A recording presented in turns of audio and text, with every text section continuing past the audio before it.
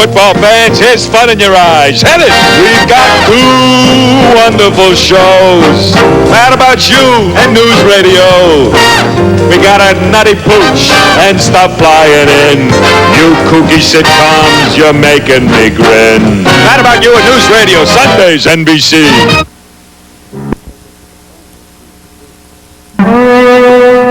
Does the rain experience frustration?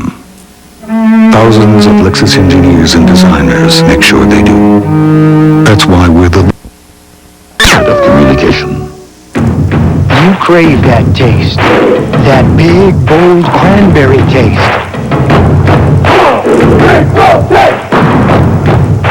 That one-of-a-kind ocean spray taste.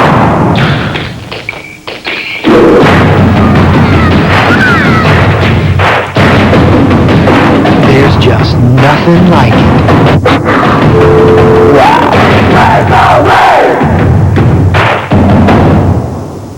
Len Berman Sports, weeknights only on News Channel 4. Super Bowl 30 activities continue with the Baked Lay's Kickoff Show. Brought to you by Baked Lay's Potato Crisps, by Prudential, live well, make a plan, be your own rock. By Plymouth, one clever idea after another, that's Plymouth. And by Pizza Hut and the all-new triple-decker pizza, have one delivered today.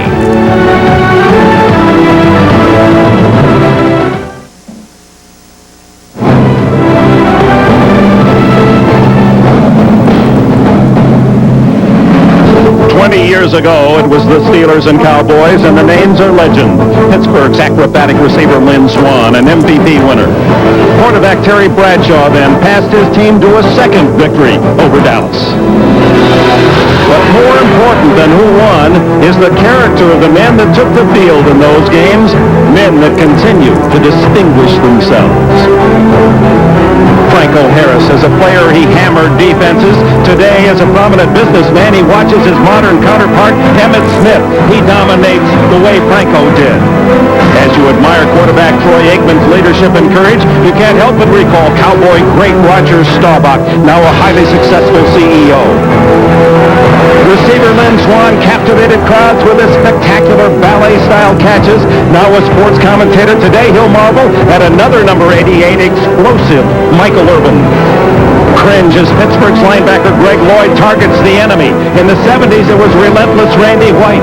Today, he cowboys at his own wrench. All-pro Carnell Lake volunteered a new position to fill a void left by injury. His selflessness brings to mind the Cowboys' Charlie Waters, now a coach at Oregon. As the times have changed, so have coaches. The stoic Tom Landry, a contrast to today's emotional Bill Cowher. The evolution brings flamboyant, multi-talented performers like Deion Sanders and Pittsburgh Steelers quarterback / receiver Cordell Stewart. Today, we cheer a new generation, acknowledging, appreciating the talent of men destined to become tomorrow's heroes. Today, legends will be built in Super Bowl 30.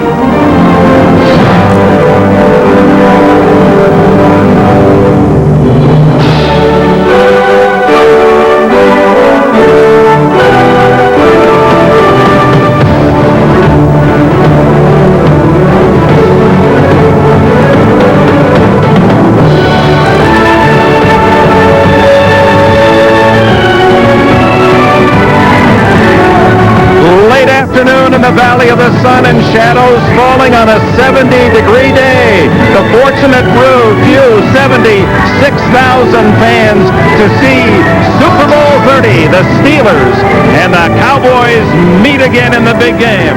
Hello, everyone. Dick Enberg along with Bill Sims and Paul McGuire. We're delighted that you're with us. Here are the mathematics. Super Bowl 30. Millions will watch around the world, including our men in uniform and women in uniform in Bosnia, and we hope you enjoy the game today. And yet, less than 100 men will decide the outcome of this game, and the winners will join San Francisco, winning a record 5 Super Bowls. A man who has been down in the tunnel, awaiting his name to be introduced at the the start of a Super Bowl. Bill Sims, take us there. Well, Dick, I tell you what it's all about. It's about tension early in the football game. As a player, you always dream, what's it going to be like to stand in that tunnel? Well, times it by 10, and then you have it. And a story that illustrates that, in our third play of the game in 1987 in the Super Bowl, I go in the huddle, I look at all my teammates, their hands are on their knees, they're hyperventilating. That made me nervous.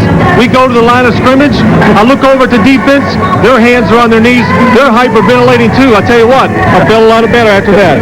Now, there is a common denominator. Ron Earhart was your offensive coordinator. He'll be calling the plays for Neil O'Donnell today. Tremendous plus for Neil O'Donnell. Ron Earhart's been there. The good thing he did with me, he got me off to a good start. He has to do that with Neil O'Donnell. Get a couple easy completions, make him think positive thoughts. He'll play better, and I think that's important for Pittsburgh to have a chance to win. Well, make no doubt about it, this is a Super Bowl fight, and the heavy favorites are the Cowboys by 2 touchdowns. Well, this is like a barroom brawl for the Pittsburgh Steelers. You know, if you've ever been in one, you see the toughest guy in the room and he picks you out, and you know he has a reputation. You don't dance with this guy. You go up and smack him in the mouth. And that's what they have to do offensively and defensively to the Dallas Cowboys. You know, when you sit there and look at it, they think they have their offense down. I don't think so. The Pittsburgh Steelers have some other things in there. Defensively, Dallas thinks they have all the blitzes down. You don't, because they put some more in. And I talked to Ron Earhart, the offensive coordinator of the Pittsburgh Steelers, the other day, and I said, you know, you were on Super Bowl teams. What is the best thing you ever coached? He says, this is it. Better than any of those. And I'll tell you why. Because if you tell these guys that they can't do something, they're going to do it. Well, everyone has an opinion of how and when and where this game will be decided. We asked one of the stars of Super Bowl 30, at least projected to be one, Deion Sanders. Primetime said the key today is if I catch 2 passes, one on offense and one on defense, the Cowboys, as projected, will win again. They're waiting in the tunnel when we return the starting lineups for Super Bowl 30.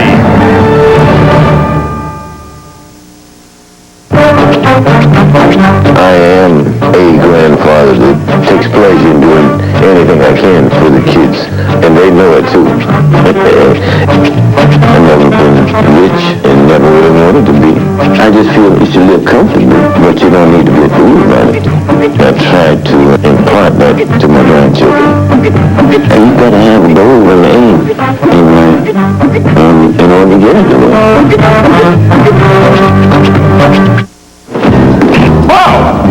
Look who we have here. Just your friendly neighborhood M&Ms. Sit down. The same M&Ms that come in the bag? Same ones. Only bigger. With a colorful shell, just like this? The actor's catching on. Rich milk chocolate on the inside? Yes! Oh, then I'm really glad you came by. Why is that? Because I'm all out. Which one of you is peanut? He is.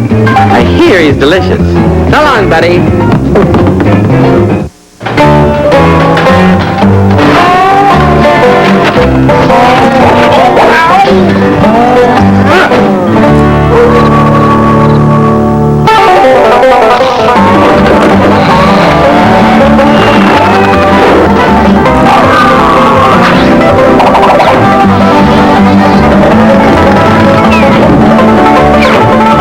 Introducing Doritos Pizza Creators with great Pizza Hut flavor. Can you get cable?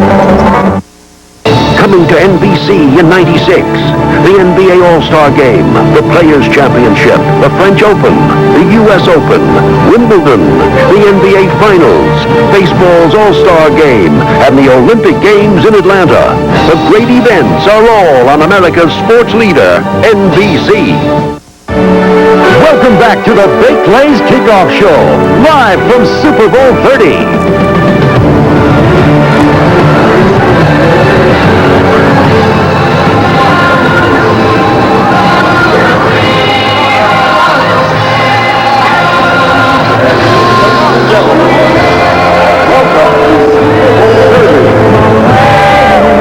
Let's meet the National Football Conference champion Dallas Cowboys.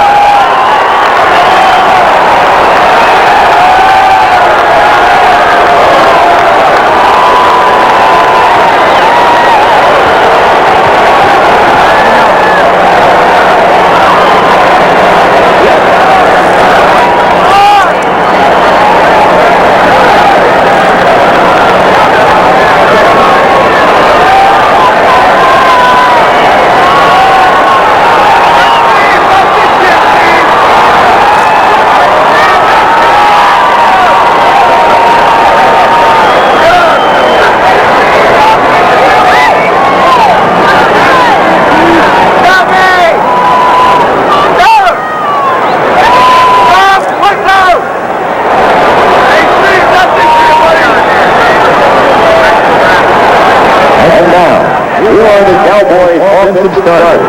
At wide receiver from Miami, number 85, Kevin Williams.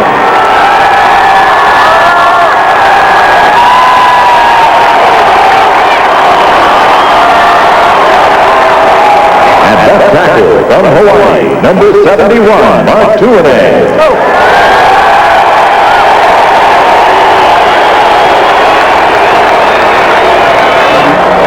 Left guard from Florida A&M, number 61, Nate Newton.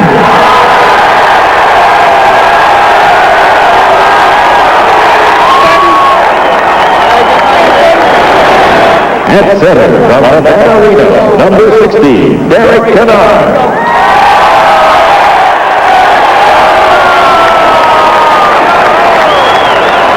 At right guard from Sonoma State, number 73, Larry Allen.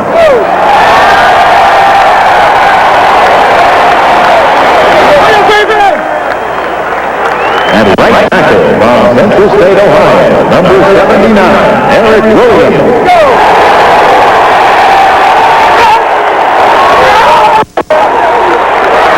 At tight end from Wyoming, number 84, Jay Novacek.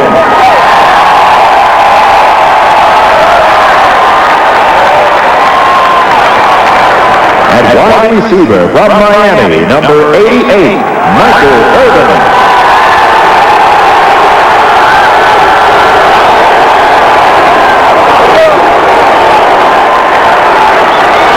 At fullback from Syracuse, number 38, Daryl Johnson.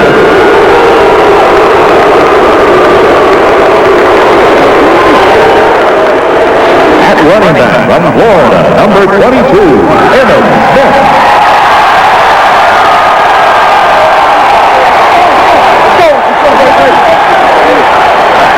At quarterback from UCLA, number 8, Troy Aikman.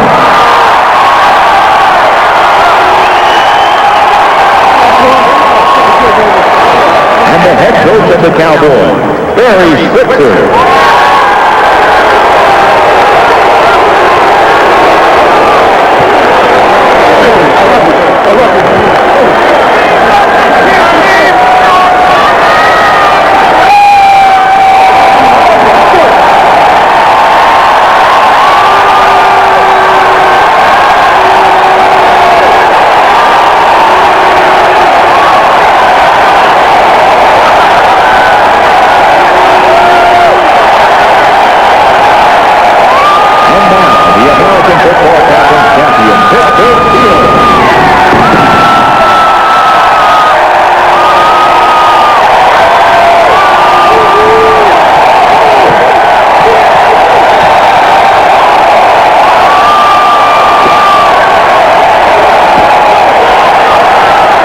The Steelers defensive starter.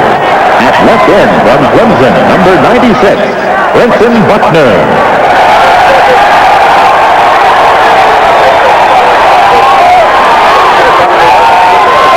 At right tackle from Colorado, number 93, Joel Steve.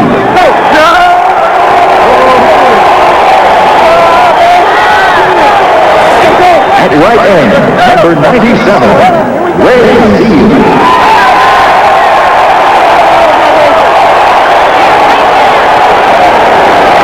Outside linebacker from Auburn, number 91, Kevin Green.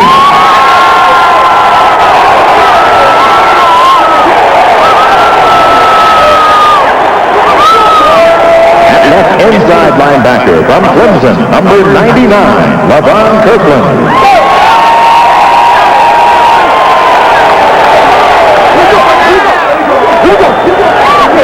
At right inside linebacker from Colorado, number 94, Chad Brown.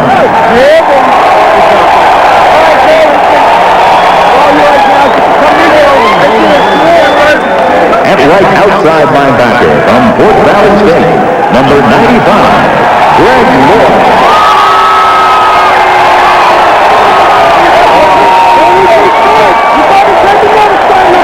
At left quarterback from UCLA, number 37, Carnell Lake.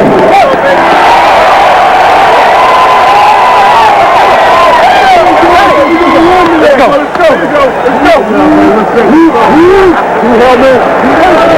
right quarterback from Western Carolina, number 27, Willie Williams.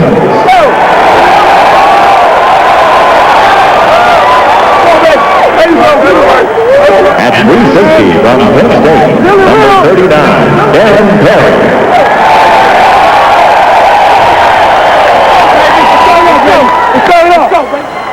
At strong safety from Michigan State, number 40, Myron Bell.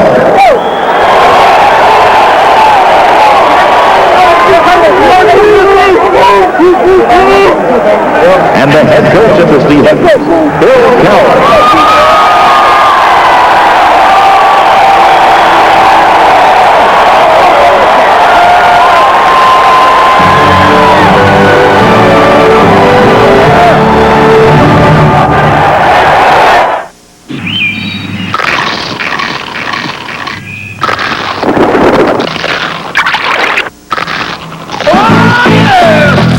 Introducing Baked Lays.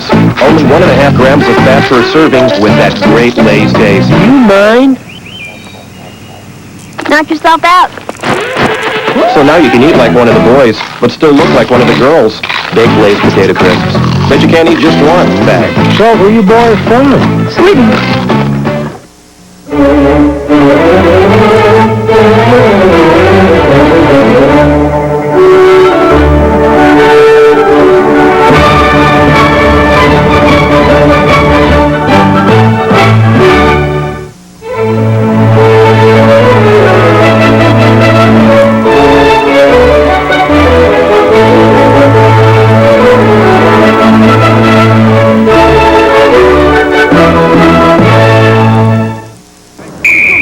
Coach, what do you think? Son, it's not what you look like or how big you are. It's what you got deep down inside. You can't see it. It's hidden. But believe me, it's there. I made the team. No, not a chance. I was talking about this pizza. The new triple-decker pizza from Pizza Hut, hidden inside two thin crusts, is a 6-cheese blend for a huge cheese taste. You know, son, I do need another guard. Night, kid. Some know us for our strength. Others depend on our flexibility. For over a century, people have trusted the Principal Financial Group for investment strength and expertise in retirement and insurance products. Strength, performance. The Principal means many things to many people, and one important thing to everyone. We give them an edge. Job security. Known these days, some say if you just started to work, you'll have to change jobs at least 10 times. What can you do to succeed and survive? You can't afford to miss NBC Nightly News Monday. Welcome back to the Baked Lays Kickoff Show, live from Super Bowl 30.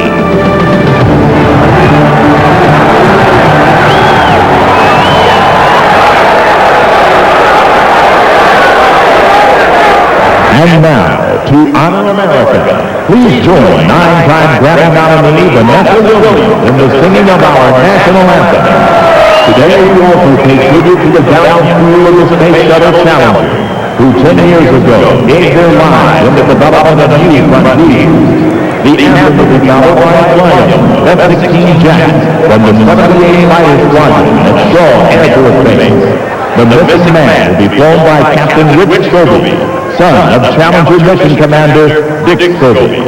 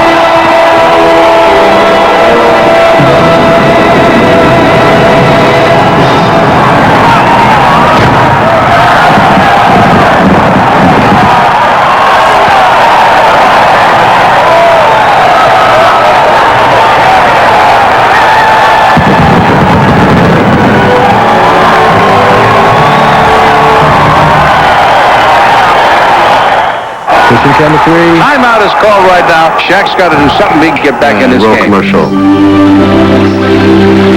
Shaq is leaving the court. What are you doing? He's over there. He's on Lucy. I didn't know Shaq could ride a horse. Hiya, pal. Well, the timeout is over. I wonder if he's going to get back. Hey, wait a minute. Shaq's back. He's got it. How about that play? Says there's nothing good on TV.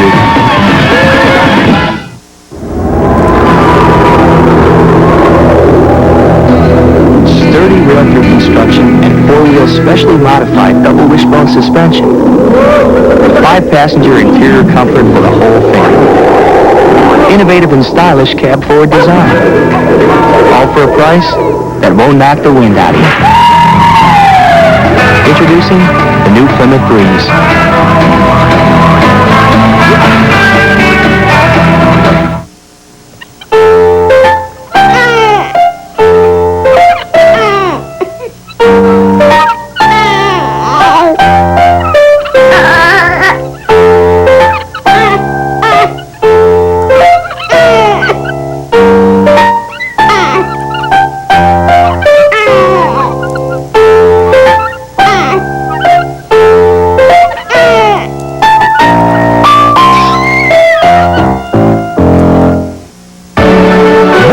To the Baked Lays Kickoff Show, live from Super Bowl 30.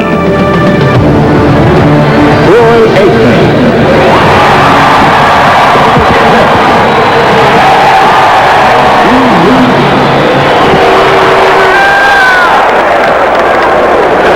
The most valuable players from previous Super Bowl games are now on the field and will take part in today's coin toss ceremony. As we celebrate the 30th anniversary of the Super Bowl, please welcome these great stars who have played such an integral part in the tradition of the NFL's World Championship game.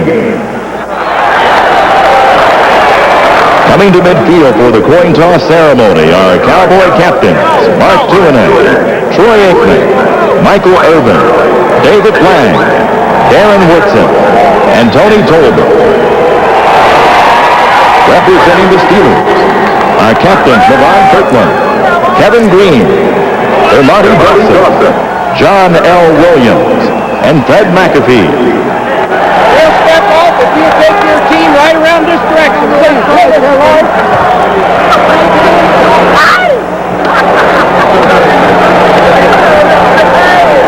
The referee for today's game is Red Cashin.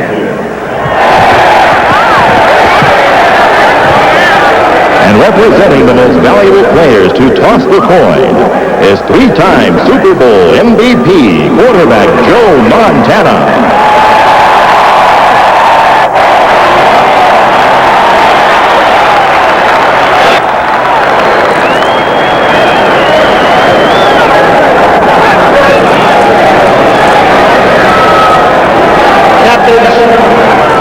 Our coin today for the toss is this commemorative coin honoring the Super Bowl 30. The logo for Super Bowl 30 will be tails. The two helmets will be heads. Tossing the coin will be Super Bowl MVP Joe Montana.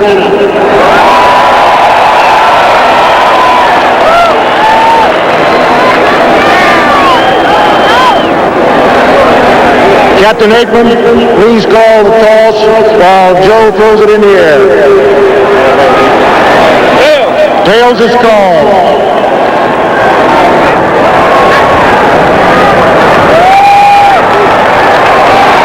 See, which end will you kick from? Cowboys won the toss, so concede. Come on, let's play football. Well, the Cowboys, the favorites, will get the ball first, and Barry Switzer's Dallas team, a long delay. It's like clockwork during the regular NFL season. The introduction of starting lineups usually to the second, but there were minutes of delay before Dallas finally wandered out of the locker room for their introductions, and one has to wonder if there was some gamesmanship there keeping the Steelers in their own locker room. Well, you're right. We noticed it from up here. The Cowboys took their time coming out, and it's like to say, we're the champions. We're going to decide the pace of this game right from before the game. Yeah, but sometimes that backfires on you. Now you got to make these guys mad on the other side. Well, we're going to have to wait and see, obviously. Well, the pregame pomp and circumstance finally over. 2 weeks of hyperbole has ended. The football war room strategies and the endless line of well-wishers and those do you have an extra ticket calls to be forgotten. And finally, for the players of the Steelers and the Cowboys, the game is about to begin. And Dick, just looking from the players' perspective, being there, when I was standing on the sidelines, I was hoping we would lose the toss because I did not want to handle the football to start this game. And sometimes with all the adrenaline thrusting in the courses of these bodies, being on defense and getting a chance to really go out and hit first might produce some good things. Well, that's where it comes out on a kickoff team. You've got 11 guys that are just taking off downfield with one thing in mind, and that's to get to the ball carrier. The guys on offense, the kickoff return team, they have added assignments. They have to pick up a man. These guys just have lanes and just go. Veteran Norm Johnson will have the honor of kicking off to start Super Bowl X, a terrific story himself. He came to Pittsburgh this year after all pro seasons in Seattle and Atlanta, was made available in the marketplace because Morton Anderson, regarded by many as the best kicker in the league, had gone from New Orleans to Atlanta. Johnson was without a job, came to Pittsburgh late, and has produced his most prolific year. Kevin Williams to return. Former University of Miami star.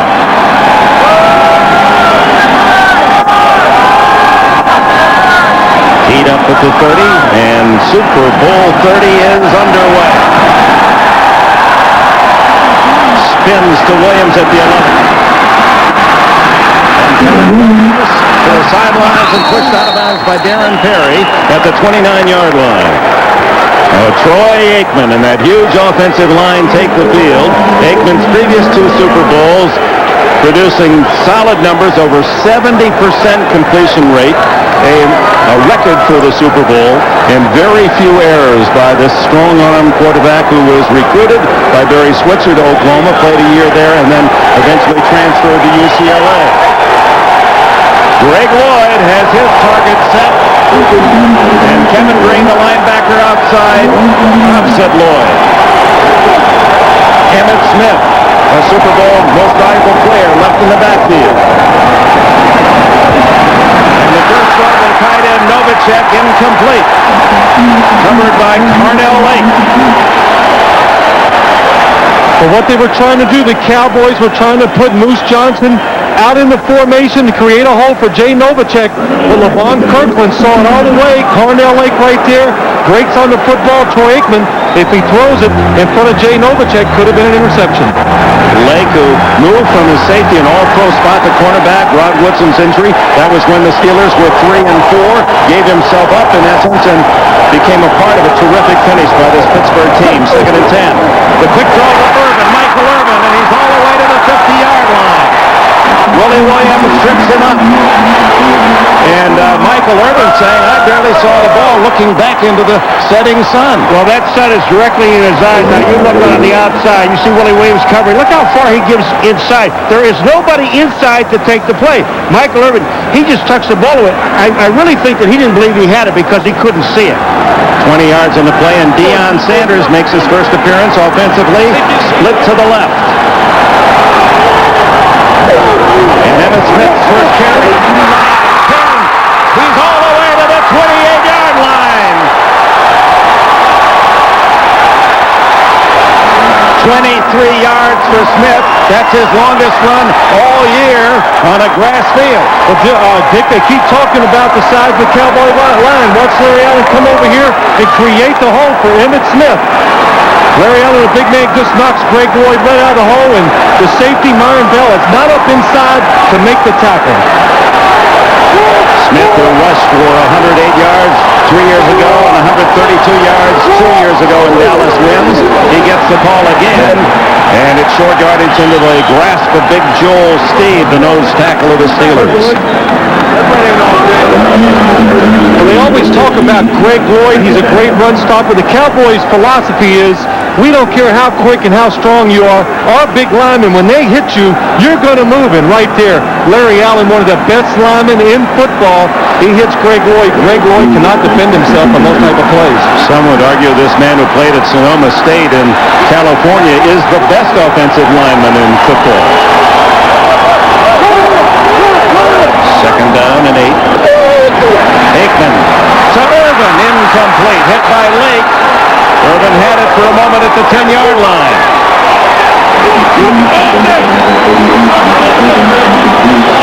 Well, one of the reasons the Dallas Cowboys right away are attacking down the field, here's the safety. If he's in the middle, the corners are singled up, and you'll see the big holes inside for the Dallas receivers. Troy Aikman, they know this. Ernie Zampese, the offensive coordinator, sees it from up top. Good play calling. Rod Woodson, the great All-Pro, makes his first appearance. What a story. And Deion Sanders is in. It's a reverse to Williams, and he's tripped up as he crosses the 25, shy of a first down. It appeared that Chad Brown might have gotten a hand on him. Well, one thing that surprises me right now is Greg Lloyd is getting knocked all over the field. That time Nate Newton comes out, number 61, and makes the block again. I mean, I don't know. I can't be footing, and I know what he's reading. Watch this. Here comes Nate Newton. Boom. They knock him outside, and he's on the ground. That's the second time we've seen him down. Paul, big offensive lineman, but also he could be nervous. 42-yard attempt by Chris Bonio, who missed only one all year.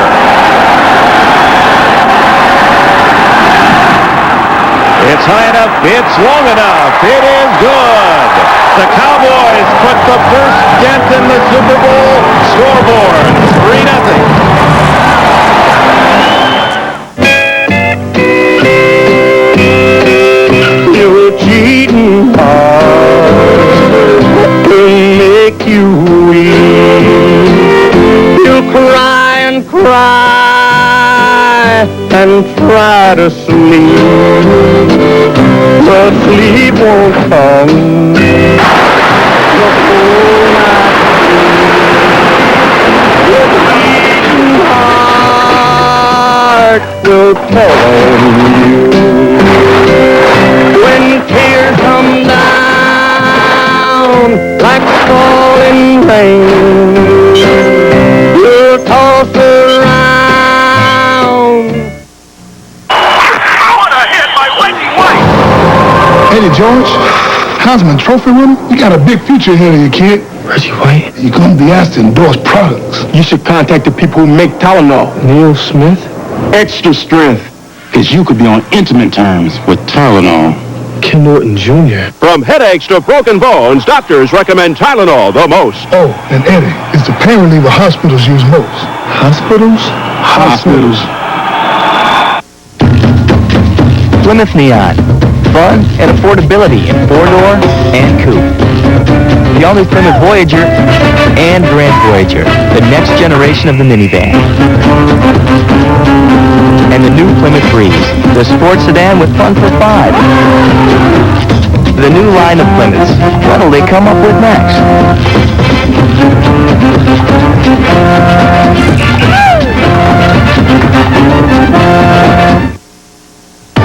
NBC Sports coverage of Super Bowl XXX is brought to you by the Pepsi-Cola Company, who reminds you that nothing else is a Pepsi. By Doritos brand tortilla chips. Get a life. And by Plymouth. One clever idea after another. That's Plymouth. Nestled in the Buttes in Tempe, Arizona, Sun Devil Stadium. Team scoring first goes on to win all but 8 Super Bowl games, and Barry Switzer's team has the 3-0 lead. But Paul McGuire, it appeared that they would get more than 3 the way they started. Well, you know, and it's got to be a great big lift for Pittsburgh. Monial, the lightest man on the field today, knocks it to Ernie Mills at the 5. Mills picked up at the 25-yard line by David Lang. Some of the best seats for today's Super Bowl are the ones you're in. Overhead, Big One airship, bringing you all those classic shots. You know, Dick, we were just talking about Pittsburgh, the lift they had. Here's Dallas. They look like they just went boom right down the field. They're going to score a touchdown. And I got to thinking about San Francisco a year ago, and then Pittsburgh stops them. Now, we're going to find out later on in this game, but I'm going to tell you something. It's got to give this offense a big lift for Pittsburgh. Neil O'Donnell had a solid postseason, although 3 interceptions to 2 touchdowns. He is off to Eric Pegram, and Pegram for a couple. Neil O'Donnell is the last of a big family, 9 in the family, and his dad called him Soup for Super Baby, and today it's hopefully Super Bowl for O'Donnell and the Steelers. O'Donnell not always the most popular man in Pittsburgh, but they've learned to love him this year. A run offensive last year, he exceeded and did very well in that. This year he's in a pass offense and he's even doing better. Slash, Cordell Stewart, the brilliant rookie from Colorado in the slot. And at the line of scrimmage, falls forward for a yard, and Russell, Maryland makes the hit. And I'm going to tell you something, Phil. This surprised me. He's excited, Russell, and he made a nice play. But this, you know, we talked to Cowher, we talked to the team, and they thought, well, we're going to let everything go. Leave nothing left in the jar, and you come out with 2 conservative runs. I don't understand it. And besides, you've got the defense looking back into the sun. It's a long way to go, so I don't know if I'd call it conservative yet. They go with the 5 wideouts, the revolutionary offensive formation of the Steelers this year, with Cordell Stewart slot left. O'Donnell third and a long 6. A lot of time. The catch is made shy of the yardsticks by Andre Hastings, their big 3rd down receiver. It'll be 4th and 1. But we saw a defensive ploy right there by the Dallas Cowboys. Instead of using 4 down linemen and 7 people behind it, they used 3 down linemen and played coverage behind it. Neil O'Donnell was not able to get anybody open past the 1st down yard marker. Good job on the Cowboys. Ron Stark, a former Colt, the kicker, and Deion Sanders getting ready to do a dance down at the Dallas 20. Beautiful spiral off the left foot of Stark. Chases Sanders to the 16. And he's to the 25-yard line. Tackled by Lethon Flowers, the rookie from Georgia Tech. 3-0 Dallas.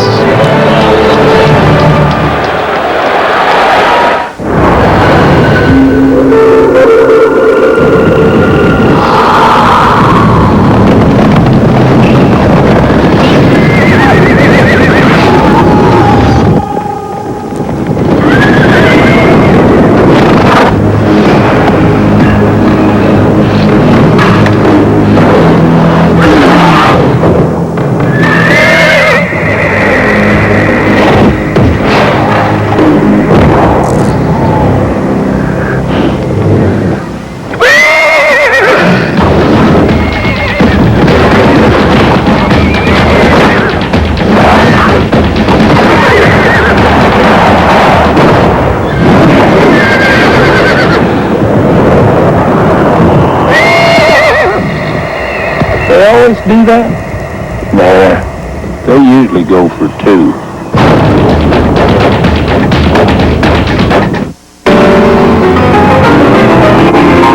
People in business once had to evolve to reach higher goals, to work as a team, or to read between the lines. Now there's a new way of working, at a place that's evolved to suit all your needs. Every day, over 200,000 businesses use Kinko's, a new way to office. Hey, guys, come on in.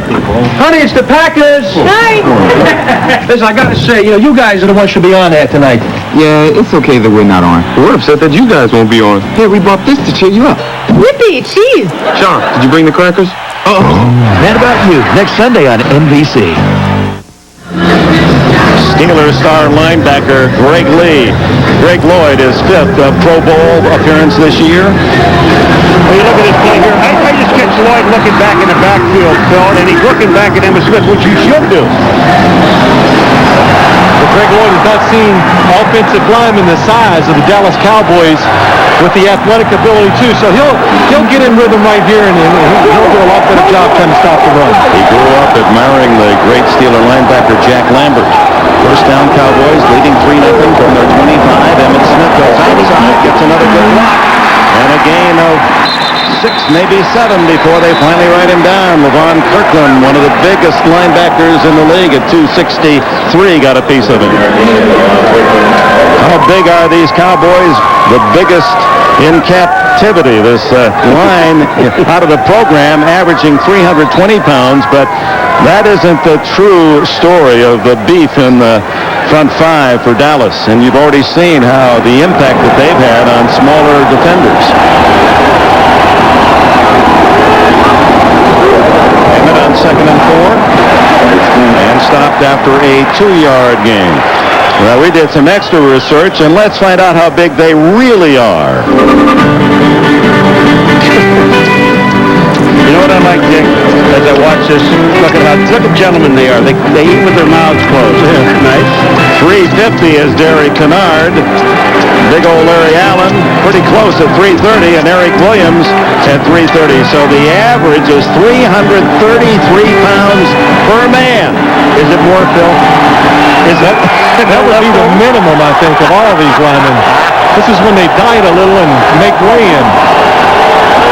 3rd and short. And that usually means offense full start. Derek Williams, Nate Newton, both may have pulled off the line of scrimmage, as we see for the first time referee today, his 2nd Super Bowl game, Red Cashin. Before the ball was snapped, false start, number 61, 5 yards, still third down. You know, one of the things that are surprising, we talk, the Pittsburgh Steelers feel that what they have to do, you see big Nate Newton, everybody else is moving too, not just him. But the Pittsburgh Steelers say, boy, their strength is in their running game. And if we talk to the Dallas Cowboys and Troy Aikman, what does he tell you, Phil? He says our strength is our passing game. We want you to come up and try to stop the run, single our receivers. Rod Woodson is in, and so is Deion Sanders. In fact, Woodson matched against Sanders on the near sidelines. Aikman slips and still hits Michael Irvin. First down at the 39. Darnell Lake, another tackle for Pittsburgh. Well, it was man coverage by the Pittsburgh Steelers. The Cowboys do a good job of spreading it out. And watch Troy Aikman. Composure. Been here before. He slips. He gets up. He knows Michael Irvin is on. Darnell Lake does a good job of leading him. Now we have Deion Sanders out there man-to-man on Woodson. Watch Woodson. He just forces him to the outside, gets his hands on him. You know where you are. I think that's just decoy anyway. Especially, if Deion wants to run, he's going to run a lot faster than that. But how about Rod Woodson? He's the first ever NFL player to have a critical knee surgery and still play in the same season. Sanders still in as Aikman on first down. Goes long for Sanders. Caught by Deion at the 15-yard line.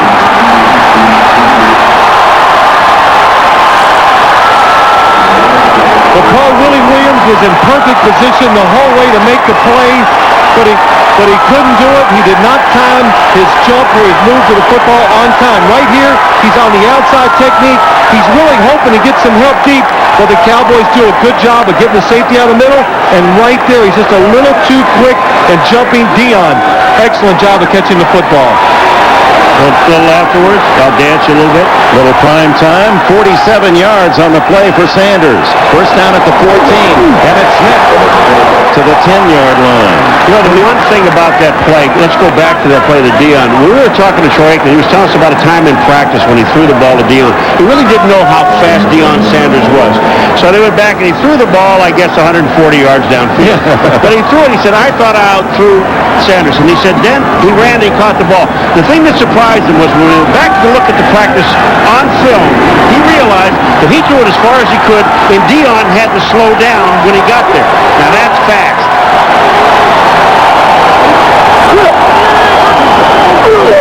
Fake to Smith.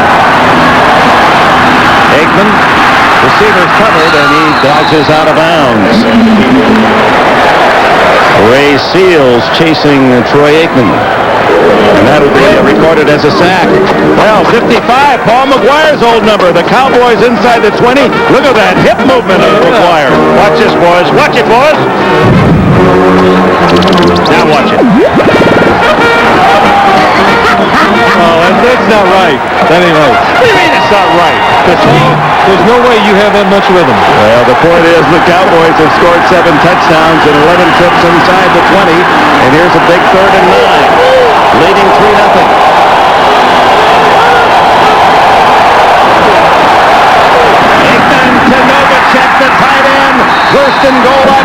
It's inside the 3. Flag down. But it's on the side from the linesman where Kevin Green jumped early.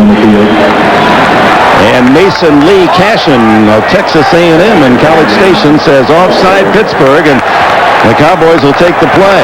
It's a first down. If they indeed is against Pittsburgh, it'll be a first and goal. Offsides. Number 91 on the defense. That penalty is declined. First down. First down. You look a lot like Red, Paul.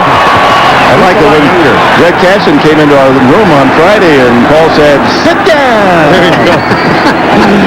You know what was interesting the last time the Cowboys have done right in this game so far? Kind of crossing up the Steelers. They're spreading their offense out. We expected the Steelers to do that to the Cowboys, not vice versa. Well, the interesting part of that spread out, they had Emmitt Smith spread out way to the other side, way out. Well, Aikman with a couple of big third down plays on this drive, leading 3-0. Johnston, the blocking back, fake to Smith. Wide open, Novacek, touchdown, Dallas.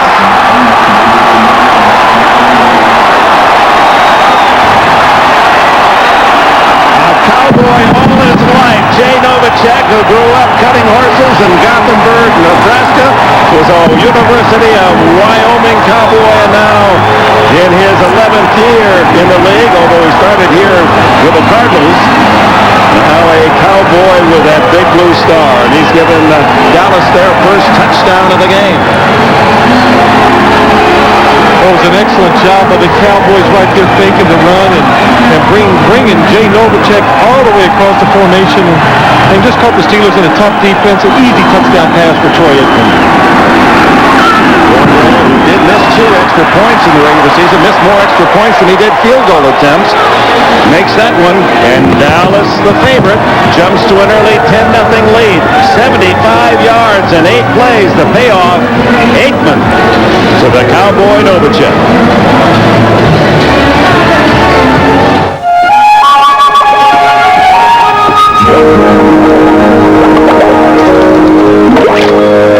Is he dead? Nope, he's just plain dead. Watch.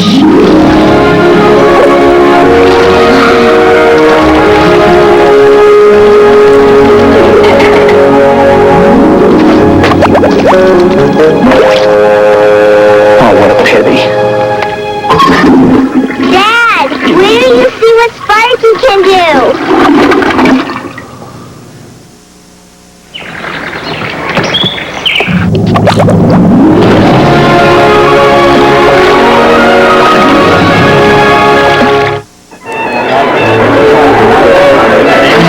G'day, mate. Thanks for the invite. Hope you're hungry. What's for lunch? Muchísimas gracias por habernos invitado, señor Hacking. Es un placer estar aquí.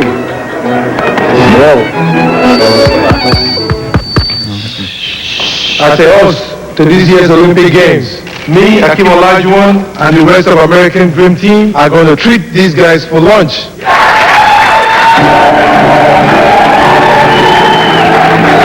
Hakeem, we said we want to eat these guys for lunch, not treat. Whoops. So, Hakeem, when you need a world of purchase power, it's time to go for the gold. Visa Gold, it's everywhere you want to be. This telecast of Super Bowl 30 is brought to you by Bud Bowl 8. Naked Reverse wins. Send in your game card for your chance to win $1 million. So in less than 10 minutes of this Super Bowl 30, the Cowboys have racked up 10 points. Jay Novacek completing the 75-yard drive in 8 plays, and Aikman a perfect 4 for 4 and 71 of the yards through his passes. Dion with a great catch downfield and a little dance afterward. Bonio the kickoff. Mills is deep for the Steelers. At the 9. Almost the same, tripped up at the 27-yard line. What did you see on the touchdown, Phil? Well, here's how Jay Novacek gets so wide open. He's up top here. Watch, he's going to come all the way across in here. But watch Kendall Watkins go inside and pick off number 55, Jerry Osofsky, on a pick play. Play action. Here comes Jay Novacek, comes across. See the pick inside. That's why he was wide open for the touchdown. Illegal.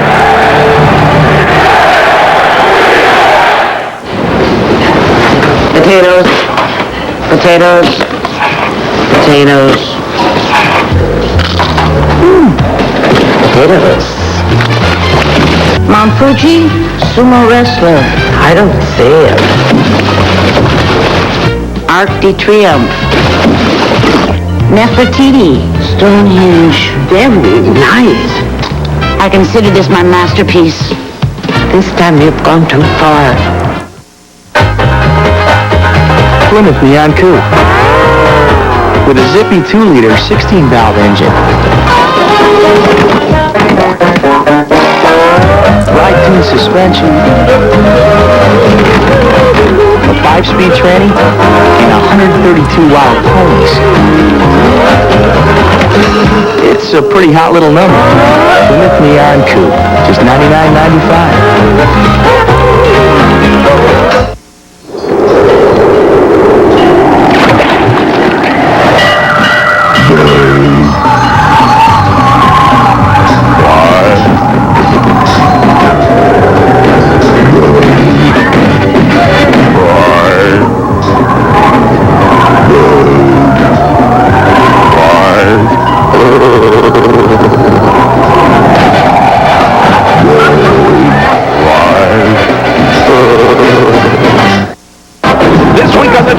Ted Danson, the quarterback. Richard Lewis blocking for a fake to Paul Reiser. Rod Stewart going long while Tim Hutton kicks. The Tonight Show with Jay Leno this week.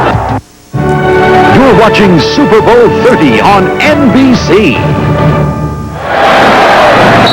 Michael Irvin and the Cowboys with a 10-0 lead. We left for commercial with Paul McGuire uttering illegal on the touchdown play. And after this first down for the Steelers, we'll go back and take another look.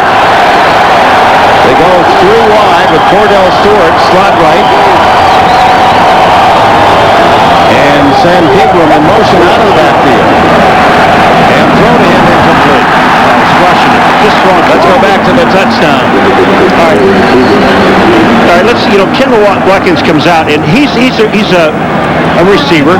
Now, this is all right with Gilden right here. But when you come down the line of scrimmage, watch what he does with Olszewski. You can't purposely take that block beyond the line of scrimmage. That's on a pass play. That's illegal. Olszewski definitely had Jay Novacek covered, but that block knocked him off. Not seen by the officials. Only one penalty, a 5-yard penalty at this point. Rarely do you see the yellow flag in a Super Bowl. Both teams know that. Pegram on a draw staggers to the 29-yard line, a gain of only a couple. Dick, this is a brand new field. Remember, since the Fiesta Bowl, they put this new field in. And we were talking to players yesterday and the day before. They said, this field is tight. Watch this field. It's not tight. Look at Pegram. He's slipping all over. We saw Troy Aikman slip going back. This field is not solid. Third down and 8 for Pittsburgh as the Cowboys have dominated the opening quarter. Ron Earhart, the offensive coordinator, is setting the play to O'Donnell, 4 wide. Wide open. Ernie Mills and a first down at the 39. 10 yards, the first down for the Steelers. Excellent job of Ernie Mills going down the field against Larry. Steelers are going no huddle here. No huddle for the Steelers. Well, they want to get him in the switch, and they've got the Dallas Cowboys in the switch right now. Yeah, the Dallas Cowboys only had about 8 men on the field. So Dallas has to spend a timeout. Bill Cowher, now there is one of those plays or strategies you talked about, Paul McGuire. Well, you only missed it by 1. They only had 9, and everybody's they're walking off the field. Well, the Steelers just decided, well, let's get up on the ball and make something happen. We knew this was coming.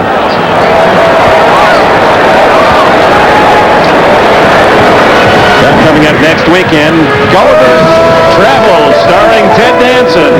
Headed to NBC. It's a fantastic adventure, the classic everyone in the family will enjoy. Gulliver's Travels, unlike anything you've ever seen before, they're calling it the event of February.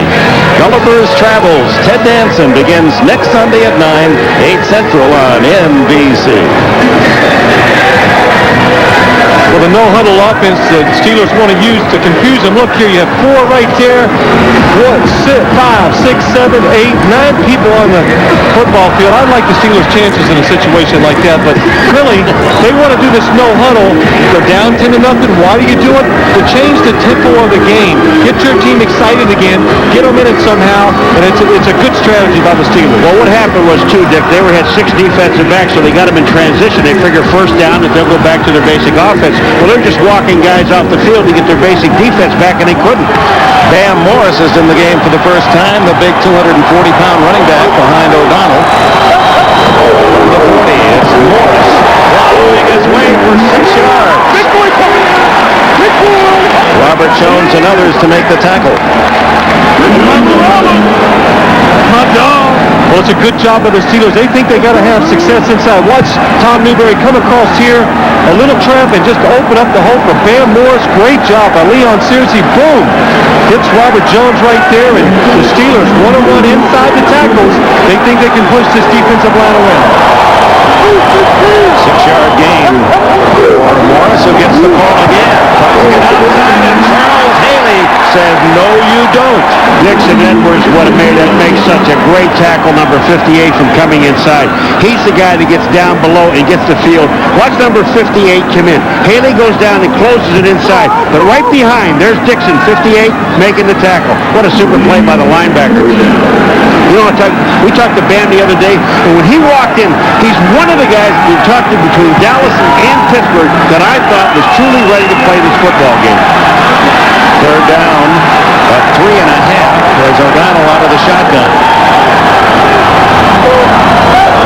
Goes in motion and a toss to Stewart. And as he may, he's brought down at the 49.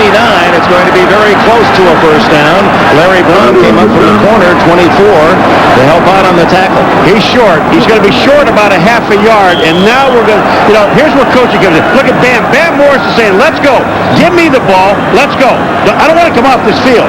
Give it to me. I want it. Well, watching the Steelers right now, the coaches, they're definitely deciding if it's short, what they're going to do right here. It's a half a yard. You've got to get to almost to the 50-yard line, and that ball is just beyond the 49. Excellent job of the defensive backs of the Dallas Cowboys right there, recognizing run and being aggressive and getting to the line of scrimmage. They're going. I'm going to tell you, you're in the Super Bowl. We talked about no holds barred, don't leave anything in the jar. Go for it. And Bill Cowher, the youngest coach ever to take a team to the Super Bowl. William Laird is just 38. Says go on 4th and a foot. William what? William Laird. His father, Laird, mother watching back in the same house where he said, I used to watch the Super Bowl with my dad in the living room. I know right where he's sitting today, watching every play. In the same chair? In the same chair. Well, remembering back the glory days of the Steelers, he said the first Super Bowl champions, while he was a freshman at North Carolina State, he said, was it great to walk around and tell everyone I'm from Pittsburgh? Stewart at quarterback. Man. And O'Donnell way out to the right. First down to the 49 of the Cowboys. I mean, it's just a quarterback sneak, Dick, but I'll tell you what, good patience by Cordell Stewart, seeing where the defensive tackles were, and picking the right hole. Look to the right, you see Robert Jones sneaking up there. Cordell goes to the left, nobody there. Good job. You have said this all year long, and you'll see Cowher's reaction here. He knows it right now. They got it. But you said a quarterback sneak, a quarterback must have patience. First invasion of Dallas territory by the Steelers, who trail 10-0. O'Donnell going deep, well covered was Ernie Mills. Good job of throwing it away right there. Excellent pressure by the Dallas defensive line getting on Neil O'Donnell. Had to throw it away. Tony Tolbert, perhaps the most underrated defender of the Cowboys, getting in on O'Donnell. Well, look at the defensive line right here. Watching Neil O'Donnell try to avoid him as he goes back right here. Russell Maryland right there. Speed rushes him, and Tony Tolbert comes up underneath free.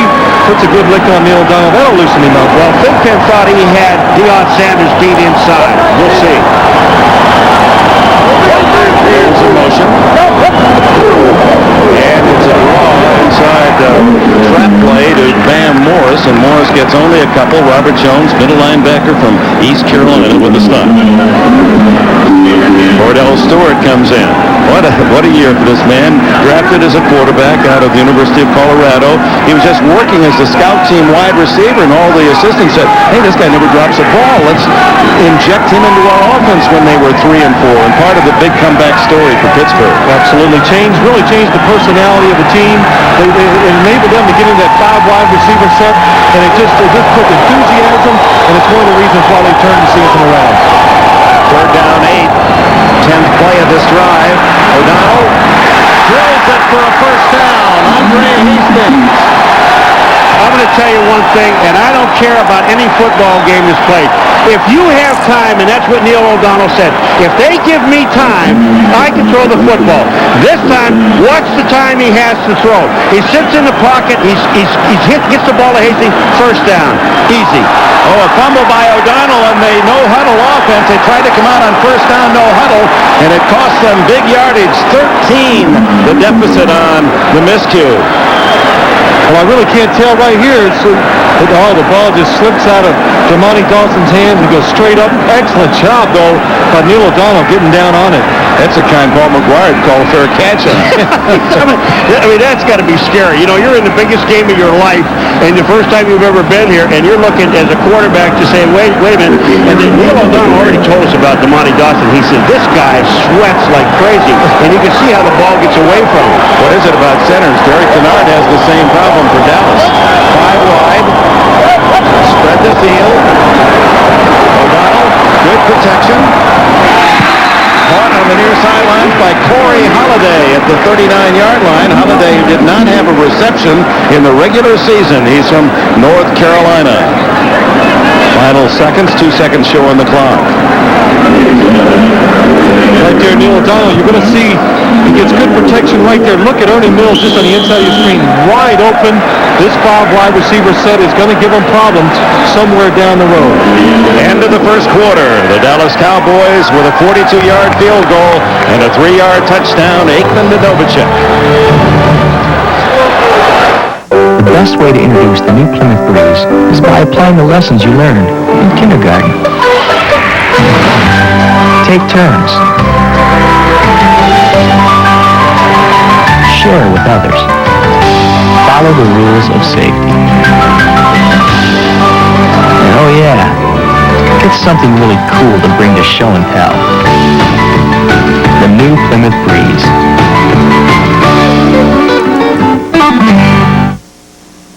There's something happening here, but it isn't exactly clear.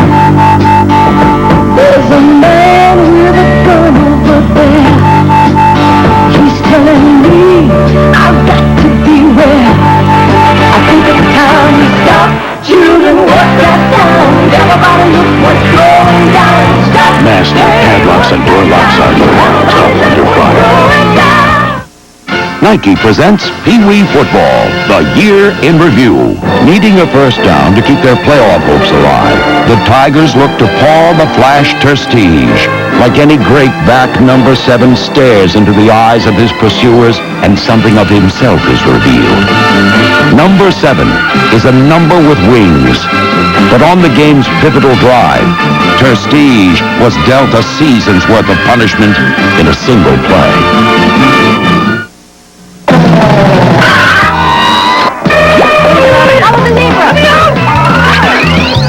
Stay tuned for the Oscar Mayer halftime show. The favorites from Dallas lead 10-0 as we open the second quarter. Dickenberg with Paul McGuire and Phil Simms, and the Steelers, after the miscue on the snap, are third down and about 13 at the 39 of Dallas. Are the butterflies gone now? Yes, now you're finally settled down and you're in the game, and really the Steelers had a nice drive here. The snap by Damani Dawson over Neil O'Donnell's head really broke the momentum. We'll see if they can overcome it right here. This is the 13th play of the drive. 5-wide formation. Hastings into the backfield to pick up a blitzer. He didn't, but Miles can't catch O'Donnell and throws. Intercepted by Larry Brown. Very similar to Brown's move against Brett Favre Favre in the NFC Championship game to intercept along the sidelines to end Green Bay's final bid for the lead. But what happens here, Godfrey Miles right here behind these three linemen, the Steelers do not account for it. Look, and they get right there. Nobody's there to block Godfrey Miles. Neil O'Donnell does a good job of getting out. You know what I don't understand is Andre Hastings in the backfield. Why he didn't block him? He runs by Miles. He never even takes a look at him. That's his man. Deion Sanders, first return 11 yards. He's back at the 10. Ron Stark's punt. Sanders lets it go. And it's in the end zone for the touchback. A net 19 yards on the punt for the veteran star. We come back. Dallas will be at the 20.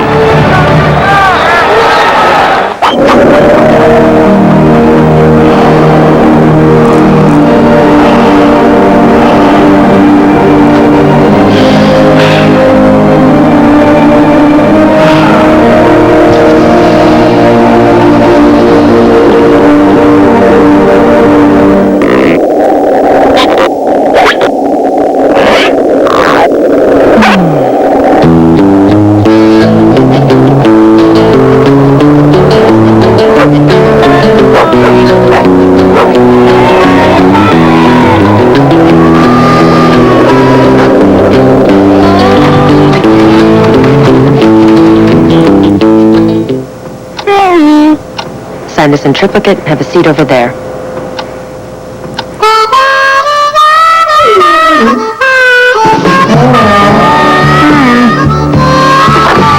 Who's next?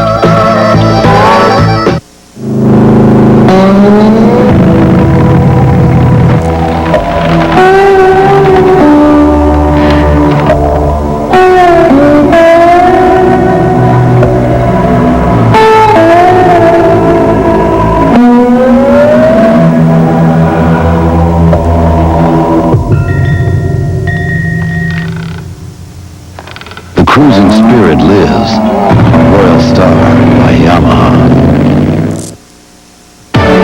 NBC sports coverage of Super Bowl 30 is brought to you by the all-new, more powerful, more spacious Toyota 4Runner, by Nike, who salutes the legends of Pee Wee football, and by McDonald's, official break of Super Bowl 30.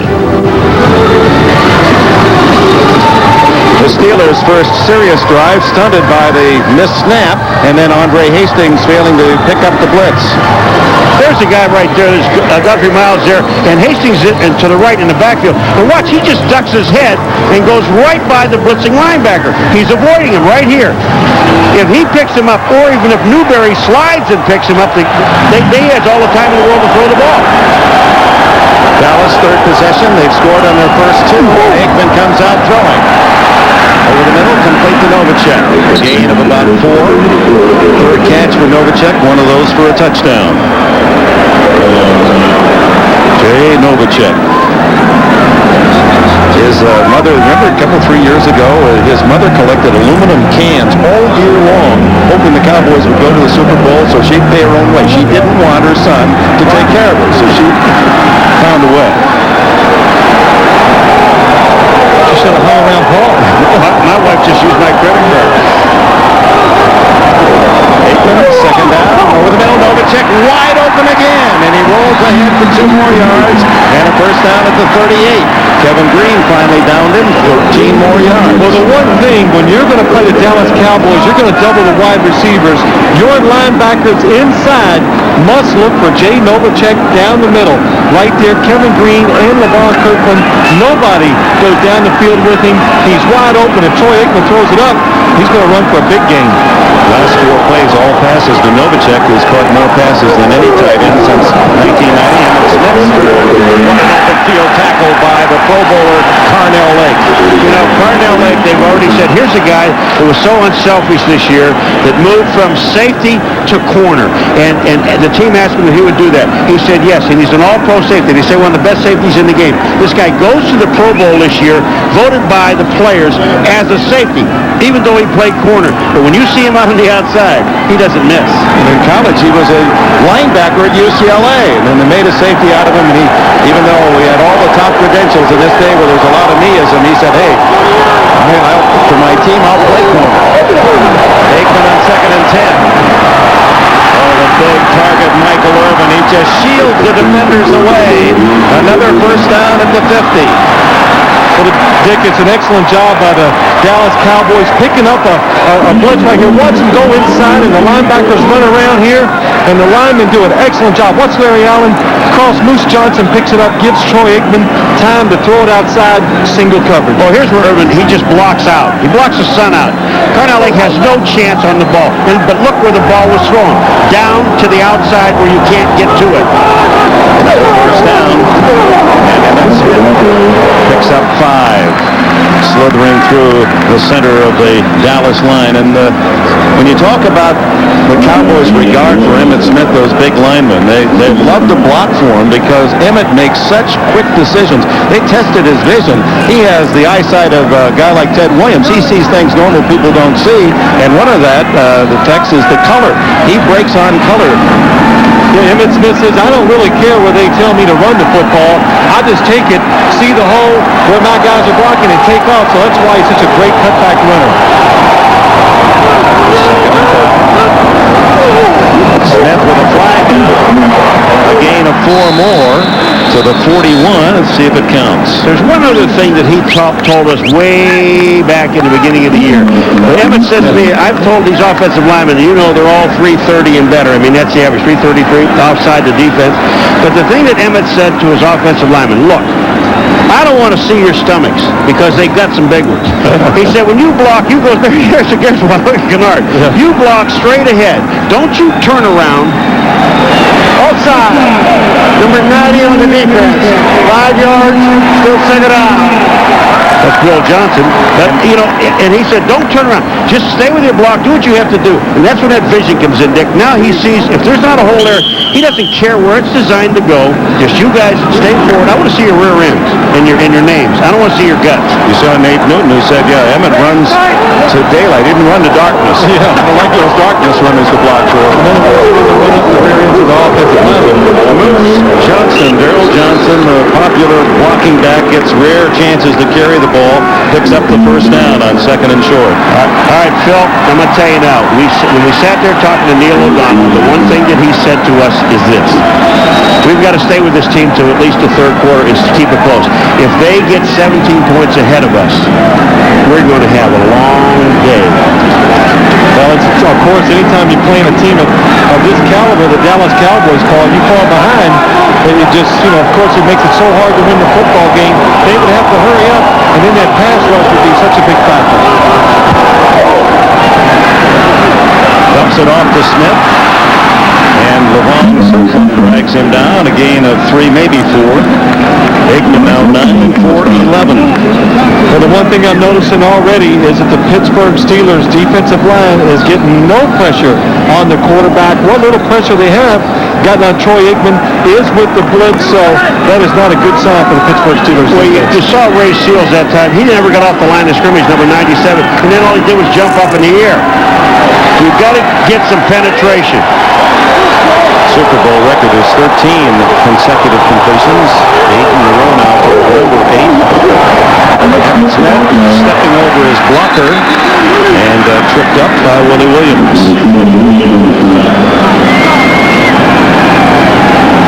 Kevin Green, is one of those linebackers when they talk about this guy, 91, Mr. Longhair.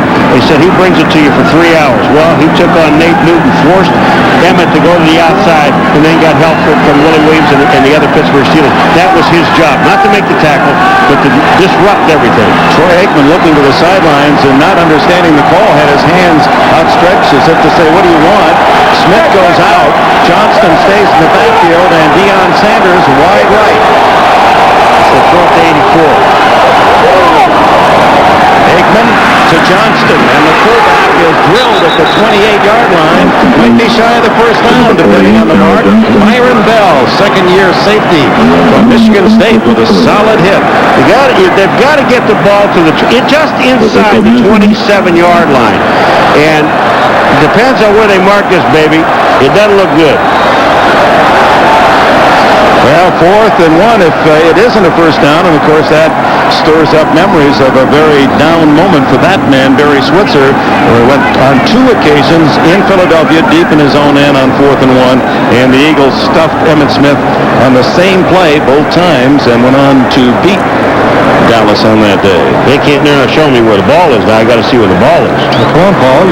I said he didn't make it. He had to get to the inside the 27-yard line. They didn't do it. I'm looking at this through all those people down there. You got to get these guys off the sideline. I'm having a tough time here. Well, I don't think there's any question right here.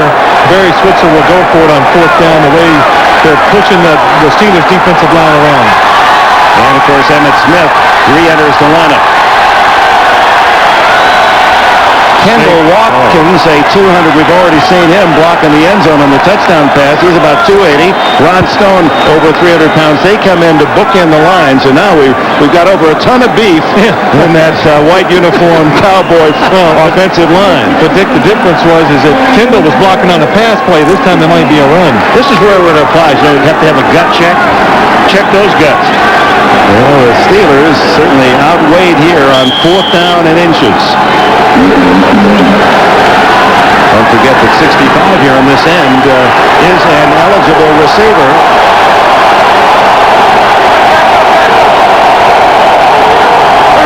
I gotta say it. Johnston, first down at the 24. Moose brings out his callers. They got the biggest line in the business, and then they give it to the biggest back they have. It isn't fair. It's really kind of a change-up. You're thinking Emmitt, and then they give it to Moose Johnson up the middle, and Paul, like they say, and you'll see Barry Switzer 4th and 1. There you go. Goes his way sometimes. Well, he just said, I could tell you he was sitting there saying, please. Please. Well, the Cowboys have not been stopped yet. Leading 10-0. This is the 11th play of the drive, their 3rd possession. Looking long, Aikman deep. Touchdown, Michael Irvin as he brought his flag down. Carnell Lake was the defender, and they're saying Irvin got away with a push. No, flags are down. So there's no question. There was some pushing going on right there. I'll tell you, the other guy that was wide open was Jay Novacek. I mean, there was no one, absolutely no one. You know, when they publicized Irvin show all year long about him pushing off, and we asked Red Cashin in the meeting the other day, are you going to take a look at it, a hard look at it? He said, we're going to call the game as we see it. Well, there's no question. Michael Irvin right there loves to put his hands on the defender. That time he did on Carnell Lake. Offensive pass interference. Number 88. 10 yards. Still first down. Watch Michael Irvin coming down the field. It's going to be the post. He's going to go inside. Carnell Lake. Oh, excellent job of staying patient. Cuts off the throwing lane. Michael Irvin grabs his right hand, puts it on the shoulder, and pulls him down. Good call. Excellent call. First down and 20. One of the few mistakes by the Cowboys in this first half. Over the middle. Check open again. And he's on the way to the 15-yard line. A gain of 19 before Greg Lloyd can chase him down. Well, you know, I said the play before, Phil, on the Irvin interference. This guy was in the end zone for a touchdown. Now they got him split out. Well, watch Jay Novacek again. Good job of using his hands. Puts his left hand on Greg Lloyd. Gets inside, and people underestimate the speed of Jay Novacek. And what you saw there, too, is how Aikman with defenders all around Novacek. I mean, he had a very small window, and he put him in the right pane. Second down and 1, and Emmitt Smith gained about a yard. It'll be close to a first down at the 14. Well, Dick, we shouldn't be surprised by that little window, and he threw it in there. Wednesday, we got a chance to go to practice, and it was almost mesmerizing to watch Troy Aikman throw the football with such accuracy and timing, not from sometimes all the time in practice. You know the thing about it, too, now, they have a 2-hour practice, and obviously he doesn't stand out there and throw the ball for 2 hours, but he's got a pretty good handle on maybe about 50 minutes or so. Not one ball hit the ground the other day when this guy was throwing it. Third down, short of the first down, at a half yard. The toss to Emmitt. And they get him in the backfield. Levon Kirkland. Boy, to me, I can't believe the that this play was designed to go outside. I believe that it was designed to go to the inside, but they shut this thing up. Watch the pursuit and the speed of this defense. And then LeVon Kirkland, probably the biggest linebacker maybe in all of professional football, about 263 pounds, gets there. Bonio comes in for the field goal try out of Novacek's hold. It'll be a 35-yard attempt.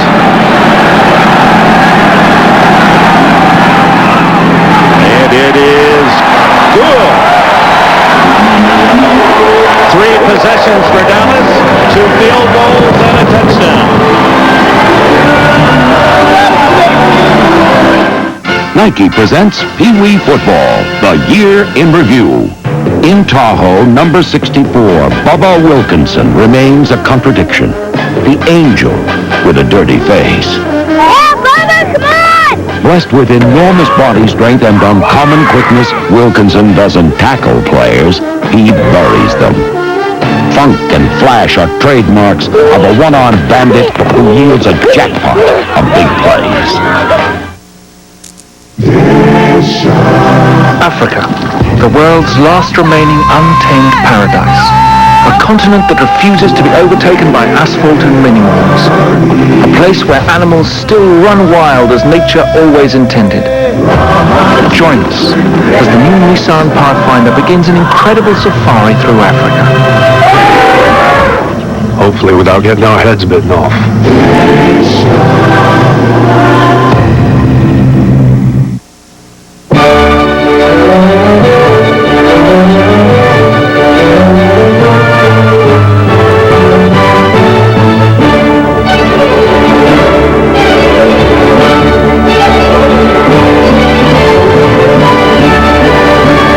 Spectacular special effect in this Super Bowl commercial, the one it'll have on your appetite.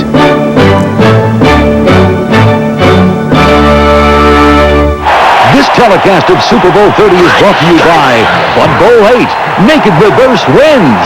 Send in your game card for your chance to win $1 million. Michael Irvin not happy. He thought touchdown taken away. It should be 17-0. Well, watch Michael Irvin as he comes down the field right here. Look at his right hand. He gets it on Carnell Lake's shoulders right there. A good handful of jersey pulls him down. That's the reason he was able to catch the touchdown. Rod Woodson, one of the great defenders of the 75 years in the NFL, made that celebration team, and Kevin Green trying to fire things up. The Steelers stay within 2 touchdowns thanks to the penalty against Irvin. Bonio very high on his kick. Ernie Mills at the 10. Mills spins out across the 30-yard line to the 32, where Brock Marion makes the stop. 13-0 Dallas.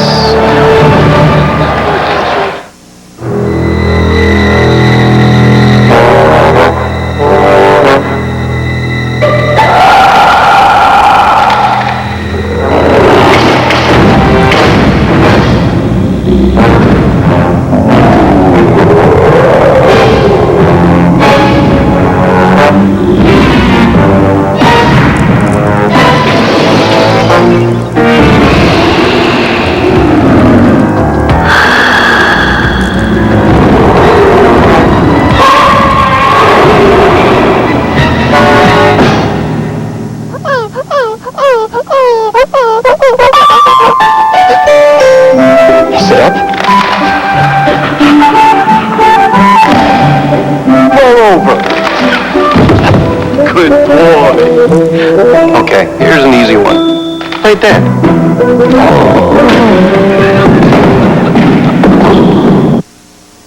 Some know us for our quick response.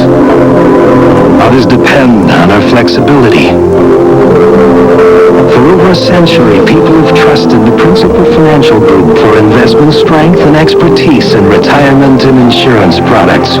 At the Principal, people know us for many reasons, but they remember us for one. We give them an edge. Strength, performance, results. The Principal. Remember Reggie's heroics? Miller for 3, and he got it. And a steal. Miller retreats to the 3-point line. Oh, hits again. 2 teams and have provided some great playoff memories meet again where the New York Knicks battle the Indiana Pacers. Then the Spurs meet the Magic. An NBA on NBC doubleheader next Sunday. Productive first half, but not as good as the Cowboys wanted. A couple of field goals and a touchdown out of their 3 possessions. And flying above Sun Devil Stadium this evening is the Bud 1 airship. Dick, this Bud for you. You couldn't wait for that. This Bud's for you. You really did it well. I thought so. First down, Pittsburgh at the 32-yard line.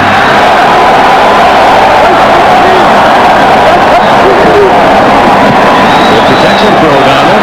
Over the middle, incomplete. Thrown behind Yancey Thigpen. Thigpen, the leading receiver for the Steelers this year, set a record for a season with 85 catches. That went a little behind him. Well, we've set up here, and of course, we have a good view, but one thing we've said already, Neil O'Donnell is given no time, and the receivers are open down the field. Right there, nobody is really around Yancey Thigpen, but Neil O'Donnell throws it just a little bit too far behind him. 2 tight ends, Jonathan Hayes and Mark Bruner bookend. Bruner in motion.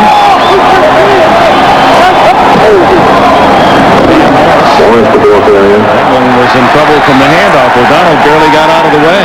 I mean, you go first down, you throw, and you don't get anything. And then you run that play with 2 tight ends, so they're waiting on run, and you don't get anything. I mean, this offense has got to take some slack from the defense and give these guys a rest. Steelers have scored in the second quarter all season long. It's been a good period for them, including the playoffs. They've not been shut out in the second quarter, and we have only 5 minutes plus remaining today.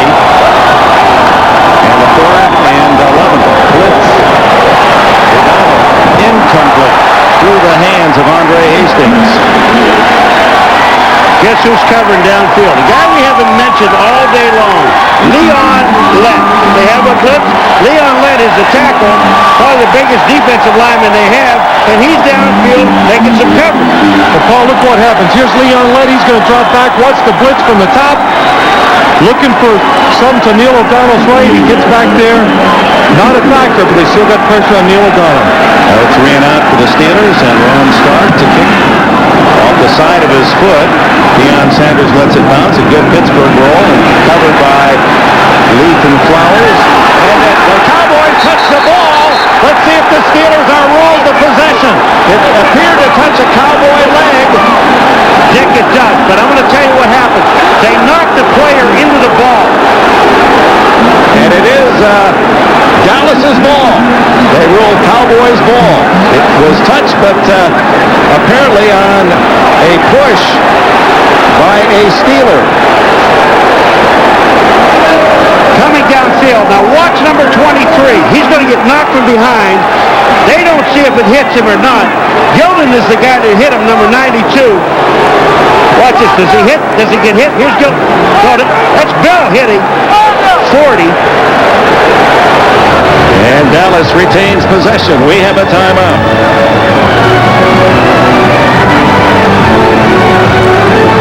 Just make sure you stay in the chariot, Chuck. I guarantee you're going to win the dang race.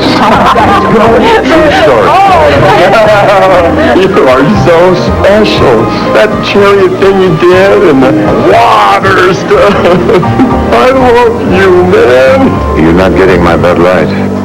Frankly, son, you frighten me. For the great taste that won't fill you up and never let you down, make it a Bud Light. And it's more like, I love you, man. See?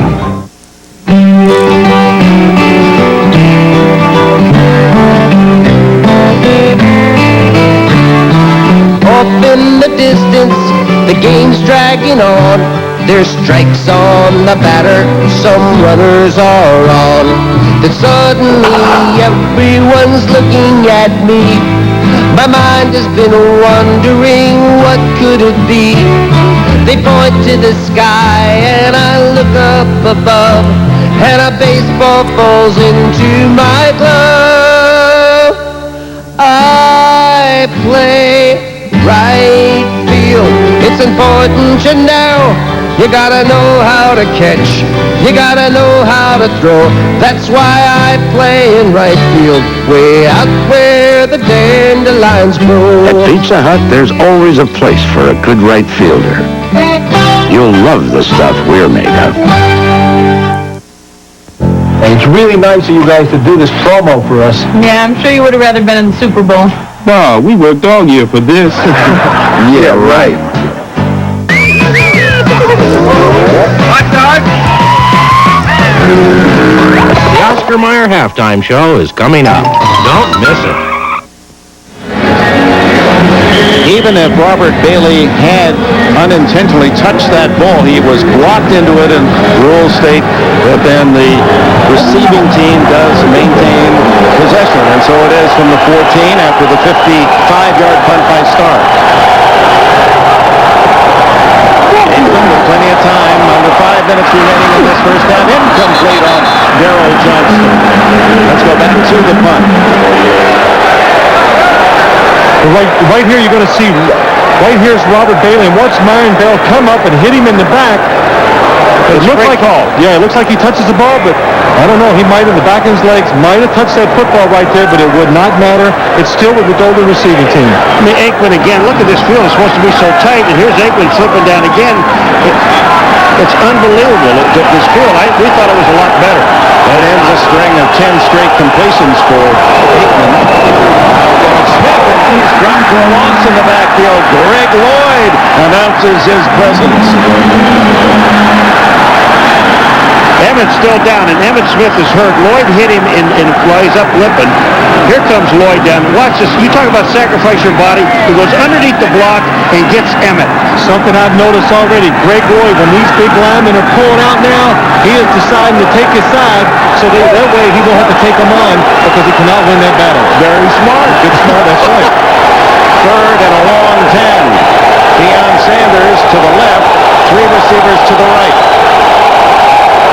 Novacek has been the man in this situation. Aikman over the middle, incomplete, knocked down by Chris Oldham. And Reuben was breaking in the clear had Oldham not gotten the left paw on the way.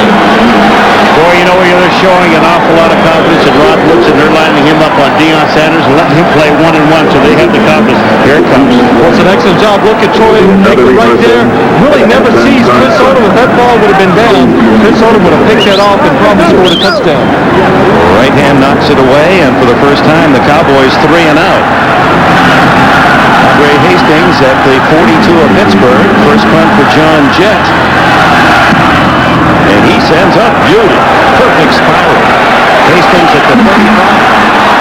Gets 2 blocks, 3. Runs into his own man. And down he goes near the 50-yard line. Wooly Williams actually made the hit on Andre Hastings. Well, he was blocking Dale Hellestray, number 70 for Dallas, and they ran into each other. No flags on the return, and Pittsburgh, we'll start from the 46-yard line. Dick, they got to light it up. They've got to do something now, Phil. One of those special plays that they have in that jar that he says we're going to empty it, they better start emptying the jar now. 3 minutes, 52 seconds remain in the opening half. 13-0 Dallas. Open Big Ten, but wide and outside was O'Donnell. Well, it was a good play call right there by the Pittsburgh Steelers and Ron Earhart, the offensive coordinator. Neil O'Donnell, the receiver's wide open. He's a little too careful with the football. Threw it outside. The receiver's not able to make the adjustment. I mean, he just went open. That was an 8-yard completion and would have ended up close to a first down, if not get it. O'Donnell, who played at Maryland, recruited there by Bobby Ross. The Charger coach is 4 for 10 in this opening half. The Texan breaks down, and Charles Haley has his first sack today. Let me just say one thing before you describe all this stuff, Phil. The reason this sack comes because of the great coverage downfield. This is a coverage sack. Haley gets credit for it, but look what happens here. There's a lot of time back in the backfield. Well, John Jackson right there really had him in good position. John Jackson did not expect Neil O'Donnell to be so deep on your right paw. The coverage downfield was excellent. Neil O'Donnell retreats a little right into the hands of Charles Haley. Haley shooting for his 5th Super Bowl ring. 2 of the 49ers, 2 of the Cowboys. His parents seeing their first Super Bowl game from Gladys, Virginia. 3rd and 20 for O'Donnell. Underneath he goes to Hastings with some running room.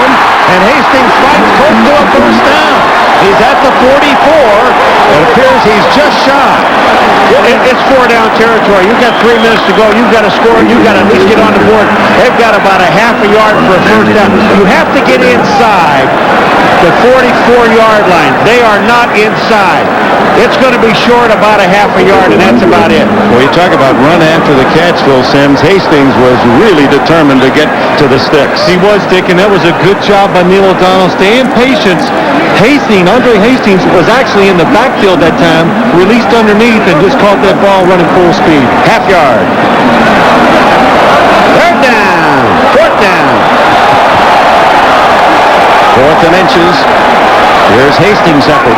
Well, Andre Hastings is going to make sure that they do blitz. He's going to be in the backfield to catch. But look at him right here. Watch him sneak through there.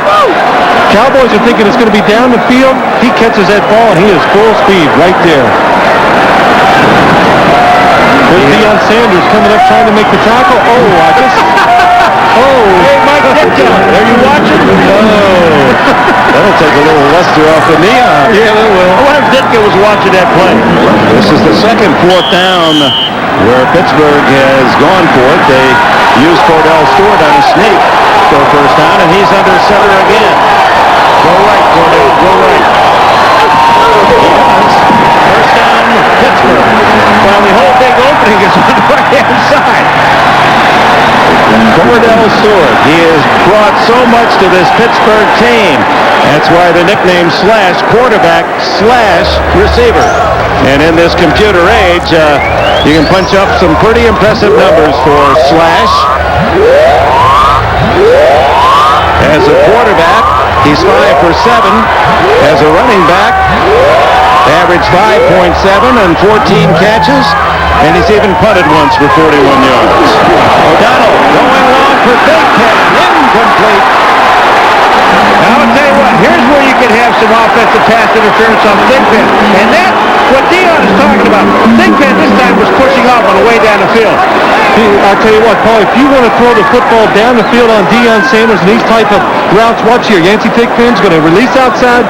Deion has him pinned to the sideline.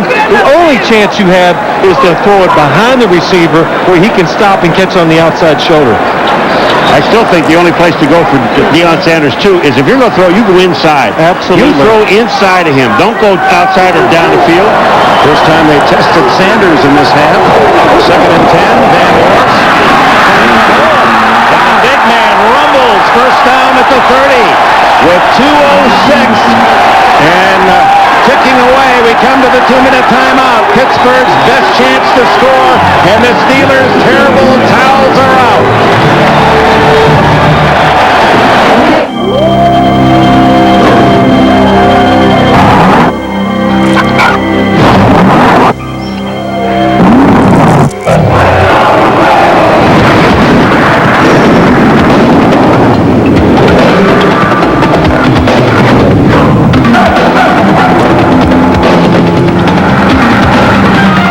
Available 183 horsepower engine, the all-new 4Runner is so rugged, it can take you far from civilization.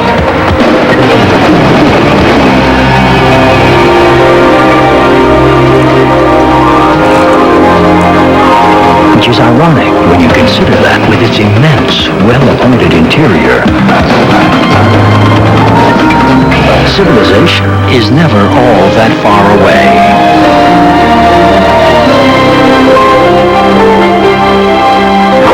The all-new 4Runner from Toyota.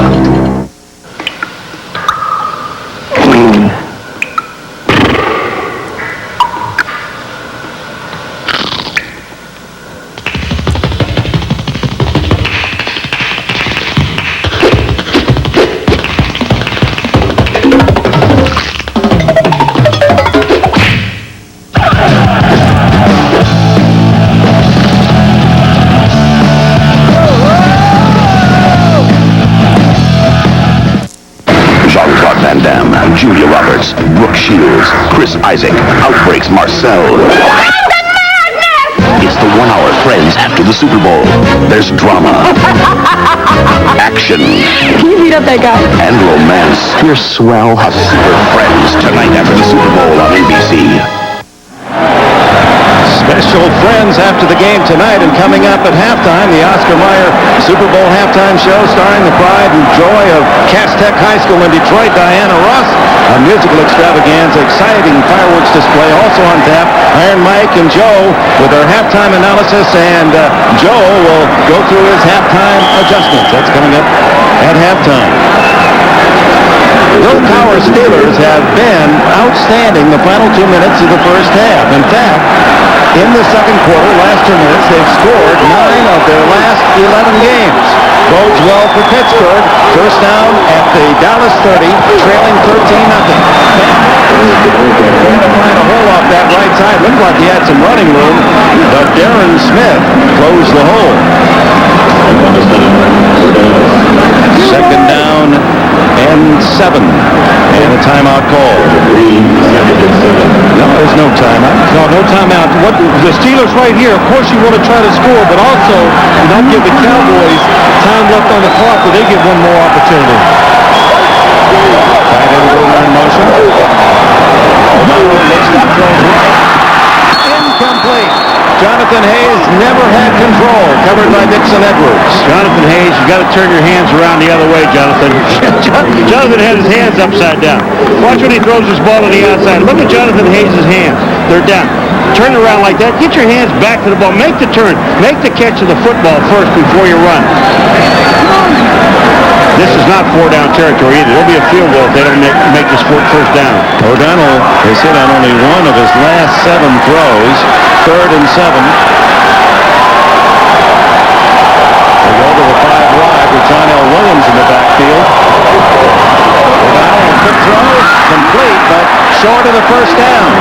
Ernie Mills hit right at the 20-yard line, did not penetrate, which would be required for the first down. So it's going to be inches short. Oh, what a mark. They're getting a great mark. Oh, man. They mark it on the 20. First down, Pittsburgh. Now, wait a minute. It's got to be where the ball ends up. Now, this has got to be one of the greatest marks I've ever seen. Yeah, you're right. I think you're right, Barry. This baby has got to be just inside the 20 on the black line. That angle there. Look where he comes down. He's hit here. He's knocked way back. It's not where he comes in down, Paul. It's where he catches it up in the air. Right here you can see he's not behind the line. He's behind the line. It's pretty close. But a generous spot, nevertheless. You don't usually get that kind of forward progress on that play. I'll tell you guys now, for the last game this year, don't you go questioning my eyes now. Yeah. Not now. Well, it's a first down for the Steelers with a timeout and 1:05 left in this first half. And it's very apparent, even for those who don't watch a lot of football and come around at Super Bowl time, that with the recent records of the NFC domination over the AFC and the Cowboys scoring on their first 3 possessions, and it looked as if at times they might run away, that a Steeler touchdown here could make this an interesting Sunday. But if they fail to score, then perhaps we're off to another disappointing Super Bowl experience. That is the encouraging statistic for Steeler fans. First down and 10. Charles Haley almost went into Pittsburgh huddle to say something to John Jackson. I don't know what he said, but he's lined up on him. Cordell slotted left. Sword in motion. O'Donnell attacked by Chad Hennings. Hennings, a 2-time GTE Academic All-America from the Air Force Academy, the 288-pound former pilot in the Persian Gulf crisis. There was a little confusion, I think, inside. Chad Hennings, all he does is just throw Tom Newberry to the side and get straight to the quarterback. Will O'Donnell's got to be ready. Short drop. If it breaks free, the defensive lineman, throw it away. Joe Kaluka type from Elberton, Iowa. Population 150. Second down underneath the Hastings, tackled immediately. Good coverage from Robert Bailey, a former Ram. Well, what you do here, the first thing you want to make sure, give yourself a chance to kick this field goal. The Steelers will use a timeout here with the ball just outside the 23-yard line. Not only is NBC producing worldwide coverage of the Super Bowl today, we're also producing coverage of the World Wide Web. First time ever, enhance your Super Bowl experience by going online. Go interactive on this Super Bowl Sunday with Randy Cross, Jeff Hostetler. They've got Super Bowl experience. Joe Brandt, the former recruiter for the Dallas Cowboys, talent scout. It's the best online source for all of your Super Bowl action and can only be found at superbowl.com on the World Wide Web and on the Microsoft Network. So third down and 14 is the call. The Steelers are in field goal range.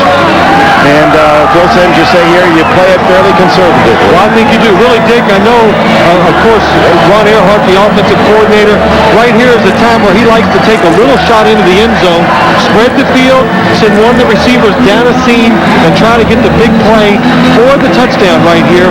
Or if you don't, just kick the field. All right, Phil, you've been watching 5 wide. In this 5 wide set so far, who is usually open? Everybody? Somebody. Well, somebody has been open every play, and it's usually inside. So here they have the 5 wide receiver set. With Stewart, the nearest receiver on the right side. O'Donnell has to hurry to the end zone.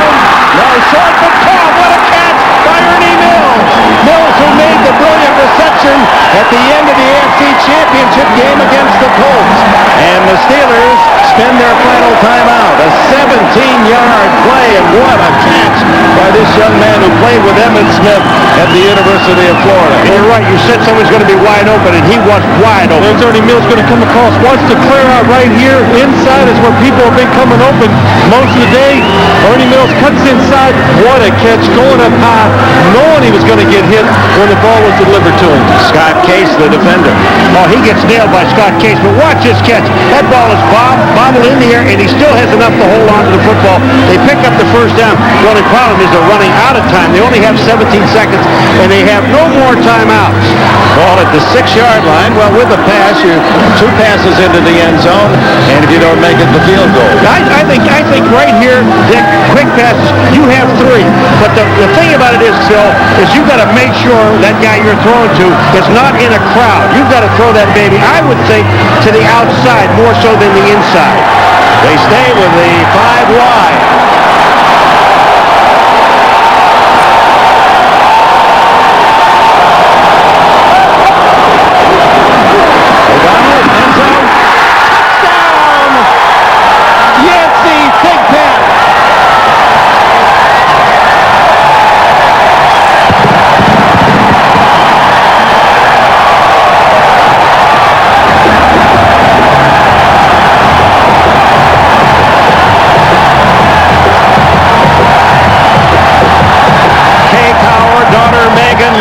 Cheers as the Steelers threaten to make this a Super Bowl game. Neil O'Donnell just did an excellent job of standing in there, having a little patience, and really throwing the ball in the only spot it could have been for the completion in the touchdown. Norm Johnson adds the extra point, 13-7 Dallas. One thing about it, I said earlier, and I think everybody knows that, if you're going to beat Deion Sanders, you beat him to the inside. You don't try to beat him outside or deep. This is where Neil O'Donnell threw this ball. That's right. Here, look up top. Here's Yancey Thigpen going to run inside. Watch Deion Sanders. He's hoping for some help in the inside, but Neil O'Donnell just throws it before the help can get there. I mean, that's just a perfect throw. You depend on a guy on the outside, and Neil O'Donnell knows that. And you got to know that you can throw the ball inside on Deion Sanders. That time, Thigpen went in. Sanders couldn't stay with him, and here it is. Watch how quick this ball is delivered inside. Even Deion is sitting inside, and he beats him. Thigpen's first catch of this Super Bowl, a 6-yard touchdown to culminate the 54-yard Steeler drive. Watch Deion Sanders right here. He's playing it to go outside. He wants help inside. Actually pushes the receiver before he catches it. You know what I don't understand? I don't understand why pass interference wasn't called. Kay Cower, a star basketball player at North Carolina State, played professional basketball. Megan at 9 knows more about football than most people who sit next to in a stadium. And Bill Cower's team has scratched back 13-7. Well, you know, that was amazing. I mean, Deion Sanders pushes Thigpen on the way down. Again, that is normal speed. That's not slow motion. But he's pushing him. That should have been called pass interference right from the beginning. 13 seconds left in the half, and Johnson will skid one into the wedge.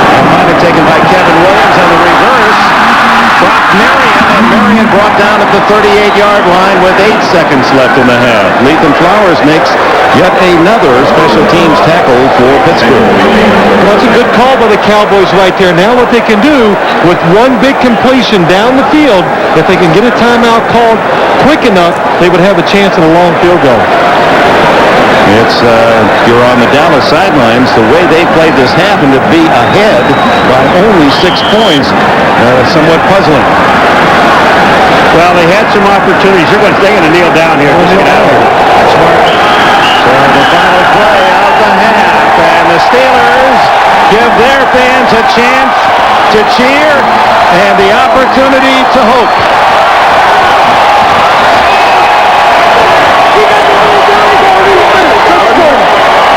At the intermission, Dallas 13, Pittsburgh 7.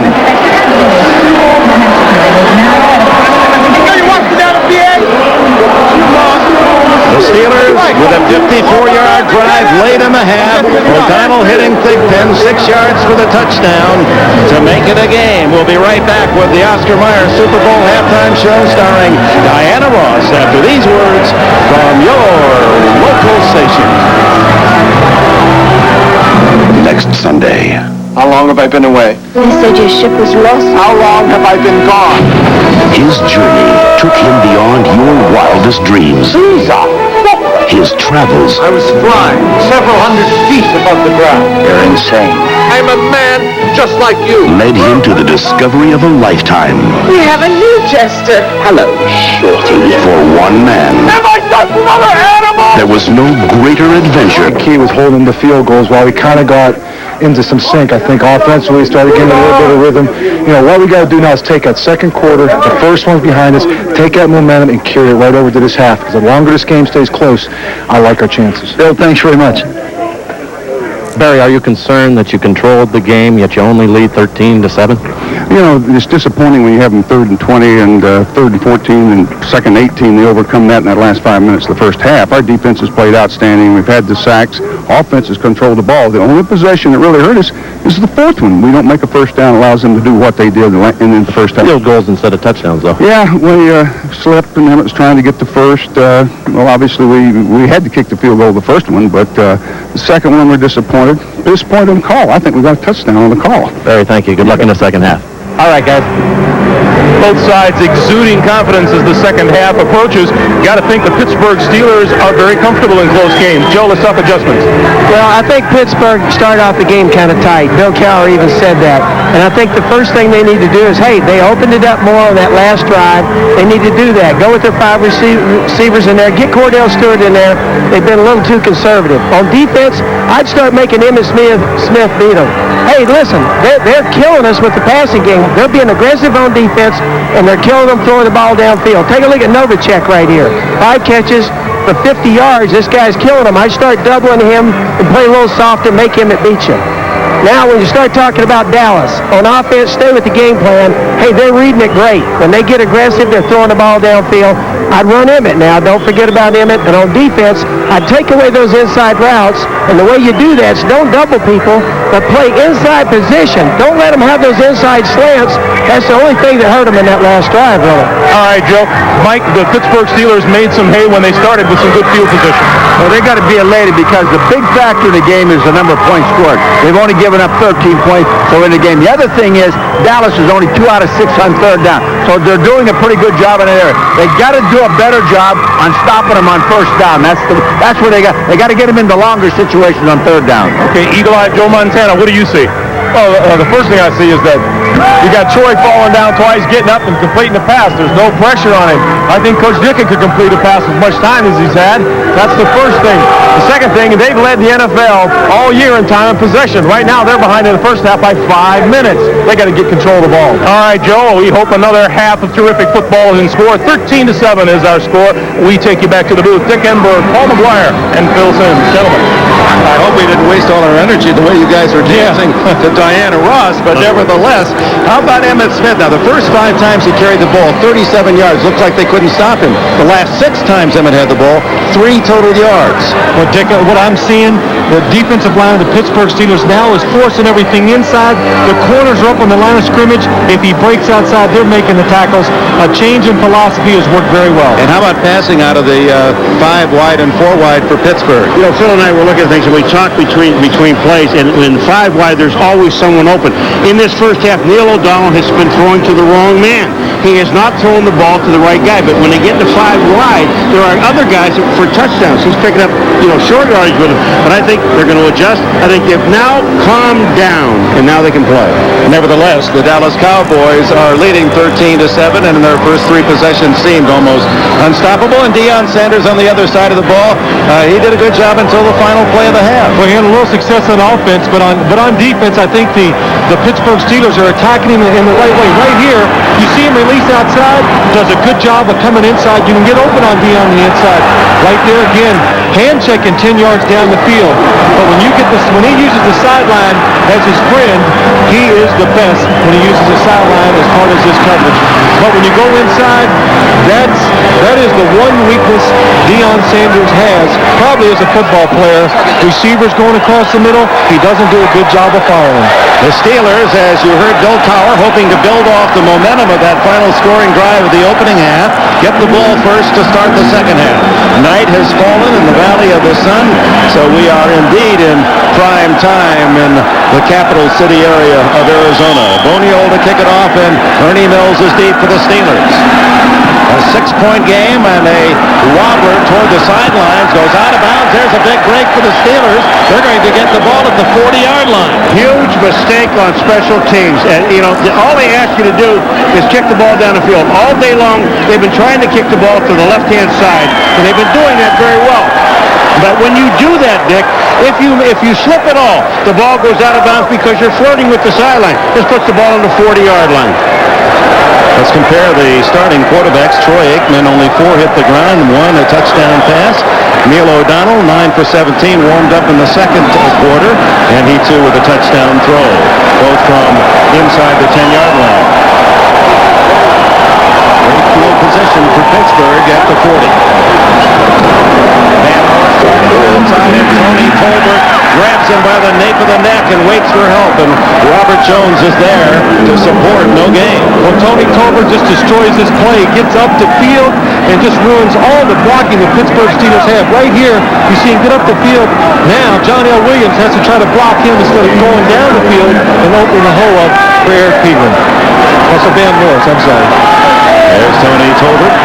Said, boy, we watched Reggie White, the great Green Bay tackle, go off the field after losing 2 weeks ago. And he said, now I know how important this game is.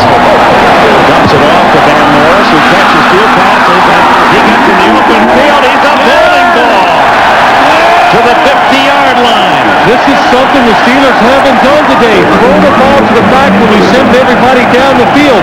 This time the wide receivers and tight ends go down. They clear it out. Neil O'Donnell, excellent job. Drop it off to Van Morris.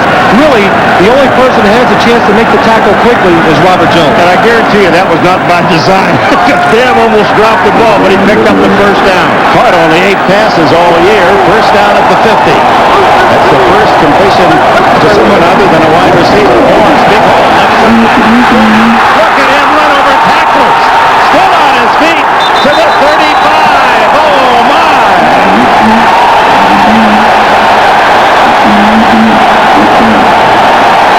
This whole thing starts with a good block by John L. Williams. So watch John L. Williams come to your left here. You're just going to see him coming right there. Look at this. Boom. Dixon Edwards just straight. Darren Smith, he just knocks right out of the hole. And Van Morris, a big man with good feet. Defensive back, do not want to see him get in the secondary. Darren Woodson going to the Pro Bowl again. Finally made the shirt tail tackle. That's a load. And Morris a 10-yard reception and a 15-yard run. This time up the middle, not much there. Russell Maryland, the first player picked in the draft of 1991. Jack, I'm not picking on Dion, but, he missed the tackle earlier in the game, but we asked Bam, we said, we got a shot at running the outside. Dion's coming up. You afraid of him? He said, he ain't gonna tackle me. He's gonna get out of the way. That's right. He said he won't even try. He said he'll step aside and run me down and try to force me out of bounds, but he's not gonna step up. Let him run by and then grab him from behind. That's it. Second down and 9.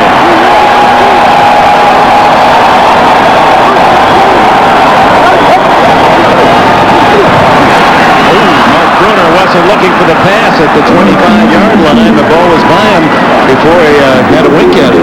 Yeah, if he was looking for it, he wouldn't have caught it. I mean, that baby was gone before he even made the turn, and he slips on top of it. That ball's too high. Well, it is. I'll tell you what, and look at the hole Mark Bruner has right here. Neil O'Donnell just a little too pumped up early. There's a big hole right here. The formation, and watch Neil right here. He knows it. Just settle down, Neil. Third down to 9, 5 wide for the Steelers.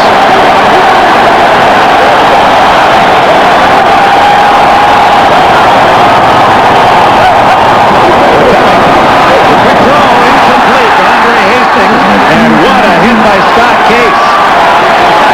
Scott Case takes a shot here. He's waiting for Andre Hastings to go across the middle of the field, and when he does, he's waiting. Well, it's a good job. The Cowboys come on a blitz inside. You're going to see both of these people come. The Steelers cannot pick it up. Scott Case knows that Neil O'Donnell has to get rid of the ball quickly. Does a good job of it. It would be about a 51-yard field goal, so Bill Cowher, not wanting to sacrifice field position, brings in Stark, hoping he can drop it inside the 10. Dion waits. Just a little number that Dion says let go, and it turns out to be another very short kick, net wide, 13 net on the punt as Dallas gets it at the 20.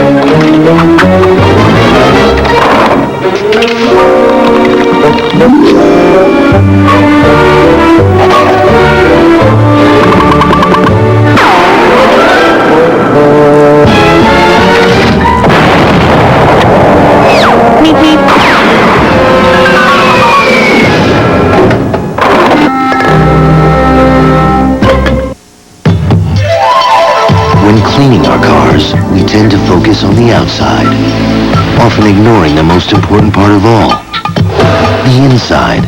Slick 50 fuel system formula cleans your entire fuel system, removing dirt and carbon deposits with 10 times the power of ordinary gas treatments. After all, it's not just how great it looks on the outside, it's how great it runs on the inside. Slick 50 fuel system formula. Don't forget the inside. NBC Sports coverage of Super Bowl XXX is brought to you by the Pepsi-Cola Company, who reminds you that nothing else is a Pepsi. By the all-new Ford F-150, strength after strength after strength. By Tylenol, the pain reliever hospitals use most. And by MasterCard. MasterCard, it's smart money.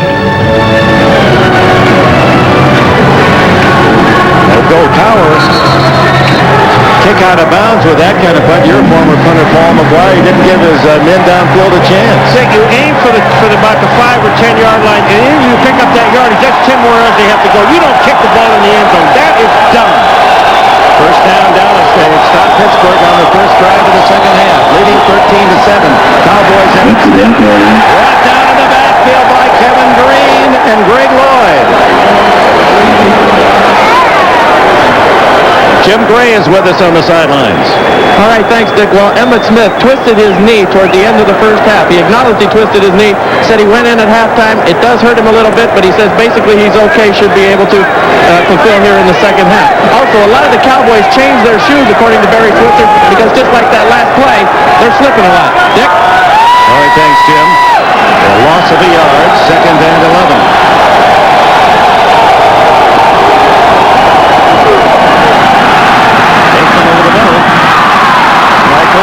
Breaking tackles to the 35 and a first down. 16 on the play. I tell you, that is just a tremendous mistake by the Steelers. They let Michael Irvin run across the field with only a linebacker cover. Here's Greg Lloyd. You're going to see on the pass rush right here. Really gets caught in no man's land. Doesn't know whether to speed rush or power rush, so he ends up not being effective. But look at that. They pass him up. Nobody picks him up. Michael Irvin, you must keep a guy looking at him at all times. Good catches. They try to get him to run outside the Steeler defense, and it results in another negative play for Dallas. 4-yard loss. LeVon Kirkland. I said, Dick, this is the biggest linebacker in football, and he is quick. Number 99, LeVon Kirkland. Watch this. The guard goes, and he comes right in behind. You're going to see him come in on this play right here. And from behind, he catches Emmitt Smith. This guy is 263 pounds and can move in that area. Lamar, South Carolina. We asked him how small that is. He said, well, my dad is the minister, the barber, and a janitor. They call LeVon a good Reverend Doctor. 2nd and 14 to the sidelines, and Kevin Williams has the catch at the 38-yard line in front of Willie Williams. It'll be a 3rd down coming up for Dallas in about 7. But Troy Aikman does a good job of seeing the single coverage against Cornell Lake out here, and Kevin Williams makes the cut. But watch him when he comes back for the ball. Again, a lot of the players are slipping on this field. First catch for Kevin Williams, who had 38 on the season and really produced the last 4 games. They started to find him in the Giant win. That's what Joe Gibbs said. Now you want to double up on Novacek and don't let him beat you.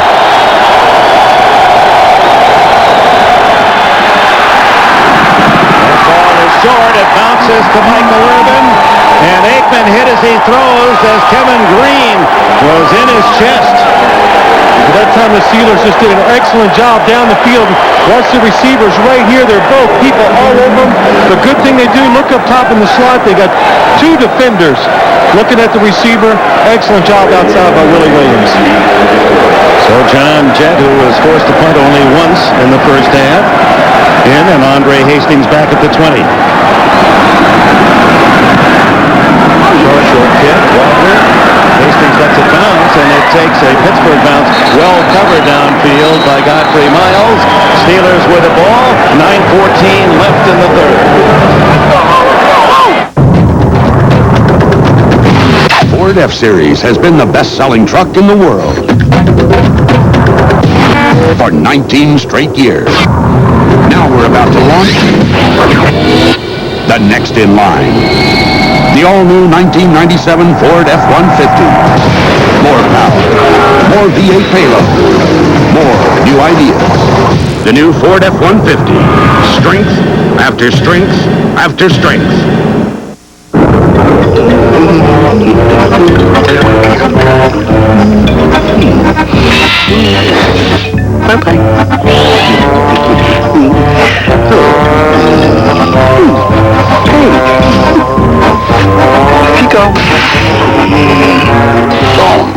The tamper-resistant signature panel, pioneered by MasterCard. It makes a stolen card practically worthless. MasterCard. It's smart money. Hey, it's your choice. For 96 cents, you can have juicy meatballs on fresh baked bread with marinara sauce and loads of fresh-cut fixins in a sandwich made right before your eyes. Or a pre-made burger. Want to see it again? No problem.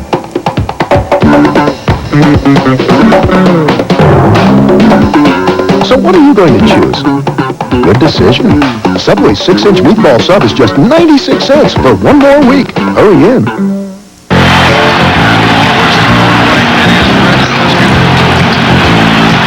think we could meet the dog? Mad About You, next Sunday on NBC. You're watching Super Bowl 30 on NBC. The lights are on in Phoenix. What superb hosts the residents of the Valley have been for us. And tonight, Eye in the Sky coverage courtesy of the Bud One airship. And Phil, this Bud is for you. Well, thank you, Paul. It's awful nice. It's about time you gave me something. That was a short punt for the Cowboys' John Jett of 26 yards. So the Steelers start at their 36. Playing 500 ball, Neil O'Donnell, 10 for 20.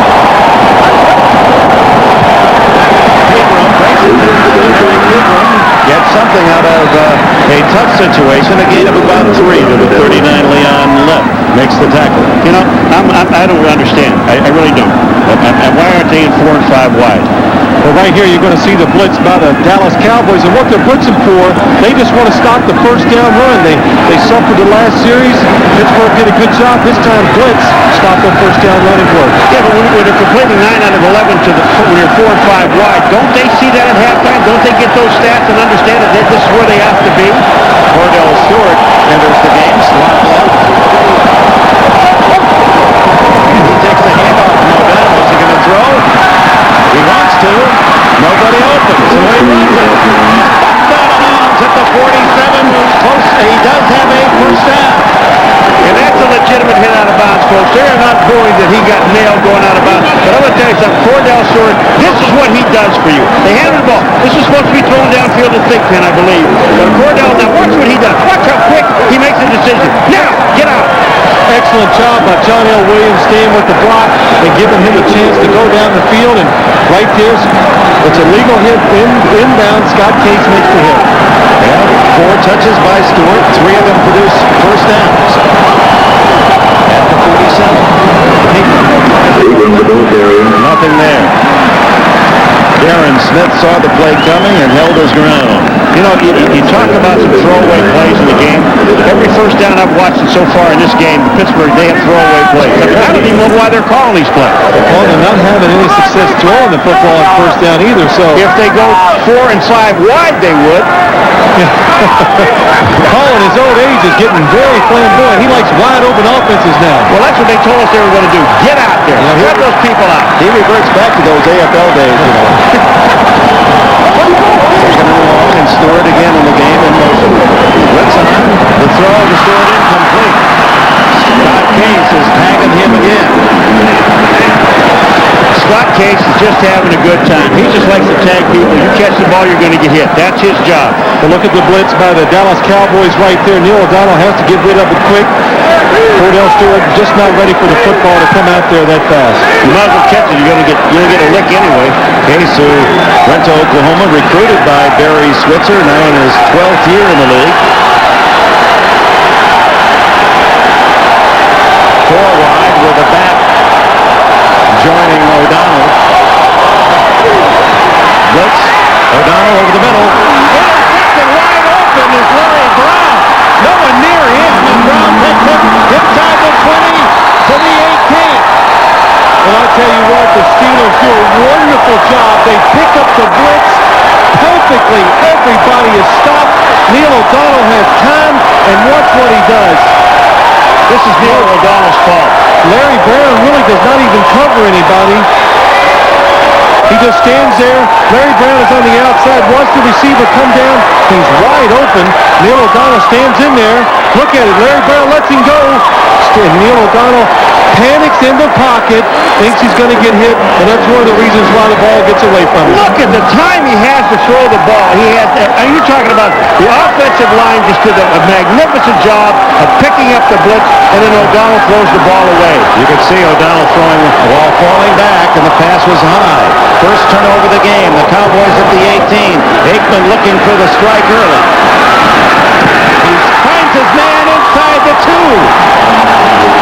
Michael Irvin. Darren Perry chased him out of the 2. The Steelers they do a good job of recognizing the play. They're in perfect position, but Troy Aikman just buy some time right here. Michael Irvin does a good job of just getting outside of Darren Perry, and it's an excellent throw by Troy Aikman on the run. You know, the one thing about it, the Pittsburgh Steelers in the first half, ball kicked out of bounds, they get it on the 40, they have a chance to do something downfield. They don't do it. Here they have another chance, an opportunity, and the offense twice now has given the ball back to Dallas, and that'll beat your defense in a heartbeat.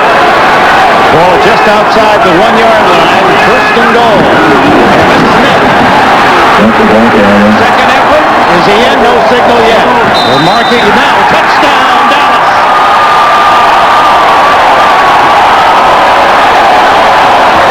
Emmitt Smith, 117th career touchdown. 100 in the regular season. And 17 now postseason play. All right, here comes Emmitt Smith. Now, this is all power. You're 2 yards out. You've got that big offensive line. Emmitt is stopped here. His continuous effort. Look, he is turned back by Carnell Lake. And then he moves in here. He's down. That is not a touchdown. I'll tell you right now, the ball doesn't go over the goal line until after, and the whistle should have been blown. Michael Irvin said, hey, I should have had the touchdown. You saw the pregame show. They got a little wager going. Whoever gets the most touchdowns in this game wins a sizable wager. Try for a point. And Bonio knocks it through. 20-7. Pittsburgh falls behind by 13 after the Larry Brown interception. Here comes Emmitt Smith now. Watch this here. In that hole is Carnell Lake. Now look, he turns him sideways. Now at the end, Emmitt is on the ground, decides to turn the ball into the end zone. That's not a touchdown. Great.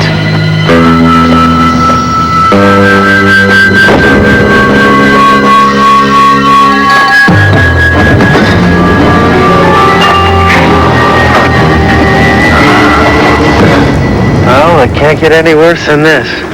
For the great taste that will fill you up and never let you down. I stand corrected. Make it a Bud Light. They're never gonna get it open. We have a Buddy Burger, funny fries, and a large Pepsi. No, that's a Buddy Burger. What? Forget the burger. All I really want is a Pepsi. Pepsi! Yeah. Thank you. You need to get their intercom fixed.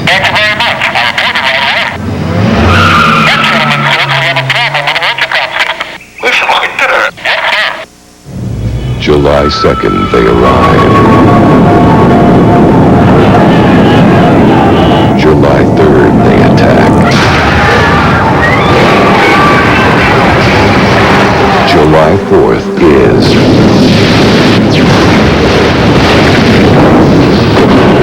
Independence Day.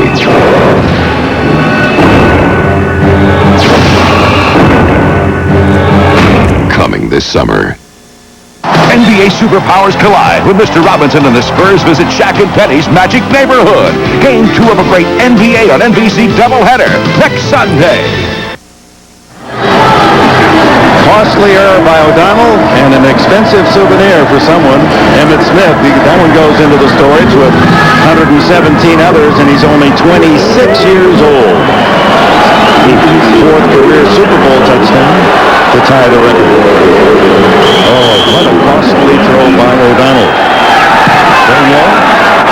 That's down the middle. Good and high, and now he's up the 8.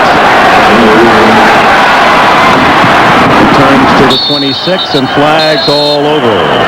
That's usually against the returning team.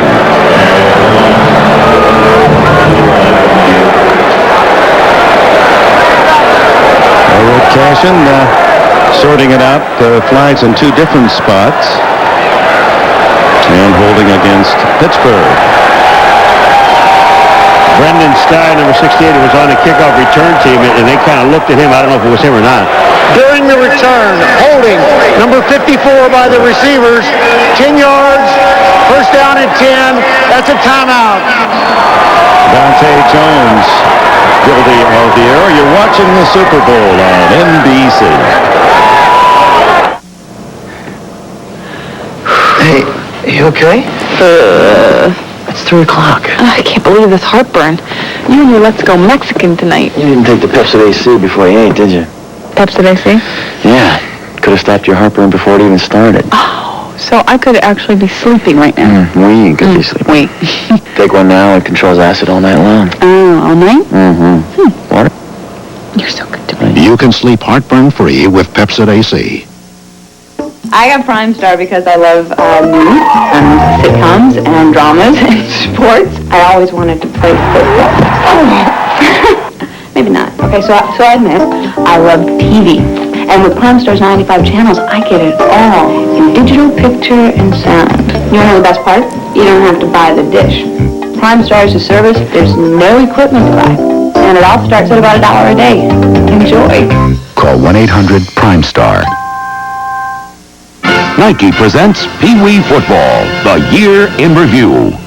It was a cold October Thursday in Chicago as running back Javel the Bull Cooks battered his way goalward like a Packard 8 in a demolition derby. And with one man to beat, Cooks explodes. Number 30 is not a beautiful runner. He is a powerful runner. But in the end, his power is beautiful to behold. Coming in February on Dateline NBC, Undercover Investigations. $200 check now. Little con man, Mr. Warren. Dramatic personal stories. I felt that I was losing my mind. Dateline, Tuesday, Wednesday, Friday, and coming in March, a new night. Dateline Sunday, only on NBC. What's going through Greg Lloyd's mind? Phil Simms so close. The Steelers seem to have momentum. Then one big play. Well, Dick, they did have momentum. Everything was kind of going their way. And the Cowboys blitz, the Steelers do an awesome job of picking it up, but they make the big mistake. Neal overthrows the receiver to Larry Brown. And now the penalty on the kickoff return. First down at the 15 for Pittsburgh. 6.5 minutes left in the third quarter. O'Donnell eludes the rush, but then down he goes. A sack at the 10-yard line. Chad Hennings was there along with Hervin McCormick. Well, sometimes as a corner in this league, you get a little lucky. Larry Brown does not even follow his receiver inside. Neil O'Donnell throws it right to him. Good return. And then they come back and they throw one to Michael Irvin. Watch him. He'll break inside on Perry or outside. And then there's the first down. And Emmitt Smith obviously goes in to score. I don't think he scored. 2nd and 14. That's the second sack for Chad Hennings in the game.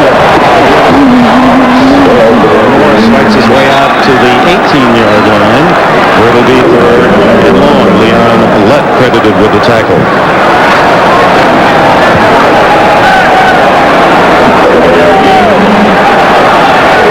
They didn't get part of his game plan from the Kansas City Chiefs, did they?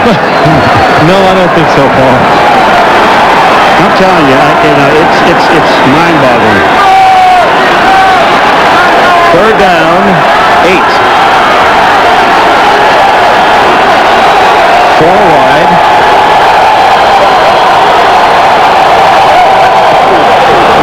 Almost a bad snap again.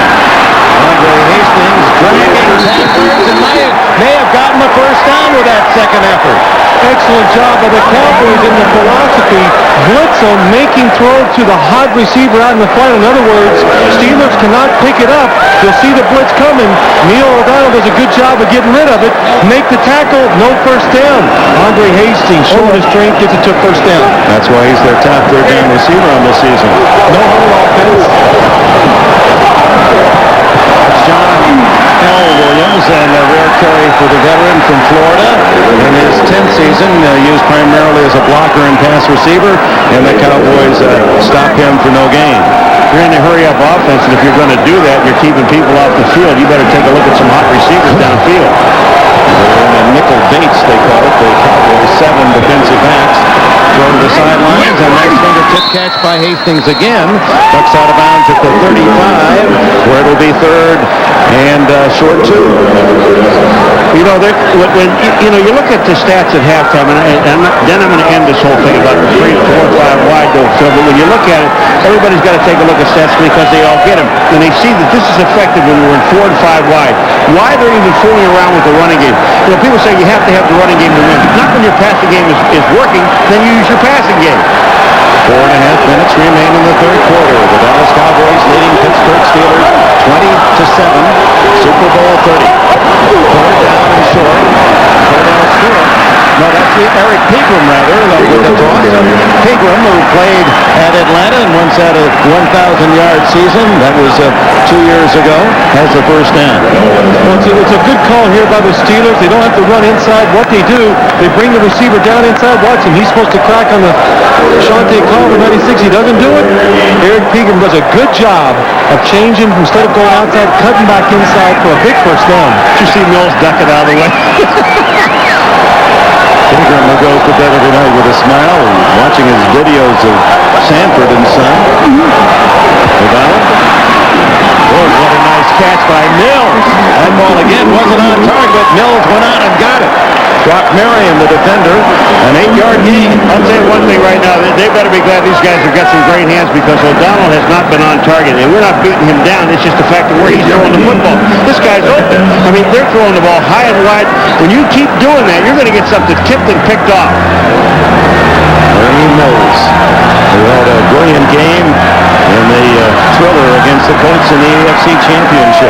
Made the big defensive play. Remember reaching in, breaking up the interception of Coria.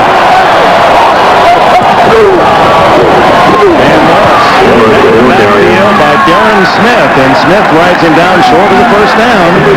It'll be 3rd and 2, no gain. It was an excellent job by Darren Smith right there of seeing the draw play. You're going to see him up top. Watch him read the draw and comes up and makes the tackle. Darren, who didn't sign, remember, he held out at the start of the season and had to work his way into shape. Probably their fastest linebacker. They did some dealing in the offensive line, and John Jackson just misses the block. If he makes the block, Van Morris is still running with the football. 3rd and 1.5 yards.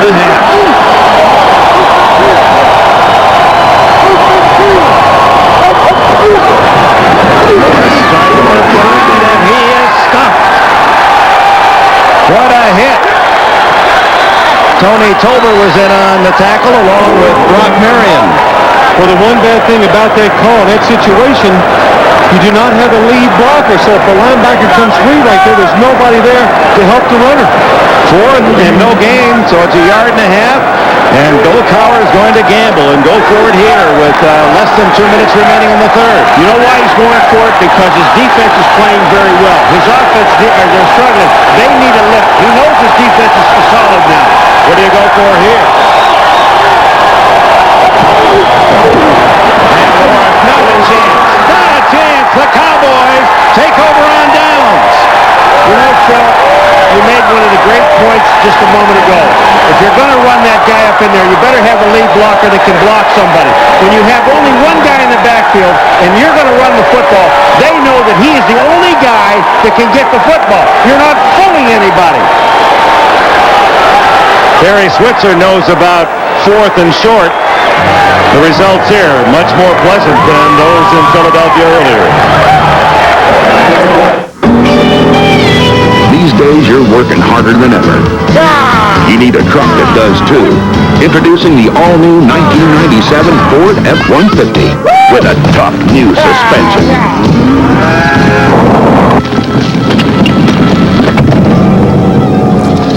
Don't move.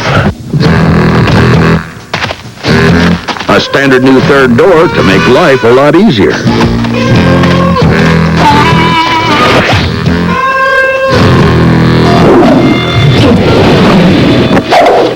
A stronger new frame. I'm driving. And the new Triton V8 with even more torque and horsepower.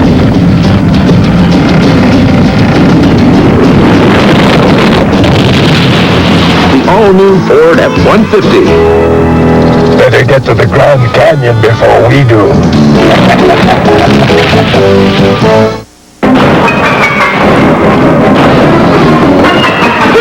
No! Do it! Miller! And I will! No!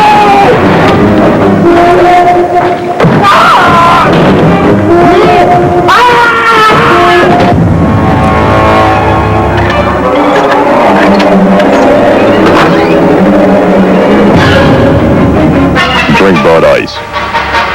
But beware the penguins. Tuesday, stay in with NBC when someone gets lucky at a Wings wedding. Bingo, bingo, bingo. Then the new hit Third Rock from the Sun. This alien gets a date. Then she gets dumped. Now she gets even. And on Frasier, when Daphne moves out, who's going to clean up after these guys? Followed by Laura Kent, all new NBC Tuesday. Here's that fourth down play after they were 2nd and 2, 3rd and 2, 4th and 2. Well, look at this thing. You got 4 linemen, 4 people right here, all inside the tackle box. There's really no chance for Pittsburgh to pick up this first down. You can see right there, everybody collapses inside, nowhere to run. So over on downs, Dallas has it at the 47 of Pittsburgh. Smith breaking tackles. They had him for a loss, and he leaves 5 men in his wake before Greg Lloyd can get him. You know what amazing on that play? Ray Seals, Green, and Kirkland all have him in the backfield.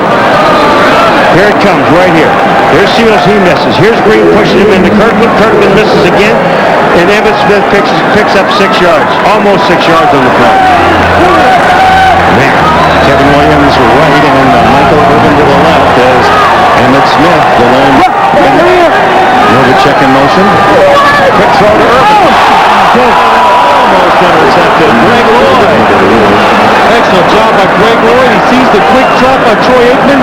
He stands right there and just looks for the quick throw. Watch him. He sees the quick drop, jumps up, almost has it in both hands. Is that an athletic move or what?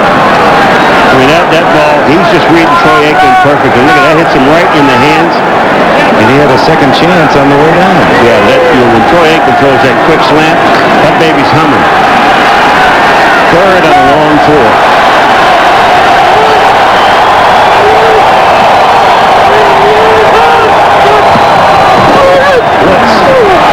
Aikman knocked away by Ron Woodson as he defended Michael Irvin. So Ron Woodson, many thought he'd never play this year, and he worked and worked after that knee surgery after the first game of the season, and he made one of those typical great corner plays of his. But look at Ron Woodson right here. His single coverage on the outside by Michael Irvin. A good plant, and if that ball is thrown to the outside, he's going to intercept it.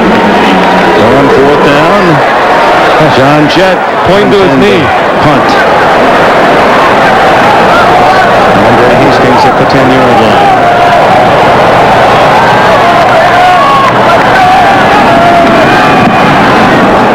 What a trick, beautiful scholar that's going to go into the end zone. 21 net, Pittsburgh will start at the 20-yard line. Well, as the National Football League climaxes in this Super Bowl 30, we look ahead to the NBA. Everybody's all-star Michael Jordan returns along with Orlando's magical duo Shaq and Penny. They face Houston's own twosome of Hakeem and Clyde. Charles Barkley and more. The NBA All-Star Game 2 weeks from tonight, 6 Eastern on NBC. You know, I said one thing about field goal kickers getting $50. Yeah. You got 2 punters here that should get about a quarter. Tough to play tonight, Paul. The next punter you got to put the ball out of bounds and give your team a chance. Final minute of the game. Able to connect with Ernie Mills. Sidelines for a first down across the 30. You see what Deion Sanders says? Deion Sanders, my fault. Now here's the play here. He's way off. And as Deion walks back to the huddle, he just looks at his teammates and he says, it's my fault. What a move. Outside. He's given up. The short stuff out and in, he has a tough time with. Don't try to run with him. Pickup of 12, 20 seconds left in the quarter. Dallas leading 20-7. Good pickup on first down out to the 37-yard line where Shante Carter, who played here with the Sun Devils of Arizona State, makes the tackle. Final seconds of the 3rd. We'll be right back after these messages from your local station. Imagine a city where in the dead of winter, a summer of dreams echo in the wind. In the spirit of the Olympics, Atlanta builds towards a dream. The Centennial Olympics in Atlanta, the greatest games for the world to see. This summer on NBC. A Cadillac DeVille, only in town car. Would you DeVille has front-wheel drive and full-range traction control standard.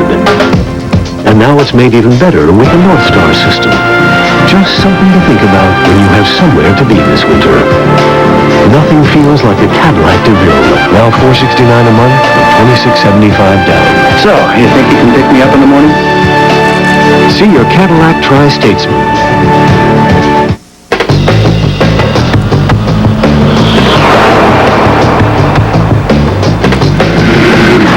Sights and sounds of high performance are brought to you by Crystal Clear Amoco Ultimate Premium Gasoline. Formulated without certain harmful impurities, it's the fuel that can motivate some of the world's most renowned performance vehicles. Crystal Clear Amoco Ultimate.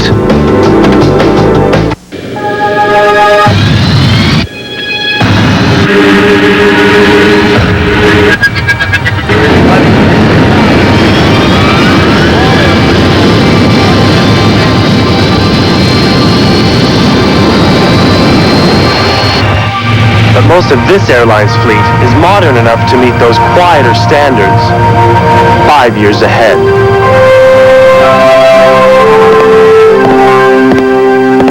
You're watching News Channel 4, the Tri-State News Channel. This telecast is presented by the authority of the National Football League and is intended for the private use of our audience. Any rebroadcast or other use of this telecast without the express written consent of the NFL is prohibited. Dallas Cowboys trying to put their stamp on the 1990s, winning 3 Super Bowls in 4 years and winning without their beloved coach Jimmy Johnson, who was fired a year ago. Jerry Jones, the owner, hiring Barry Switzer. And Switzer is a quarter away of winning his first Super Bowl title. Roll down, second and a short 6. Van Morse up the middle. 45 to the 49. Great open field tackle by Scott Case. A gain of 12. And you're talking about some great footwork now. Oh, absolutely. A good read here. Watch on the outside. You're going to see Shante Carver come inside. Van Morris, excellent job. Breaks outside and inside. And like we said earlier, Paul, such a big man, but right feet and quick feet enables him to make those quick reads. I swear, when he sat down with us at a meeting, Dick, the other day, when I said to you guys out there, I said, this guy is already ready to play, and nothing's going to bother him. First down is not going to get down for the Steelers. They're averaging 2 yards on every first down in this game. Is it ruled a fumble? If it is a Pittsburgh ball at the 35. Still no official signal. Someone's got to make a call. Ernie Mills was drilled by Scott Case, a hitter. They're going to call it catch and fumble. He caught the pass. The big question is, did he get his feet on the ground? You have to get both feet down, Dick, and have control of the ball. Now, here's what they're talking about. Because the official on the other side never said anything. He gets both feet down on the catch. Watching right here, you see Emil O'Donnell? Here it is. First down. He did indeed get 1-2 down, and the Steelers avoid another big turnover as the ball is recovered by Mark Bruner, the rookie tight end. Look at this hit by Scott Case. That is sensational. And then heads-up play by the tight end Bruner. They get the first down at the 35. He was the only other black jersey downfield in a sea of white. First down at the Dallas 35. They down the second receiver is Van Morris. And whistled down by Darren Woodson. That Woodson is a superb safety, 215 pounds, playing in his home city. High school star here in Phoenix. Well, Scott Case is having a big day, hitting these receivers and runners down the field. Right there, just runs through the receiver. And the Steelers, of course, very fortunate. Mark Bruner is alert and hustling on the play. There's Case, who came to Dallas this year as an unrestricted free agent from the Atlanta Falcons. 188 pounds, and he's known around the league as a hitter. Second down and 8.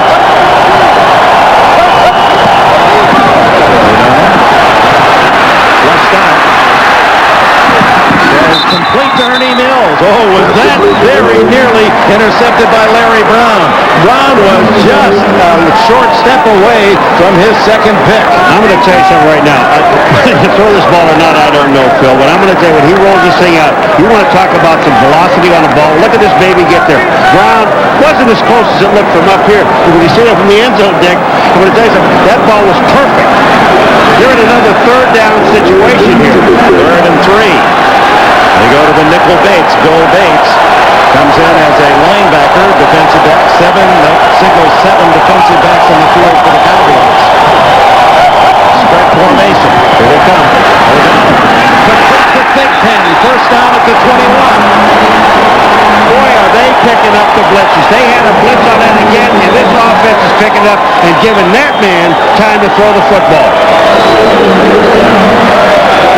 Excellent job by Neil O'Donnell picking the right side. He goes to the right with their single coverage. And you see Larry Brown, they're playing these inside routes. They know the Steelers love them on 3rd down, but they execute them so well you can't stop it.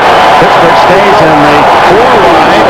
O'Donnell dumps it off to John L. Williams, and John L. to the 19-yard line. A short gain. Darren Woodson, yet another tackle. And Woodson is one of the Cowboys who will be an unrestricted free agent, and he's valued as one of the top 2 or 3 safeties in the entire NFL. No huddle. Snap on the 8. O'Donnell to the end zone. Incomplete. Cordell Stewart covered by Woodson.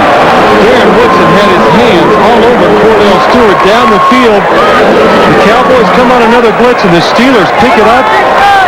Watch Darren Woodson has Cordell Stewart one-on-one. Neil O'Donnell looks right, comes back left. Slightly overthrown. So very close to Neil O'Donnell. Just a little too far outside. Yeah, but now you're looking at a 3rd and 8. And you know, when you're down by 13, I don't see 4 down here. I still see kick the field goal because it still puts you within 10. Well, the Steelers have to use a timeout. That's a costly choice because trailing as they are, they may need all 3 of those later on. 20-7, Dallas.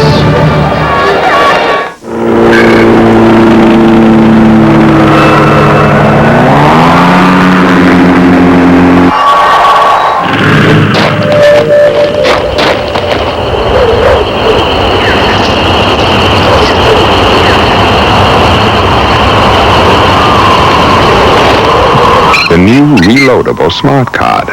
The future is happening now down under and on its way here. From MasterCard, it's smart money. Invaders from space are coming to attack your home. Fight back now with pink insulation from Owens Corning. Conquer brutal heat in the summer, chilling cold in the winter, and a barrage of noise all year long. So keep comfort and quiet in, and those pesky invaders out with Owens Corning.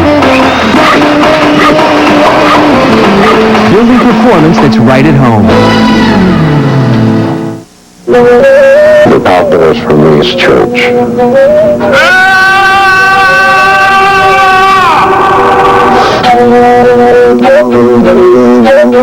Somehow, at some deep level, we're responsible for what happens to us. I'm always trying to save money and invest in the future. And I'm not about it. I mean, you're the best investment you got. You're the best investment you ever had. I don't know whether that's good or bad, but I like it. Jean-Claude Van Damme, Brooke Shields, and Julia Roberts. You're swell. In the 1-hour Friends Spectacular tonight after the Super Bowl on NBC. You're watching Super Bowl 30 on NBC. Final quarter, 11:48 left. The Steelers in what would appear to be a must-score position. A touchdown would pull them within 6. A field goal would make it very difficult. Charles Haley returns. 3rd and 8 from the 19-yard line. 10th play of the drive. Shotgun O'Donnell. Stored in motion. Good protection. Now it breaks down. And Haley has another sack. His 2nd today. Yeah, but I'll tell you, the guy that should have gotten the sack is old Russell Maryland. Russell Maryland was flying inside, and he's the guy that gets the first shot. Haley's going to end up with the sack with number 67. He comes in now. Here comes Haley. Look at it. There he is. Russell Maryland is there. Haley doesn't get really... No, wait, Tony Tolbert was the man who finally wrapped him up. So Tolbert with the 4th Dallas sack today, and that makes this a tougher chance for Johnson. 46 yards for the veteran.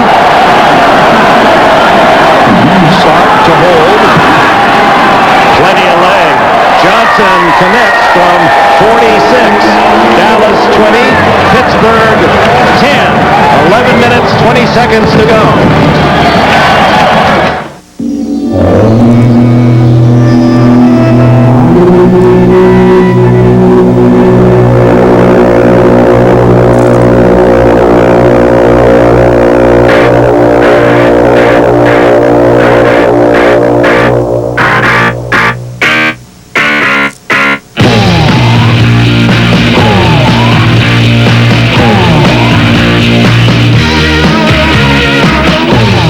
It's not often we can all set aside our cultural differences. So this Olympic year, we'd like to salute friendship with a worldwide celebration. Over 2 weeks long, 197 countries, 5 billion people. We're going to need a lot of Budweiser. The Bud World Party during the '96 Summer Games.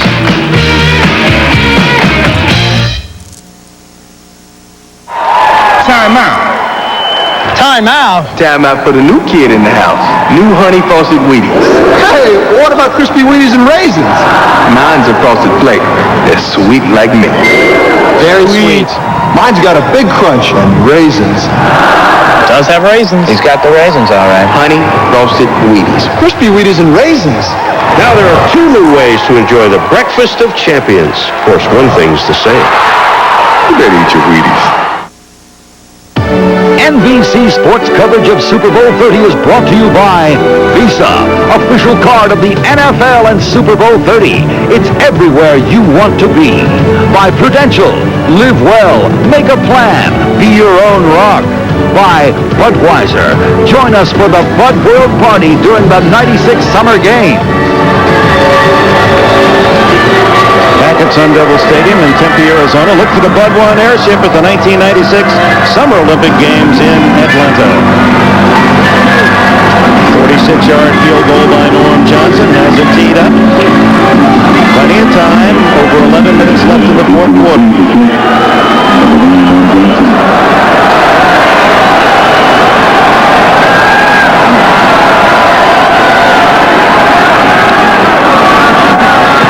Onside kick. And it's covered by Dion Figures. Picks it up, and it's Pittsburgh's ball at the 50-yard line. Well, we were alerted to this before the game, and right there, Dixon Edwards was already taken off before the ball was kicked. That's where the weakness was, and the Steelers had the courage to call it in this situation, and it was executed perfectly. That's a case of the other man on that outside leaving too soon. I mean, here comes Dion Figures, and watch this. He knows it's coming. He sees it. He reads the ball. And the most important thing now, I got to get it. Boy, it bounces right on his hip. And I'll tell you what, you can pick it up. Oh, that was beautiful. You cannot advance. It's marked at the 47-yard line. Pittsburgh got the 12th onside kick in Super Bowl history, and only the 4th time successfully. Successful is the pass to Hastings, and then first down at the Dallas 41. Here comes the onside kick again, folks. So you understand, I mean, look at this ball. And Figures, it hits it right on the hip. There's absolutely nobody out there. But we knew that they were going to try it. They wanted to do it in the first half off a scoring play, but it didn't have a chance. Passes high again, and what a catch by Hastings. The receivers for Neil O'Donnell have been brilliant. Fantastic is the word. Brilliant, Dick. You're right. You see him up with the slot right there. Andre Hastings goes high, catches the ball on the second try. Something about that number 88 in a black uniform, Lynn Swan. 82 was, of course, John Stallworth, one of the top 2 receivers here. Hastings and Thigpen, and this is Ernie Mills. Thigpen's hurt.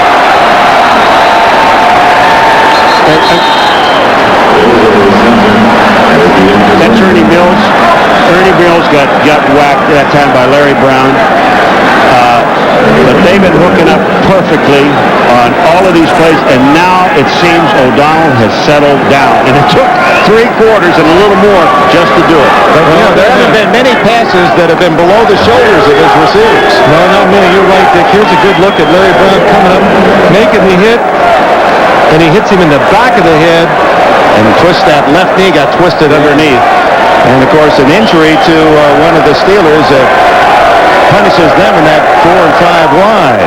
We'll take a timeout with 10:16 left in the fourth. Way down upon the Swan River. Far, far away. The world is training for the Olympic Games in Atlanta. You are not just whistling Dixie. You are not just whistling Dixie. Whistling Dixie. Whistling Dixon. How do you... Oh, yawn. Far, far away. Why, do declare. Please pass me a grit, please.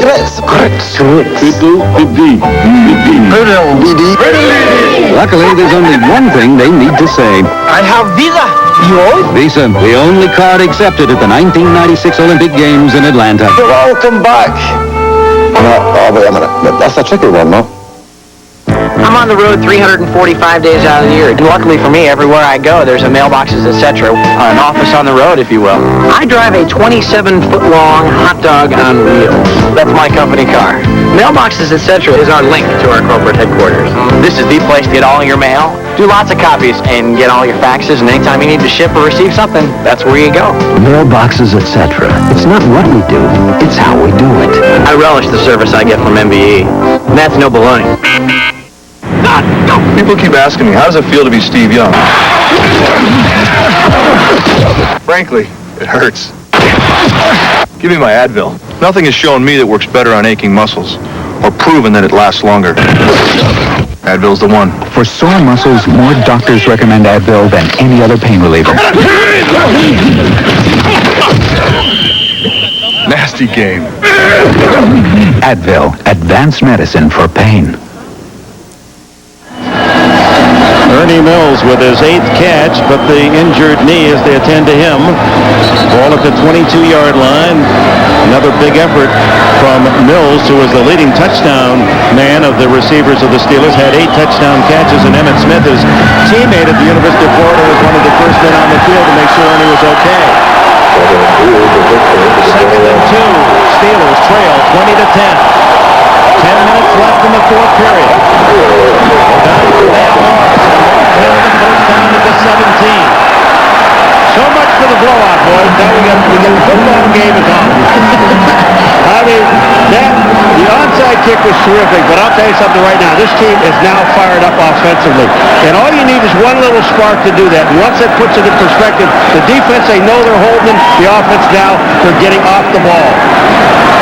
At the 17-yard line, Cordell Stewart to the left in the slot. Thigpen wide left. Hastings wide right. Morris in motion. Morris had to lose his forward momentum to come back and get the ball, so he didn't have that charge going upfield. You know, he's a tough man to break down, Bam Morris. Not only does he catch the ball and he gets hit, but watch Scott Case at the end of this, baby. He jumps on his back and he still can't get him down. Here it is. He checks off on the outside, hits Bam Morris. Brown comes up and hits. So watch Scott Case on top. He's going to ride him a little bit. Nothing.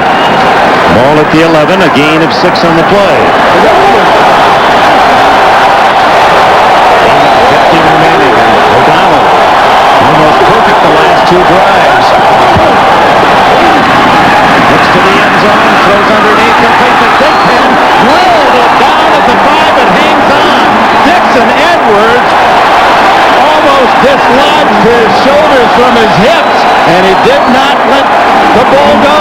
What can you say about these wide receivers? Watch Yancey Thigpen. He's coming all the way across the field right here.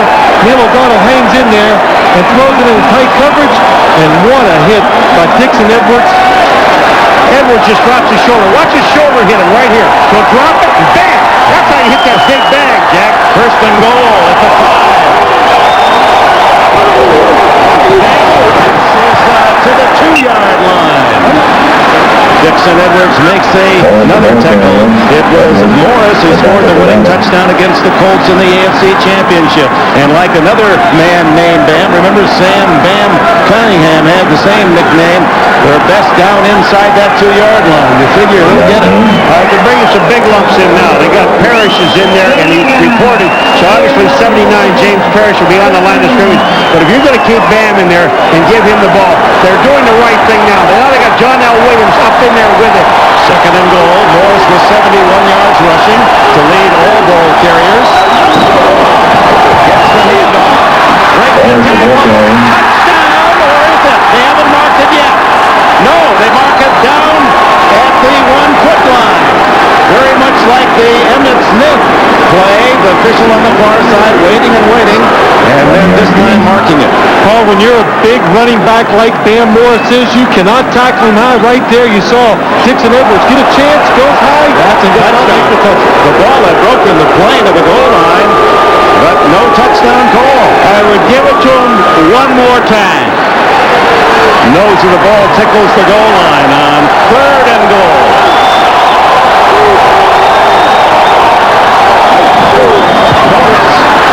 Man, was that beautiful. Did you see John L. Williams block on the outside?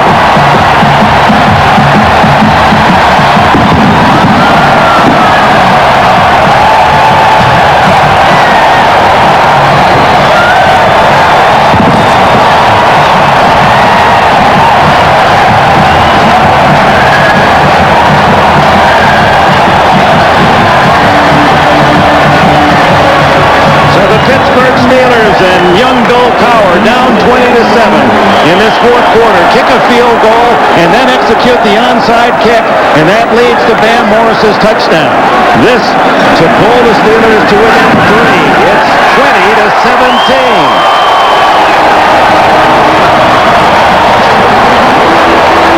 Well, all started with the onside kick. This is what's turned this game around for the Pittsburgh Steelers. Right here, look up top. There is Dixon Edwards taking off before the ball is kicked, and the Steelers do an excellent job of executing. And then Yancey Thigpen, how about this clutch reception under punishment? Well, these receivers are tough. They're used to blocking down the field last year for the running game. Now they're making the catches down the field. And then John L. Williams seals the corner, and Bam Morris walks in. That block that time by John L. Williams on Miles, Godfrey Miles, was just beautiful. And look at Bill Cowher. Yeah, 1 point. Kay Cowher, daughter Megan, leading the cheers. And O'Donnell, who has had an up and down afternoon. Thank you. 5 for 5 on the drive, and plenty of time. 6:36 left. A field goal game, and the Steeler defense in this second half has been very stingy. You know where Dixon Edwards is now? He may be offside. Yeah, that's right. He could be across the 40. You think he's going anywhere? Now he's up right hugging that 40-yard line. You're not going anywhere, son. They're not going to try it again, would you think? No. But that was a great kick by Norm Johnson. You know, he had to hit that ball just perfectly. Wow, hit this one deep. Williams bobbles, picks it up at the 8. And he's in trouble now at the 12. The Steeler fans on their feet. Fred McAfee makes the tackle, and Dallas will start from the 12. Well, we've had a chance to do 6 Steeler football games this year, and one thing we have learned, regardless of how the game goes, they will fight from start to finish, and that's what we have seen in the second half. Norm Johnson has played a major part. A long field goal, 46 yards, and the onside kick execution. Dick, I told you at the beginning, these guys believe that they're in a straight fight, and they know what they have to do. And when you tell the Pittsburgh Steelers they can't do something, you told the wrong team. You see how the Pittsburgh Steelers defense has shut down the Dallas offense. Making the throw from deep in his own end into Kevin Williams. Ducks under a tackle, and he's all the way to the 34. What a big play for the Cowboys. 22 yards. You know, Kevin Green moved outside and was sitting on Williams. And watch what he does. He lets him inside.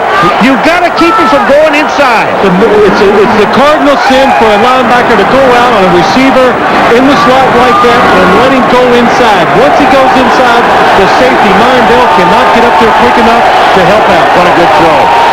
Under 6 minutes to play. Dallas by 3.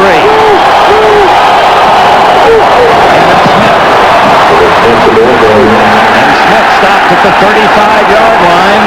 And Emmett, one of the men figured to be the big star in this Super Bowl 30, has been shackled in this game. Very little yardage. Dick, they're stopping the running game now. They're not standing up there trying to play these guys, these big offensive linemen man-to-man. They're using the speed, moving around, and the Cowboys just can't get enough helmet and equipment on them. Last 11 carries, 6 yards. But you see Irvin McCormick being taken back for some medical attention. Backup defensive end for Dallas. 2nd and 9. Aikman blitz. Falls at the 25. The sack by Kirkland. LeBron Kirkland. Let me say one thing about LeBron Kirkland. When he walked into us the other day, and I said to LeBron, and we always talk about the unsung hero of this defense. They talk about Lloyd, they talk about Green, but you better start talking about 99, because look at that. Over the blocker and knocks Aikman backward. We asked him, we said, you know, LeBron, how do you feel about taking a back seat? He said, I don't care. I know my role, and that's his role. Right there. Get him. Boy, Aikman jolted like he took a right cross, got in his heels, and fumbled an 8-yard loss. 3rd and 17.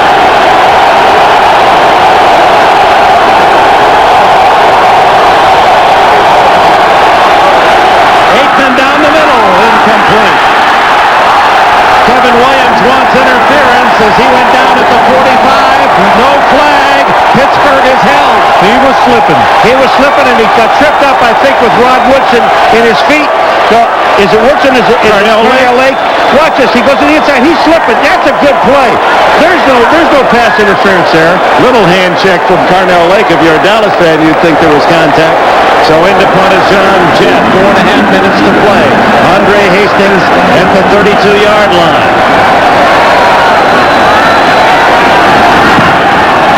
Beautiful start. Hastings backpedals to the 25. And now at the 33. 48-yard punt, 8 on the return, tackle by veteran Bill Bates, 4:15 to play, a 3-point game.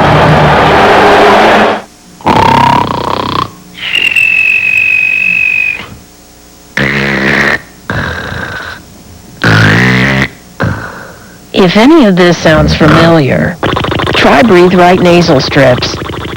By making it easier to breathe through the nose instead of the mouth, they can even help quiet the most annoying snorer of all, the one you sleep with. Breathe Right strips in cough and cold sections everywhere.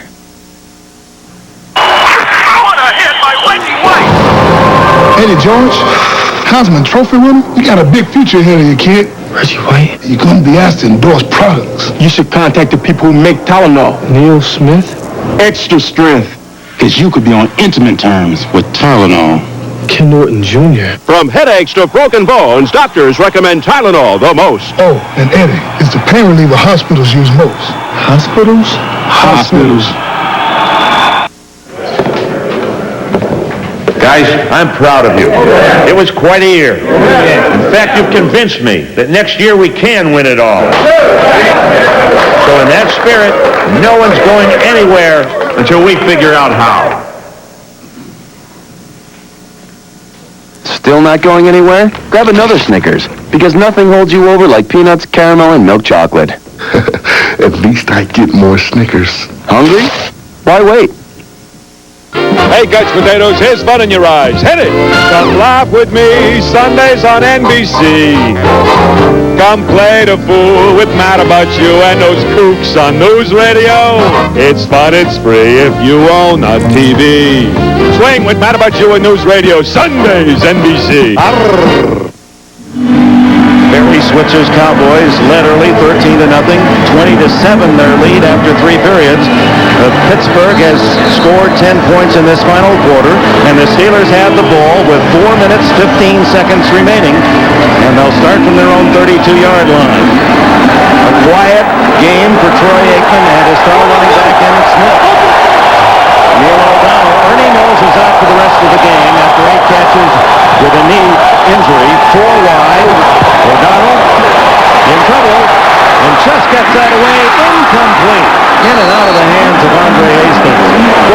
as if Tony Tolbert was going to take the ball right out of O'Donnell's hand from behind. Casey's looking up at the scoreboard because you can see the instant replay, and he knows catch the ball first, then run with the football. He knew you're right, Paul. He knew he was wide open trying to catch it and run, and just a little too quick, took his eyes off the football. Now the pressure on the Dallas defense. O'Donnell with a big second half.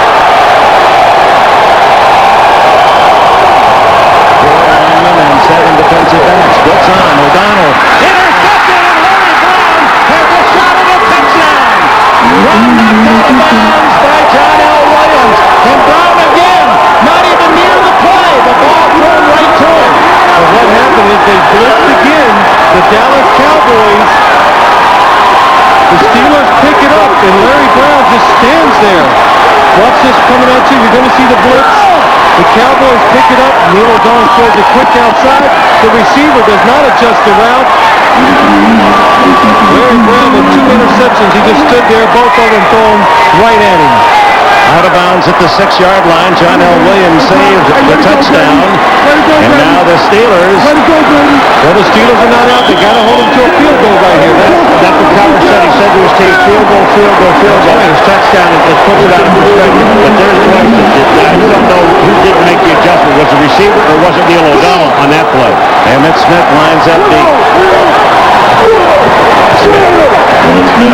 Inside the 5 to the 4-yard line. Joel Steed, the nose tackle, 300-pounder from Colorado, makes the stop. You know, you sit down here and you know that Emmett's going to get the ball, and you're sitting back in there. But this is the ideal situation for the Dallas Cowboys to throw the football. Pittsburgh Steelers take their second timeout in this half. So they stop the clock at 3:47. That leaves them with only 1 timeout plus the 2-minute warning. Well, I don't know whose fault it was on that interception. The receiver was supposed to change his route, but the one thing I know is the Steelers pick it up. They pick up the blitz, and that tells me they had the right call on it, so the receiver shouldn't adjust. Watch here. You're going to see these 2 blitzers come outside. Watch the back, John L. Williams, come over here. The receiver never adjusts his route. Watch Larry Brown at the top of your screen. He just watches the quarterback the whole time. And if Neil O'Donnell really did not have to throw the ball that quick, had he waited and thrown downfield, it would have been a touchdown. So Larry Brown, if ever was that old adage, the right man in the right place, Brown almost camping out as if he said, you know, I think there'll be an interception thrown about here. And in Larry Brown's behalf, what a year for him. Earlier this season, the very lowest of points, his 10-year-old son, Christopher, born prematurely, passed away. He missed a game, came back. So a year with heavy hearts, and here on Super Bowl 30 Day, maybe the highest of emotions for him. 2 big interceptions for Brown. Second and goal.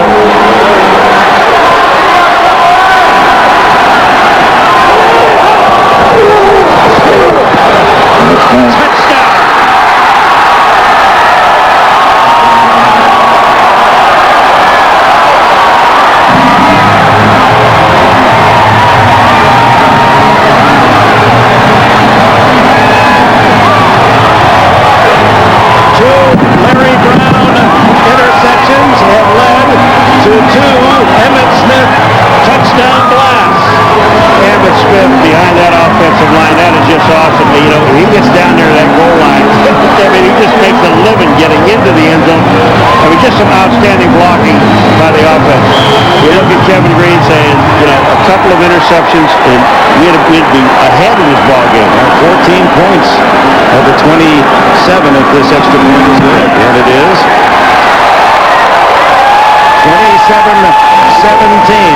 Emmett Smith held only 49 yards rushing today, but 2 touchdowns.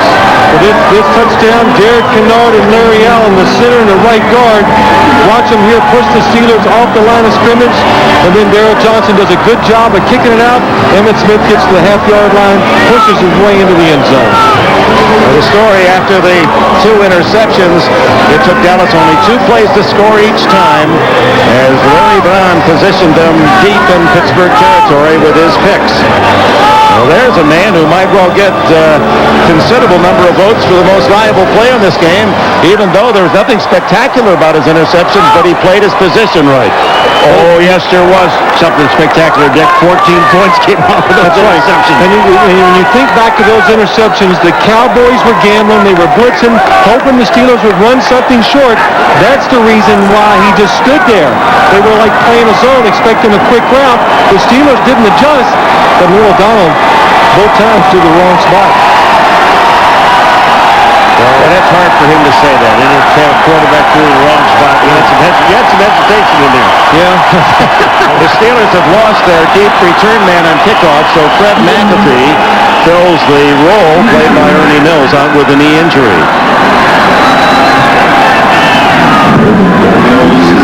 Kick. All right, toward the far sidelines. McAfee. To the 24-yard line. Well, after the conclusion of this Super Bowl game and all the ceremonies and the Most Valuable Player Award, the biggest star is going to be right here on NBC, a spectacular Friends. This one's got it all: drama, surprises, action, romance. Plus, it's the funniest Friends ever. After the Super Bowl on NBC. Some of the big stars on Friends. I get mesmerized when I watch that thing.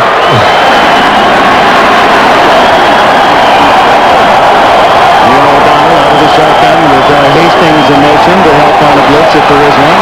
Now O'Donnell to Hastings. Breaks out of the tackle. Still on his feet. What an effort by Andre Hastings. Here's he has the first down at the 34. Clock running, 3:20 left. You got to stay in the hurry-up offense now. It's not like Buffalo uses it. What they do is they just no huddle, but they don't go as fast as the Buffalo Bills have gone in the past. Complete to Yancey Thigga. No, it's Corey Holiday. He's in because of the injury to Mills. Holiday, free agent pick a year ago out of the University of North Carolina. Take your time. There's still plenty of time because it doesn't matter how quick you score. It's all going to hinge on getting another onside kick. So just be patient and make the plays that are given to you. 2nd and 1 for O'Donnell. Lots of time. Leon Lett chases him out. Flags are down in the secondary. And finally O'Donnell throws it away. Stops the clock with 2:34 remaining. Well, I'll tell you what. Old Robert Bailey, number 23, is running at the official.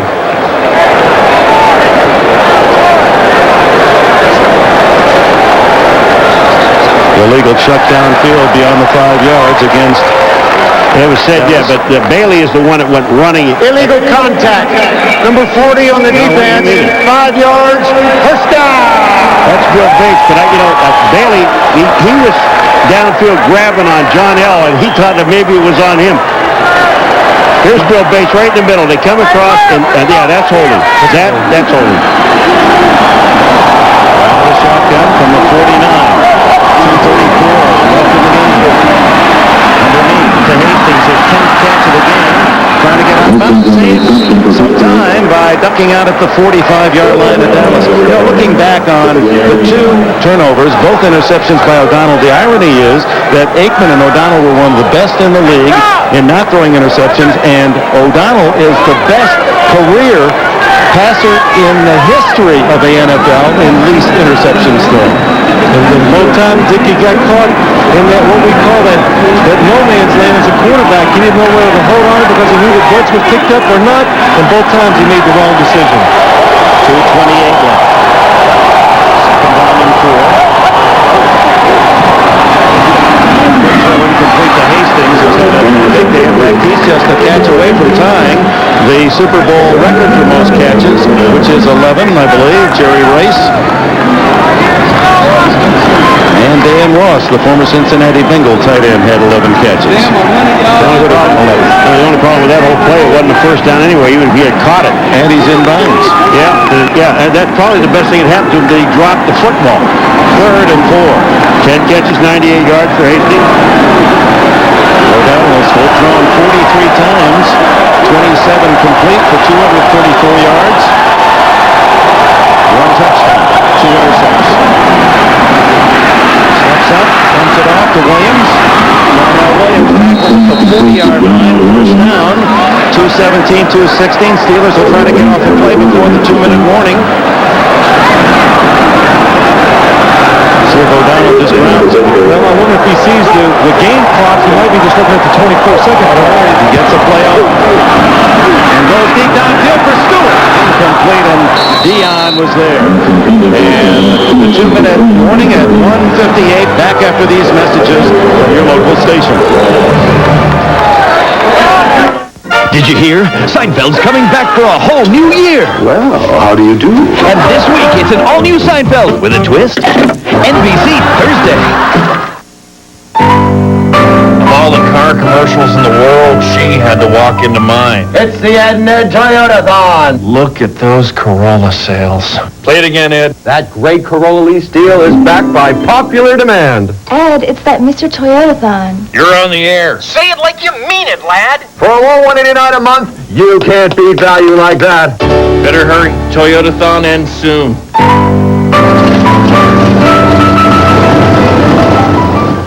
The helicopter of the future is here today. Chopper 4 on News Channel 4. And as you can see right here, the front of the building collapsed. It's used for a new generation. We're right over the top of them at about 500 feet. Chopper 4 on News Channel 4. See, we are back live in Chopper 4. Live news like you've never seen before. I'm going to take you down. And It's a won't real... see anywhere else. The airport is still shut down. See it first. See it better with Chopper 4. That's it from Chopper 4. And if you think Chopper 4 is awesome, wait till you see what's coming soon to News Channel 4.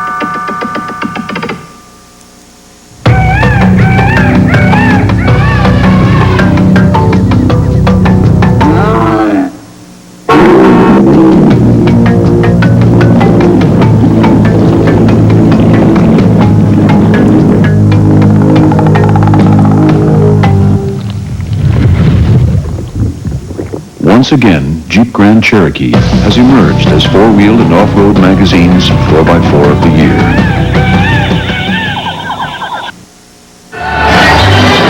Dallas owner Jerry Jones already conducting his press conference. Never won bashful from those who look at this. And it's apparently Getting some money. Jerry never could get enough of it. just going to autograph. Is that how come when I sign autographs it's like $1? That's a $100 bill he just signed over. You want us to explain that to you, why you only did that? Meanwhile, a minute 58 remaining, and Dallas calls time here.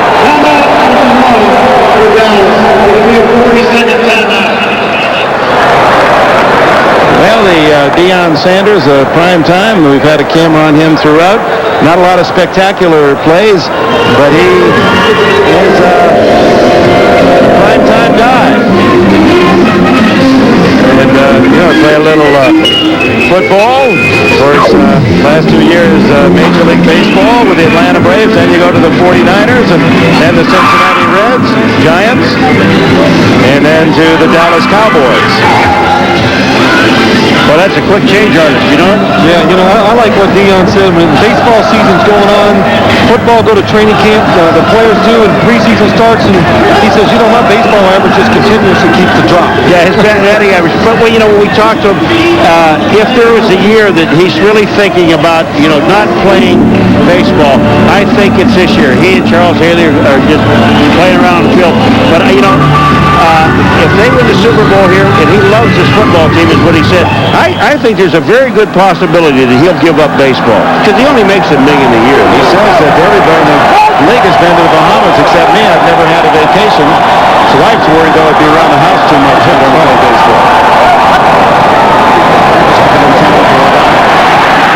Underneath and complete. Darnell Williams. 3rd and 10.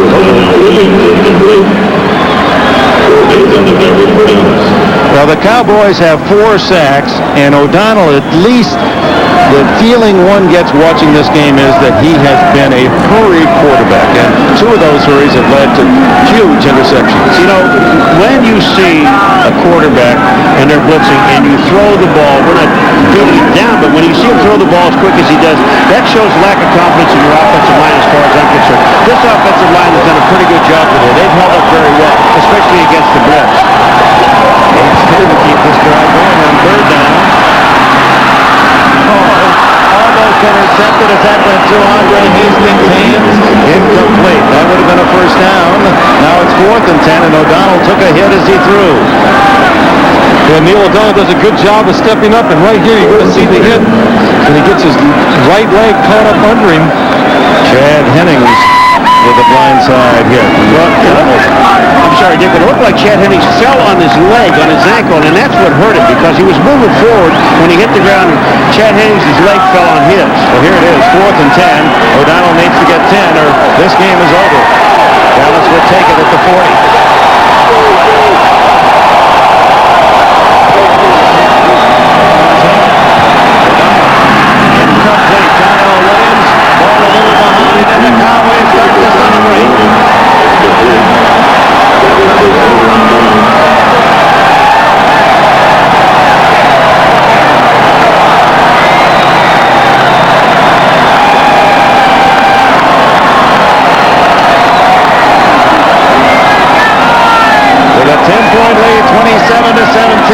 Jerry Jones sees his Cowboy defense hold on downs. There's a lot of pressure on the owner in this season. Yeah, that's right. He made a very unpopular choice a year ago, firing Jimmy Johnson. You know, there was another case on that 4th down play. Phil, he had two guys wide open on the field to throw the ball to and could not find either one of them. Troy Aikman said it's not been a totally happy season. There's been a lot of internal strife. You asked him about it. He said it'd take 4 hours to explain. But you've read the things that a lot of nipping and nagging behind the scenes in Dallas. You know, I asked him, I said, just tell me your relations with Barry Switzer. I mean, if you can, if you would like to. And he said, strictly professional. They're setting up Barry. Oh, Barry, be alert. You've got to get somebody to hold him so that he's distracted. Oh, he's leaving.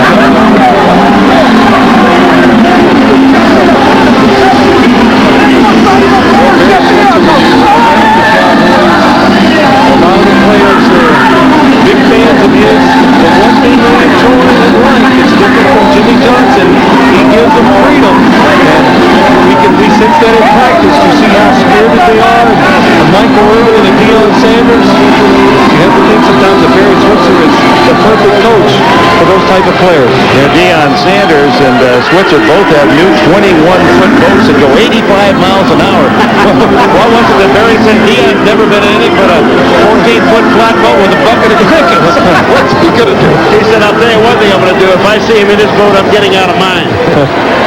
Well, that's a nice show, and it was true after the NFC Championship game. The affection of players who were not happy when Johnson left, hugging their coach Switzer to say, hey, it's okay now. This is a new era. So I guess we're told that Larry Brown is the most valuable player, and he's the one that's holding Switzer up, getting ready for the Gatorade. Yeah. Larry said, let me get out of here, man. Larry's got to do a better job of acting. You know, he's got to turn Barry away from those guys so they can get him. So Larry Brown, a long shot to even make it in this league. Brown was a 12th round pick, a late 320th player selected in the draft of 1991 out of Texas Christian. Grew up in Los Angeles, admiring Marcus Allen and Lester Hayes. Another kneel down, and we're in the final minute. And before the Oakland game this year, Brown losing his 10-month-old son. Well, the Steelers, true to their promise, paddled hard. It'll be a game replayed and replayed. 2 interceptions, obviously the huge difference. But they had, when you look at this game, the Steelers had many chances to make big plays, to win the football game, but in 2 crucial moments, that's what it comes down to, making a play under pressure. Both times, they failed to do that. You know, I think the game really, not so much the interceptions, yeah, that cost you the ball game, but I'll tell you 2 situations that I think that turned this game around for Pittsburgh was when they got the ball in the second half of the game, and they, on the 40-yard line, when the kick out of bounds, they didn't capitalize there. Then they got the ball back again and did not capitalize again twice in a row. To me, that's where the interception came in. But I'm going to tell you something. I agree with Phil totally. They had so many opportunities to win this football game and never took advantage of him. But the Dallas Cowboys, again, are the Super Bowl champions, and let's not overlook the fact they perhaps did not play the game they thought they would, as you see some of the frustration, Rod Woodson, but they were good enough to win. And now on 4th and 18, we'll punt it to Andre Hastings, who stands at the 25. Only 13 seconds remain.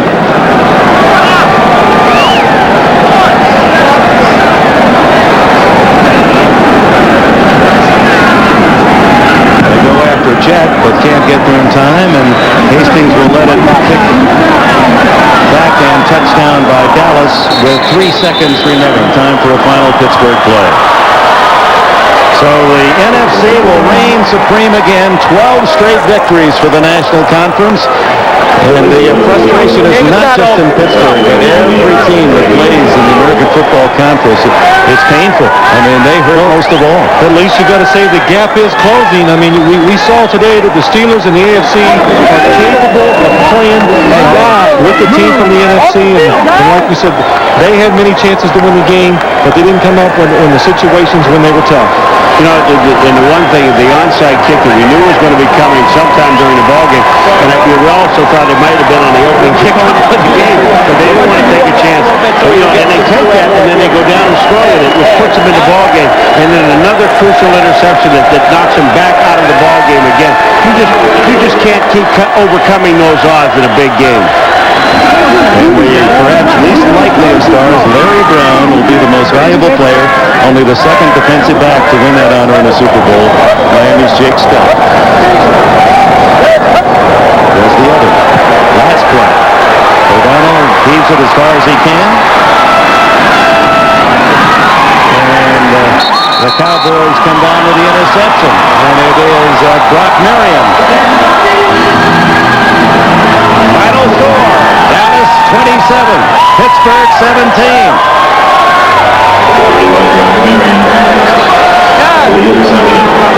By the way, Larry Brown will receive the Pete Rozelle Trophy after the late commissioner who watched the game in Southern California. Said his favorite Super Bowl was the 35-31 Pittsburgh win over Dallas, Super Bowl 13 in terms of the excitement. And this one, it appeared for a while in the game that we might be headed toward a possible overtime until Larry Brown made the second of his interceptions. We sat here for 2 weeks and you kept listening to the things where the Pittsburgh Steelers really didn't have a chance to play in the game. And it just shows, you said something in the beginning about the 2 weeks, you know, that you have to prepare, and it benefits the better football team. Absolutely. In this case, it really did. I mean, the Dallas Cowboys, obviously, they were the better football team. But again, the Pittsburgh Steelers has had enough opportunities and just did not take advantage of them.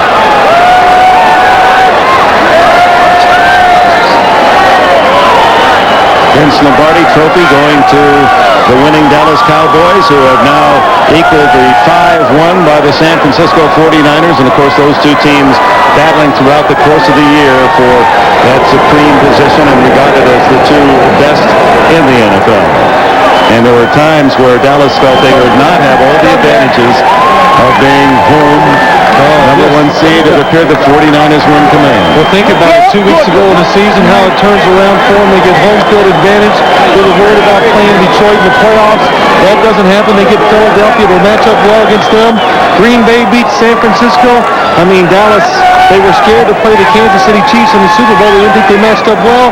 The Steelers, a team they thought they matched up well against, comes in. Charles Haley, by the way, 5 Super Bowl rings. Haley becomes the first to have more than one finger and the thumb. His father seeing his first Super Bowl game, afraid to fly, is finally coaxed to come out here to Phoenix and see his son win number 5. Father George, Monday's cheering. So Deion Sanders wins back-to-back Super Bowl rings with 2 different teams. 27-17, Dallas, the champions again. Live from Super Bowl 30, this is the Ford F-150 postgame show. Brought to you by the all-new 1997 Ford F-150. Built Ford tough. Time now to salute the Super Bowl champion Dallas Cowboys. Let's go to Greg Numble. All right, right, Dick Enberg, thank you very much. Down here on the podium, they're here to celebrate a familiar refrain, that of the Dallas Cowboys as champions of the National Football League. I'm joined by head coach Barry Switzer, Dallas owner Jerry Jones and his wife Jean, and the commissioner of the National Football League, Paul Tagliabue, to make a most important presentation. Paul. Jerry, Jean, Barry, congratulations to you on a tremendous victory for the Cowboys franchise. You played a very tough opponent today, and together you gave us a terrific Super Bowl game. This is the Cowboys' third victory in 4 Super Bowls, and you become only the second NFL franchise to win the Super Bowl 5 times. We congratulate you and your extraordinary group of players. Congratulations. Paul, I want to tell all you Steelers fans, Dan Rooney and his family, Coach Cowher, what a team you have and what a ball game that you gave the National Football League tonight. And I know that everyone in this country recognizes what the Steeler organization is about. But Paul, I've got to say something at this time. As really as accomplished as the talented players that we have on this team, it pales in comparison with how mentally tough and the character that they've had. This ball game represents the kind of season that we've had. It's wonderful just to hold this trophy for you great players, coaching staff, and Barry. Jerry, let me ask you, this is your, Commissioner said, third championship in 4 years. Does this one feel any differently? Does it feel any nicer than the other two? I think it's the game basically says how I feel. The others we won with a bigger score. This was a struggle throughout the game. Our team played just outstanding as a team, and with the character that as I said, that they've had. This, under the circumstances for me, and I'm a small perspective, is the sweetest. All right, Jerry. Head coach Barry Switzer, congratulations to you. Thank you very much.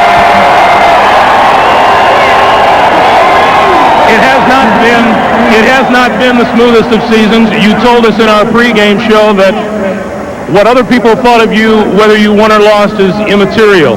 Now that you have won this game, do you still feel that way? Still feel that way. The only things that count is your family. My personal family and this family right here. That's the ones that stuck with me when times are tough. These are the people I want to be with, Dallas Cowboys. I want to say to Jerry Jones something that's very important. He said to me all year, "Are you having a good time now, Jerry?" I want to tell you, we did it our way, baby. We did it. We did it. We did it. Let's go back upstairs to Dick Enberg. So Barry Switzer, who was a young coach and recruited Jimmy Johnson and that man Jerry Jones, they celebrate Super Bowl 30. The Dallas Cowboys champions again. We'll be right back with more. Okay, boy. Now, just like I taught you, I want you to open the cooler. I want you to get me an ice-cold Pepsi. Come on, boy. You can do it.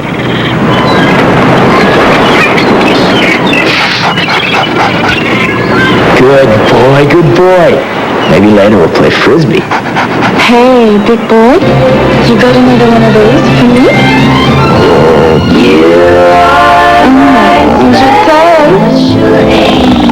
I love this dream. The job needs 4 guys now, and the guys need all their equipment. You're working harder than ever. You need a truck that does too. Meet the all-new 1997 Ford F-150, the only full-size pickup with a standard super cab third door, 60/40 split rear bench, and standard dual airbags, plus a taller cab for more hat and boot room than ever. After all, the guys aren't getting any smaller. The new Ford F-150. Strength after strength after strength.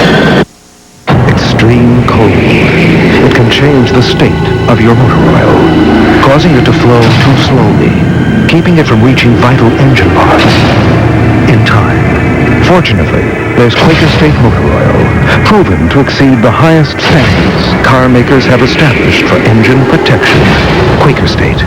What's the state of your motor oil when you're out in the cold? Quaker State exceeds the highest standards for engine protection. Super Sunday excitement continues with the Publishers Clearinghouse Prize Patrol. We're live near Pittsburgh, Pennsylvania to surprise someone with $10 million.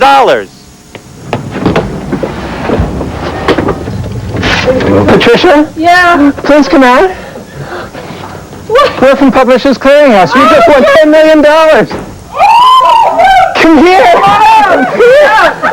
Patricia, come on. Patricia.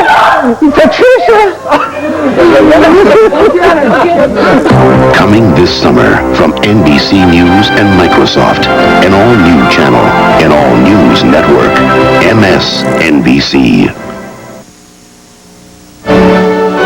Live from Super Bowl 30, this is the Ford F-150 postgame show. Brought to you by the all-new 1997 Ford F-150. Built Ford tough. Welcome back to Sun Devil Stadium in Tempe, Arizona. The winners of Super Bowl 30, the Dallas Cowboys. For the third time in 4 years, the final today, 27-17. I want to remind you that coming up after our post-game show, a special 1-hour edition of Friends here on NBC. Here in the Dallas Cowboys locker room, Greg Gumbel joined by quarterback Troy Aikman. How is it? I'm more out of breath than you are, and you played a football game. Congratulations to you. Thank you very much. This is, the guys are just now piling into the locker room, and I think it's a feeling more of relief than anything else. We were able to come out and win the ball game, and certainly there were high expectations for this football team, and everybody's very happy, but relieved just the same. It obviously was not the smoothest of roads getting here, Troy, but why relief? I don't know. I think maybe just because there's so much expected from this football team over the years. But it wasn't the prettiest game that we played. Defense stepped up and played hard when they had to and made the key plays. And offensively, we didn't do it particularly well there in the second half. But like I said, wins are right. So much for predicted blowouts. But in the first half, you really did have a chance to put this game away, and it didn't happen. Well, we did, and then we wound up having to settle for some field goals instead of get touchdowns, and then they came right back. And we had more control of the game in the first half than what it appeared on the scoreboard. Second half, then, like I say, we didn't do real well offensively, but our defense stepped up, and this guy over here played well. You know, your thoughts on the Pittsburgh Steelers before we let you get away? They're an outstanding football team. There's no question, and we knew that coming in. We knew that it was going to be a tough ball game, and that's what it was. Troy, you're in some pretty rare company now. Terry Bradshaw, Joe Montana, 4-0 in Super Bowls. You step up to 3-0. Yeah, it was. It's nice to be mentioned along those guys. And like I say, it's a tribute to all these players in here. Congratulations. Thank you. Troy Aikman. Joining me up here on the podium is Mr. Charles Haley, whose playing situation was really very much in doubt, I guess, up until just a couple of minutes before game time. How did your back feel out there? Well, it got a little sore towards the halftime. But when I got out there, just being out there with the guys, man, I didn't feel no pain. The only thing that was bothering me was my conditioning. I just wish to God that I had a little bit more time to condition myself so I could have gave a better showing. A couple of sacks out there, though. It seems that you picked your spots very well. Well, I just thank God. This team has gelled together. Some of the guys that I used to get on all the time, Larry Brown and Shante Carver, really proved themselves today, and I think that this team has really grown up a lot. You claim your 5th Super Bowl ring, and you have also flirted with the idea of possibly calling it quits. Have you played your last professional football game? What's going to happen is, I'm going to go to Hawaii, hang out a while, then I'm going to come back, and I got to talk to the doctors. I got to find out exactly what's going to happen if I keep going.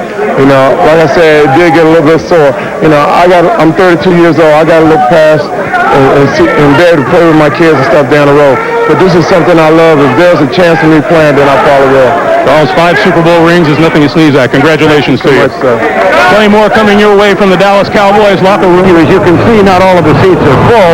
I think that's because most of the folks are gathering around the entrances, waiting to see if Al Davis is going to make an appearance or not. And wouldn't you know it, the man in white is here, as he always is. Al Davis is a season ticket holder, and he is part of the continuous A-list here. Well, this is the second night in Magic's return to the NBA. The first night was very successful. We talked to Magic about why he decided to come back. I think that the Lakers were ready mentally to have me return. I think that the players are more educated now. I think that the fans are more educated. So I think everybody is more educated now. I think everybody's a little bit more at ease. And there's going to be some guys who grumble and speak out. And that's their opinion. I'm not going to worry about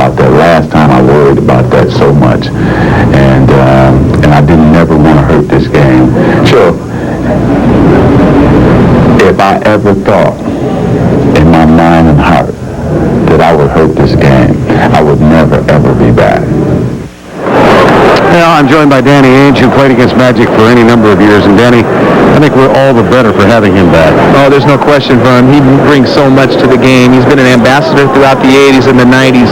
But, you know, Magic, having him back in the game, there's a lot of education on age and HIV. And although a lot of players are more comfortable with him coming back, those that are opposed are afraid to say anything if they were opposed. Well, even though this place is not yet full, it obviously will be. And for the second time in this comeback, Magic Johnson is on the court. Michael Jordan and the Chicago Bulls yet to appear. Well, Showtime is back in Los Angeles. The days of the late 80s and the early 90s. What a scene it was here on Tuesday night.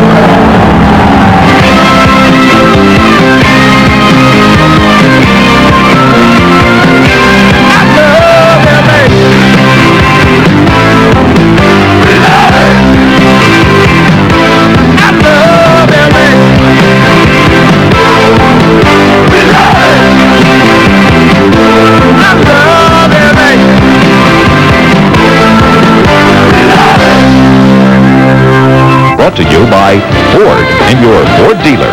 Have you driven a Ford lately? By Nike, who encourages you to participate in the lives of America's youth. And by the more than 1,200 AutoZone stores across America. AutoZone, the best parts in auto parts.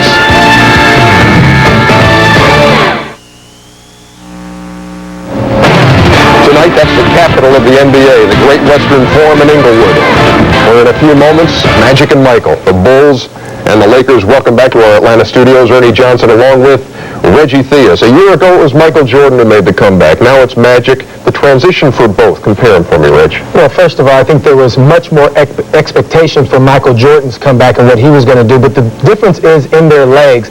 Magic Johnson doesn't really need his legs to play well. He's not a real jump shot shooter. He doesn't have any great speed, and a big part of Magic's game is maneuvering his body, using his body to get fouled. Michael Jordan is all legs. Jump shots, watch how high he gets on his elevation, all of his quickness. He's got one of the best first steps in the game, so he needs that. And when he came back, he did not have NBA basketball legs. Yeah, Magic Johnson pretty much having to stay in basketball shape. Michael Jordan going to baseball, basketball. Right, different muscles. Had to relearn it when he got back to the NBA. So we'll be taking out to the Forum in just a few minutes for that one tonight. Elsewhere around the NBA tonight, the Orlando Magic, you know all about these guys and their big home court winning streaks. They're 44 straight against Eastern Conference teams in the regular season, trying to keep that going as the Atlanta Hawks came to town tonight. The ever-popular Shaw-Shaq redemption. Ryan to Shaquille. Little alley-oop action of their own. The Hawks look at plastic man Mookie Blaylock to Stacey Augmon with a lefty. Penny, don't blow that bunny, Nick Anderson. Not on that feed from Penny Hardaway. At the half, Orlando in control. Atlanta trying to make a run in the third quarter. Again, it is Stacey Augmon. Just go plastic and look at him hang in the air and get the lefty to go. And then Orlando takes over to keep the home streak intact. Shaq not wearing the splint tonight on the hand. Look at him go to work down to the paint a couple of times. And then Spud Webb loses the handle. There's Penny. Spud can't catch him. And the Hawks cannot catch the Orlando Magic tonight. That is 30 straight home wins for Orlando, 45 straight against the East in the regular season, and 65 of their last 67. Shaq with 25 and 16 on the night as Orlando beats Atlanta. The Hawks have lost 3 in a row after winning 10 in a row. The Boston Celtics and the Indiana Pacers at Market Square tonight. Indiana has won 15 in a row at home. How about Larry Bird? Wouldn't that be a sweet comeback? I don't think it's going to happen, though. David Wesley to Todd Day, who had another nice game, 22 points for Boston. Into the first, Ricky Pierce, head off the window, tied up at 21. Now David Wesley. There's Never Nervous at your service, Purvis Ellison. Boston on top, 59-56. Rick Smith's a big night, 31 for the Dutch boy in the paint. And that's a strong move. They're up 63-60, and then it's the Pacers on the run. What Reggie Miller do tonight, you ask? He had 21, and Indiana makes it 16 in a row on their home floor. They beat the Boston Celtics tonight handily, 116 to 108. The Celtics give up more points per game than anybody else in the league at 108, and the Pacers go for 116 against them tonight. The Portland Trail Blazers and the Washington Bullets at US Air, and it's a 113-97 Washington win. How about George Murasan, 21 points, 16 rebounds. He's had double-doubles in 10 of his last 14 games, and that's 22 wins for the Bullets, who had 21 all of last year. The Phoenix Suns and the Cleveland Cavaliers, that was game 1 of our TNT doubleheader, and boy, I hope you didn't miss it. It's a huge win for the Cavs. Phoenix really looked dog-tired on their road trip. Cleveland wins at 107-85. They drained a bunch of three-pointers in that game, and it was never close. Minnesota and San Antonio, you know, it's been 13 games in a row the Spurs have beaten Minnesota in San Antonio. Minnesota has never won at the Alamo Dome. Last time they won there, it was still at the Hemisphere. It's a 77-70 game in the fourth quarter. Along the same lines, the Clippers have never won at the Delta Center. Last time they beat Utah at their place, it was at the Salt Palace, and Utah has a 56-50 halftime lead over the Clips. Still to come tonight, the New Jersey Nets and the Vancouver Grizzlies, just underway at the Garage, as we affectionately call General Motors Place in Vancouver. And the Toronto Raptors and the Golden State Warriors. We had a tough decision. Do we carry that game tonight, or do we carry the Chicago-Los Angeles game? We've opted for the Laker game, and it's coming up next on TNT. The Lakers and the Bulls. There is Michael Jordan. Those guys are 40-3. Are you believing that? And they're going to try to go 41-3 at Magic's expense. We'll be back. The Lake Show. Call it what you will. The Lakers and the Bulls, Michael and Magic, coming right up on TNT as tip-off approaches from the Great Western Forum. The Bulls have won 17 in a row. The Lakers have won 4 in a row. What's your feeling on this one? I think it's great timing for the Lakers. I mean, the Bulls have won 17 in a row. They have got to have a bad game sooner or later. Scottie Pippen's a little bit injured. Kukoc is injured. Luke Longley is on injured reserve. And the hype, the Magic and the Lakers are ready to win this game. Hey, teams have been saying for the last 3 weeks these guys are due for a downer. That's very true. But it's bound to happen. I think with the injuries, the Bulls are not a great team from 1 to 10, but they are a great unit. And when you start taking pieces out of that unit, Michael's going to have to really elevate to get over the hype in L.A. right now. The Bulls with a record of 40-3. We have never said that about any other team ever in the history of the NBA. They are the new record holders. And tonight, they take that 17-game winning streak to the Forum. It's next on TNT.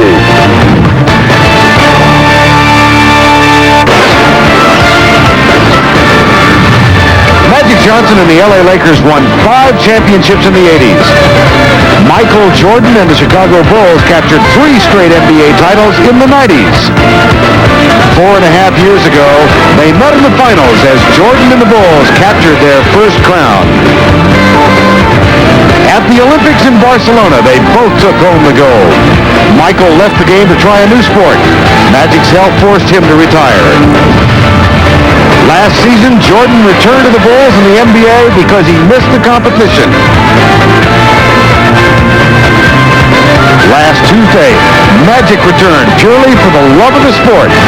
Tonight, 2 future Hall of Famers are back in the hardwood. Again.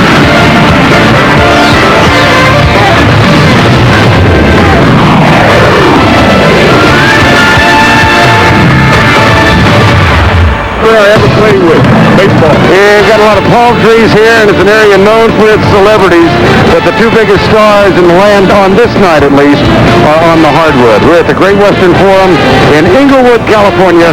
The Chicago Bulls and the Los Angeles Lakers meeting for the second time tonight, and of course Magic and Michael getting together for the first time in 4.5 years. Good evening, everybody. I'm Vern Lundquist. Welcome to Southern California. 1,695 nights ago, June 12, 1991, the last time Michael and Magic met each other on this floor, the finals of the NBA. Chicago won that game in the series 4-1. Little did we dream that night that both would leave the sport so soon. Nor, I think, could any of us have envisioned in the ensuing months that they would both one day be back in the league. And yet here they are, and we are the better for it. They talked about each other. One thing about Michael, he'll laugh and smile with you just like he did in shoot around with me. He'll smile, hug me. What's up, my boy? Yeah. He trying to soften you up. He gonna kill you. See, then he gonna smile and laugh with you after the game. See, Michael is like that. That's why you almost can't beat him. And Danny knows. See, he'll smile with you. See, he'll smile with Charles, and then he'll go kill him. And Charles will be like, he'll be still smiling. Yeah, Michael. Okay, I see you in a minute, Charles. Let me dunk one. Oh, what'd you say, Charles? Let me dunk one. Oh, yeah, Charles. Hey, yeah. See, that's how Michael is. So you gotta watch Michael. That's why I didn't want him to touch me today. Get back. I'm not your friend until after the game is over. See, because I know him. This is the wildest of all dreams, you know. When we retired, at least when I retired, I knew that was it, you know. And then I think out of true love for the game, basketball, it has drawn us back, you know, to enjoy it. And I think we enjoyed the second time around from the mental, you know, from just the relaxation atmosphere, not the money, the business that is surrounding it. It's just fun to play a game of basketball for the challenge of facing some of the young talent and competing against them and trying to beat them. I think so. That's all has played around our return, and now it's just like mentor against mentor, or age or knowledge against knowledge, and I think that too has a great excitement to it. Well, the Danny that Magic referred to as my partner, Danny Ainge. You played against Magic and Michael for many years, Danny. You know them both so well. You must have some special feelings about tonight. Oh, Vern, and Magic made me crack up because he's exactly right about Michael. And I know Michael not only playing all the basketball games I've played with him, but also on the golf course I've had a chance to play with him, and that's when you really find the true character. He wants to kill you. We were playing in the finals as a member of the Phoenix Suns, and Charles Barkley was at Michael's restaurant eating dinner with him, and I was very nervous about that whole scenario. Michael obviously killed us, but this is really a special night, Vern. I never thought these guys would either one of them come back. Now they're both back. I can't remember a more exciting regular season game in the history of the NBA, for that matter, and I'm just excited to be here. I can't wait. Well, we are, all of us who love this game, thrilled by what is going to happen. We trust tonight. And there is a game to be played. We got two pretty good teams playing. The Lakers come in. They've won 4 in a row. They're 7 over 500. The Bulls are running roughshod over the league. They won again last night, 40-3. What do you expect from that? 40-3 is incredible. I mean, we've been talking about it. We've been doing these games for the last couple of weeks. Chicago is absolutely fantastic. They're definitely the elite team in the NBA. I think the presence of Magic all of a sudden makes them one of the top teams in the West. But tonight is going to be a good game because Tony Kukoc isn't going to play. Luke Longley's not going to play. 2 of Chicago's top 6 players are out, so that should give LA an opportunity to win. Now our national anthem, and here is Miss Shantae Moore. By the dawn's early light, what so proudly we hailed at the twilight's last gleaming, whose broad stripes and bright stars through the perilous fight o'er the ramparts we watched were so gallantly streaming, and the rockets' red glare, the bombs bursting in air, gave proof through the night that our flag was still there. Oh, say does that star-spangled banner yet wave o'er the land of the free and the home of the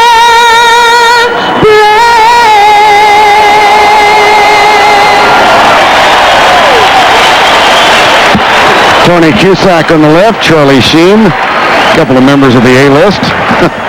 There are more. Jack Nicholson, we are told, is on location in Florida. Flew all the way back, got here about a half an hour ago. You knew he wasn't going to miss a night like this. Well, you know, he said he was in there filming something and in Miami, and he wasn't going to make it to the game, but now the guy flies all the way across country just to make it to this game. That just shows you how huge this game is. And now for the introduction of the starting lineups. The public address announcer, Lawrence Tanner. Welcome to the Great Western Forum for tonight's NBA contest between the visitors from the Central Division of the Eastern Conference, the visiting Chicago Bulls.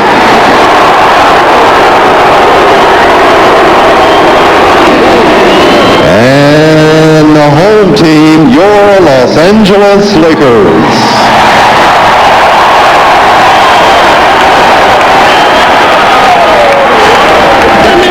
Let's meet the starting lineup first for the visiting Chicago Bulls.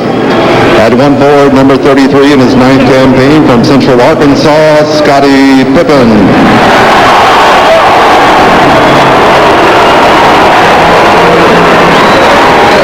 The other forward is number 91, now in his 10th year from Southeastern Oklahoma State, Dennis Rodman.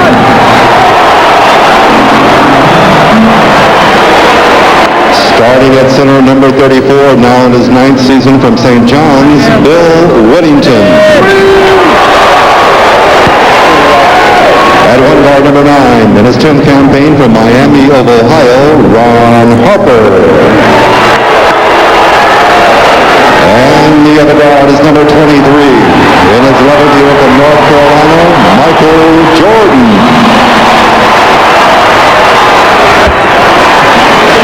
Trainer for the Bulls, Chip Schaefer. The assistant coaches are Jim Clemens, John Paxton, Jimmy Rogers, and Tex Winter.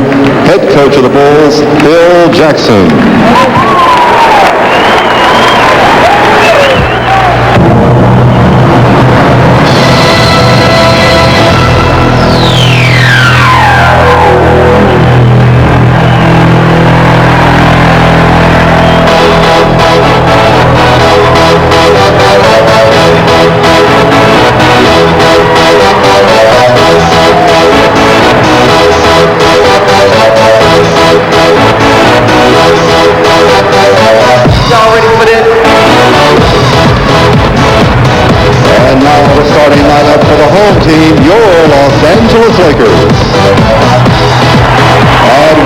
Number 23 in his 6th year from Cal State Fullerton, co-captain Cedric Ceballos. The other forward is number 41, also in his 6th year from Clemson, Eldon Campbell. Starting at center, number 12 in his 7th season from Serbia, Vlade Divac. At one guard, number 25 in his 2nd year from Temple, Eddie Jones. And the other guard is number 9 in his 3rd campaign from Cincinnati, co-captain Nick Van Exel.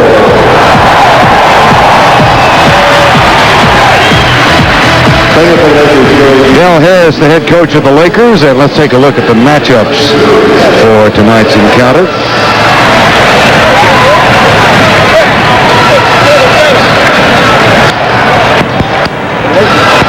Scottie Pippen against Ceballos, Rodman and Campbell, Wennington and Divac, Harper and Jones, and Jordan and Van Exel. And let's check in right now with our colleague Cheryl Miller. Thanks a lot, Vern. Well, being a native here, I can honestly say that this city is absolutely rejuvenated. Now, you have to understand that Los Angeles, over the past 4 years, hasn't had a whole lot to smile about. From the Rodney King incident to losing 2 NFL franchises and falling to O.J. Simpson trial. However, since the announcement of his return, a lot of people feel with Irving Johnson back, so is the magic in Los Angeles. Vern, Danny? All right, Cheryl. And words spoken from a young woman who grew up in this city and loves it dearly. And I think she's rejuvenated. Well, Dennis didn't change the color of his hair. I thought maybe we had a shot at that. It's starting to grow out a little bit, though. Lakers have won 4 in a row, 8 of their last 9. The Bulls have been extraterrestrial. They have won 18 in a row, 40-3. They are 18-3 on the road. Cedric just threw me a pass, but that's the first pass he threw me in 3 years I've played with him. It's the first pass he's thrown to anybody. Actually, you know, one thing about Magic coming back, Cedric Ceballos threw a couple passes the other night. We were sitting there watching the game. They were pretty special passes, and we said, he's contagious. If Cedric can pass, anybody can pass. Paul Mihalik, Bill Spooner, and Joe Borgia are the officiating crew.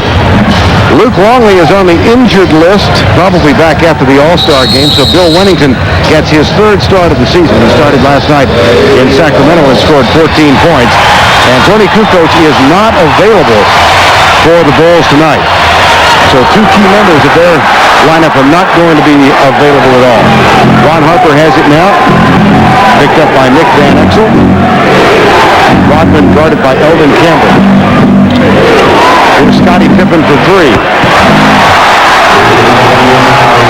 Scottie's been shooting incredible. You know, the Bulls are leading the NBA in three-point shooting, and Scottie's been the biggest beneficiary of that. He is shooting over 44% from the three-point line. Divac in a post-up, Harper with the double. That leaves Eddie Jones open, and Jones cans one. Well, we can see early in the game, the Lakers really want to take advantage of the inside game. And the Bulls know that, and so they're going to pull the ball out. Oh, my gosh. This crowd is incredible. They're really into this game already, Vern. Los Angeles third in the NBA in steals, and they get that one, and Eddie Jones has 5 points. Rodman gives it off to Pippen, who loses the ball.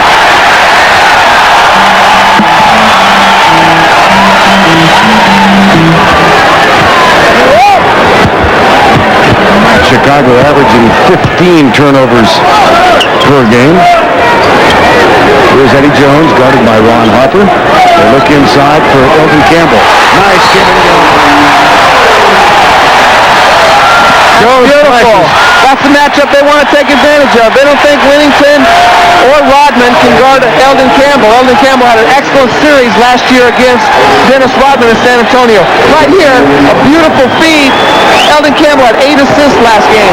A lot of that has to do with, I think, playing with Magic, and that it's contagious, that passing attitude. Foul was on Whittington, his first, and Eddie Jones, who had only 6 points in the win against Golden State on Tuesday night, has every point in Los Angeles thus far in the game. Pippen looks inside. Here's Jordan. Hasn't taken a shot yet. There's his first.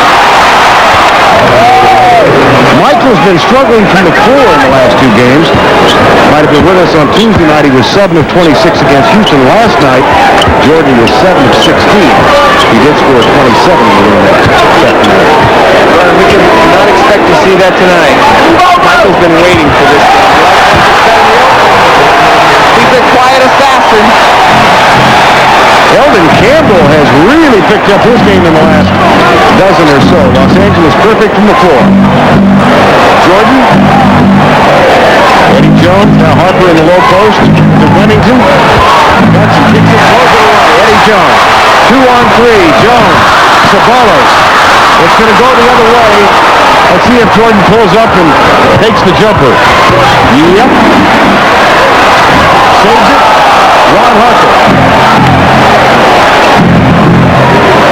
9:35 to the opening quarter. In and out. Rodman hits it. Got it. His first, he had 21 rebounds last night, equaling his season high. Here's Whittington. Put down from Rodman is good. He's got 2 rebounds and 2 points. You know, I'm not so sure that Scotty didn't see Rodman wide open under the basket right there, but he couldn't make the feed to him. That might have been a pass off the backboard. 10-7 ball game, 9-15. Expect Magic Johnson to come in about the 7-minute mark. Levi on the line. Call made by Paul Mahalik. Second Los Angeles turnover, 3 for Chicago. Lakers up by 3. Pippen will stroll across the timeline. Alley-oop. Scottie Pippen wasn't quite there. That's 4 Chicago turnovers. Here's Sabalos. All the way. Offensive foul. That's a good defensive play by Ron Harper, establishing position.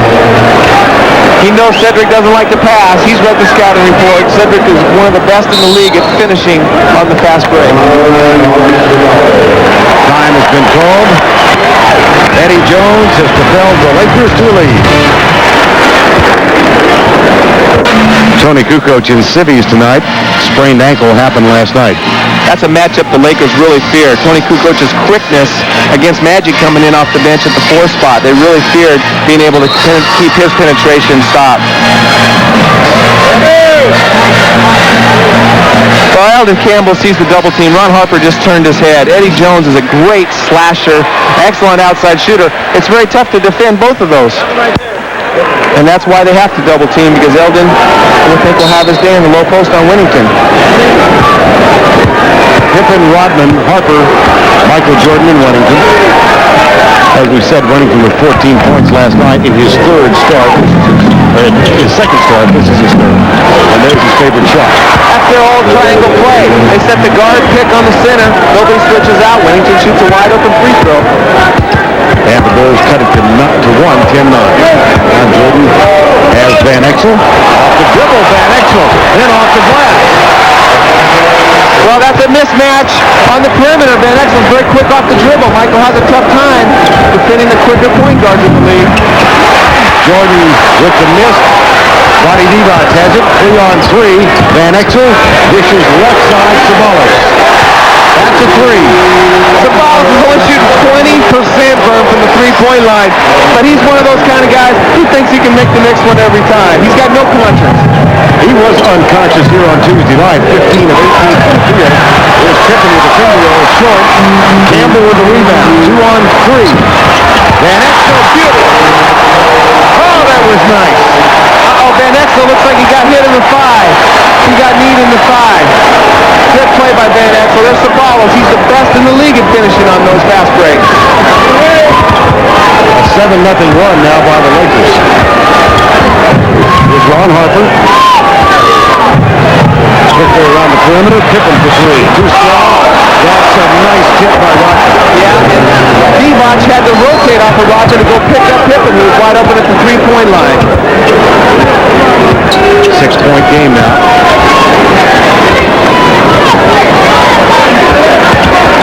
Sabalos over Pippen. Nope. Rodney with a rebound. That's 4 rebounds for Rodney. Jordan. Rodman finds Harper. They look for Pippen, low post. 10 on the shot clock. Jordan saves it. Now 5 on the shot clock. Foul before the shot. Sabalos. Magic Johnson is entering the game.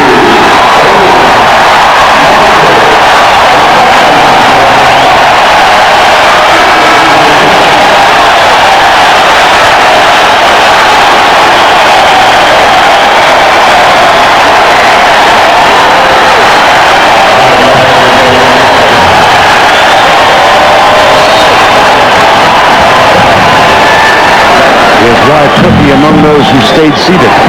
Well, the referees had to inbound the ball, otherwise that could have gone on for 20 minutes. Here's Huntington, got another one. Rattles around and falls through. You notice they put Magic on Winnington. They don't think that Winnington's going to try to take advantage of Magic down in the low post. Campbell gets the long rebound, kicks it back outside to Van Exel. Magic has it. Eldon Campbell, whistle and a foul call. Bill Winnington his second.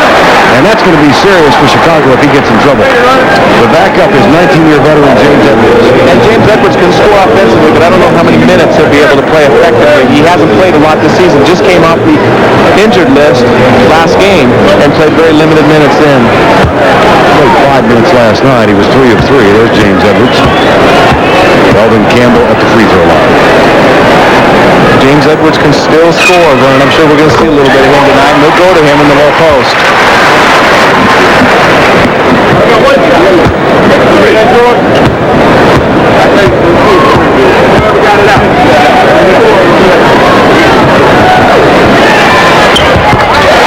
Back to a 6-point game. Pippen brings it across the timeline. 18-game winning streak. Here's Jordan. Fadeaway jumper. Got it. Oh, what an incredible shot. Right there, Eldon Campbell, a good shot blocker, was right in Michael's face as he faded away on the baseline. Jordan has 4. Campbell.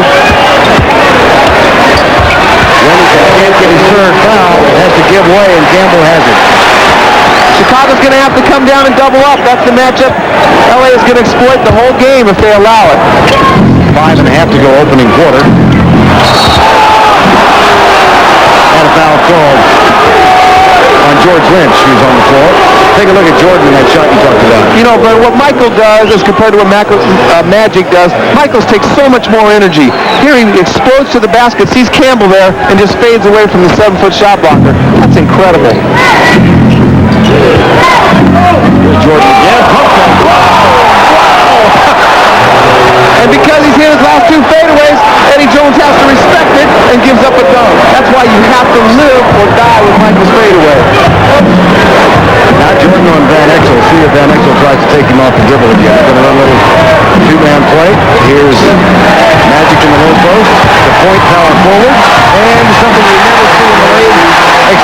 back in uniform. Well, Magic has got to earn the respect. The Bulls are not going to double team him. They think Rodman can handle it, and they're going to make him make a few of those before they double team him and let him become the passer. Fadeaway again, in and out into the hands of Van Exel. From the corner. Air ball, Rodman with a rebound. Here comes Pippen running, but it's 1-on-4. Skip pass. Harper. Wennington with the rebound. Rodman calls for it, and the Bulls go to the half court. We need to work on Magic's box-out drill right there. He let Wennington go right by him for that offensive board. Here's Pippen. Yes. Hey, the Magic this morning told us he's not in basketball shape at all. He's not. You can tell he's not. He's breathing hard right now. Just a few times up and down the court. Plus, all the excitement and the emotion that's going into these first few games. I think once he gets over that, the game will come easier as well. No double. They'll let Rodman take it. Or vice versa.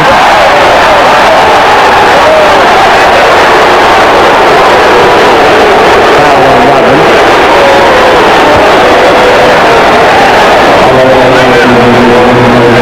Magic said he's played him many times. And he's played the finals for 2 straight years in the late 80s. Right there, they need to stop that. They can't allow Dennis to do that. That's where fights break out with more frustration. Fortunately, Magic's a classy guy, and he's not going to start that stuff. Anthony Peeler has come on the floor now, number 1 for the Lakers. So it's Peeler and Johnson, Van Exel, Campbell, and Eddie Jones.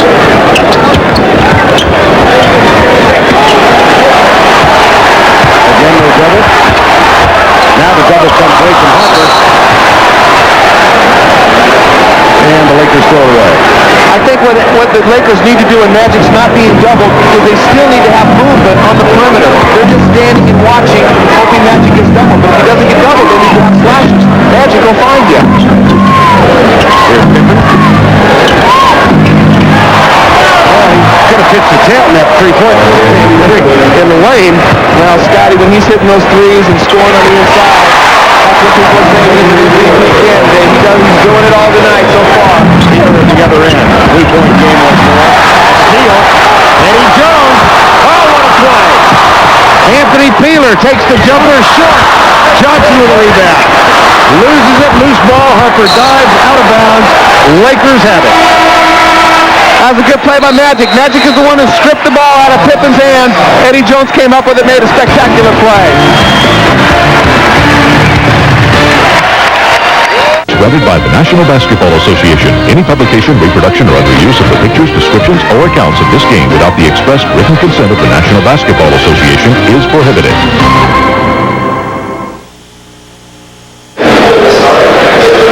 2:53 to go first quarter. Let's go back, Danny, and take a look at the Lakers on offense. Well, they're going to post up this Bill Wennington. He's got 2 fouls, and right here, everyone's staying at home with their man. Right here, there's no weak side help. It's just going to allow Wennington and Campbell to play one-on-one in the low post. Wennington's got 2 fouls, and Campbell's going to have a field day if they don't double down. And Vern, this sky hook by Magic, he beat us in the finals in '87 with that same shot. That's a lost art in basketball today.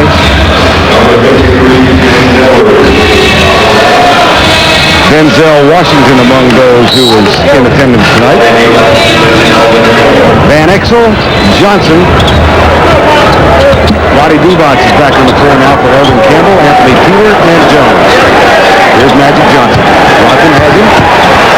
There's the jump hook. No, too strong. Rodman with another rebound. He's got 6. Good push by Magic. Yep, they trail by as many as 8 point deficit right now. There's Rodman. Pippen with the empty pass to James Edwards, who can score, as you said. That guy can do that shot. He can fade left, he can fade right, he can draw the fouls. He knows how to score. I just don't know how much he's got in those 39-year-old legs. I've been teasing him about it all week. 2:03 to go, first quarter, 25-24. Here's Johnson, kicks it back outside to Van Exel. Now Peeler guarded by Harper. Jumper is short, rebound Peeler. Misses again, Rodman with his 7th rebound. And Chicago has a chance to take the lead for the first time tonight. Pippen calls for the low post. Chicago leads. It's a tough mismatch for Eddie Johnson. He's a couple inches shorter than Pippen. Pippen is on a roll right now. He's very hot. They need to find some ways to shut him down, to double team him, make him give the ball up. Pippen, the first ball in double figures. Here's Divac taking the lessons of Magic Johnson, but he misses as well. A 9-2 Chicago run fueled by Scottie Pippen's 10 points. In all. Harden looks for James Edwards. Peter over his back. There's the slasher. Rodman with the putback. Nope. Here come the Lakers running, which they wanted to do tonight. Van Exel. Jones travels.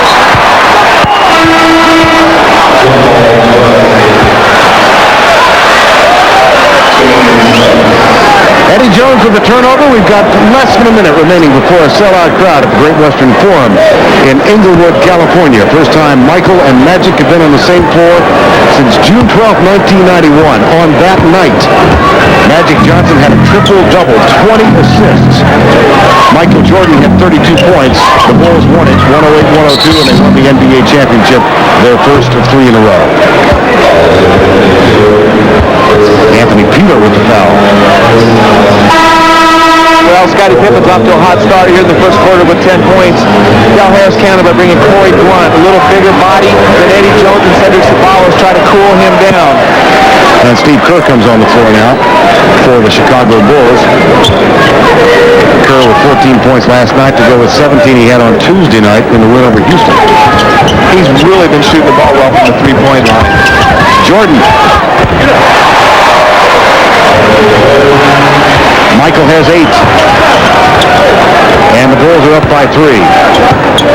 And Jordan settles in defensively against Anthony Peeler and gets the steal. He's 4th in the league in steals among everything else he's doing.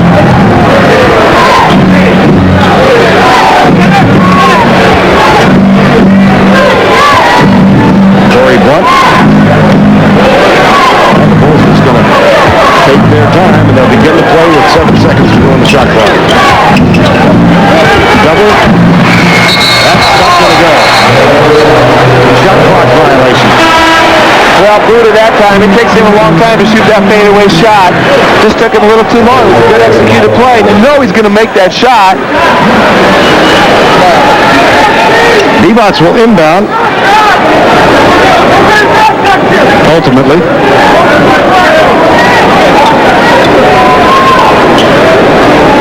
And James Edwards will defend it. Van Exel.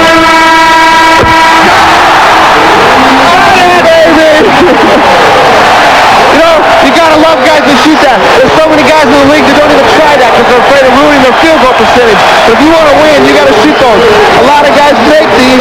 I've seen hundreds of these shots made throughout my career. That's beautiful. Bombs away. We've reached the end of 1. Aren't you glad you decided to stay up?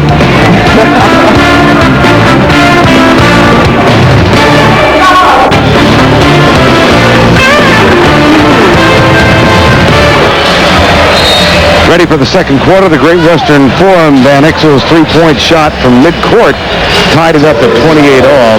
Vern Lundquist, Danny Ainge, and Cheryl Miller.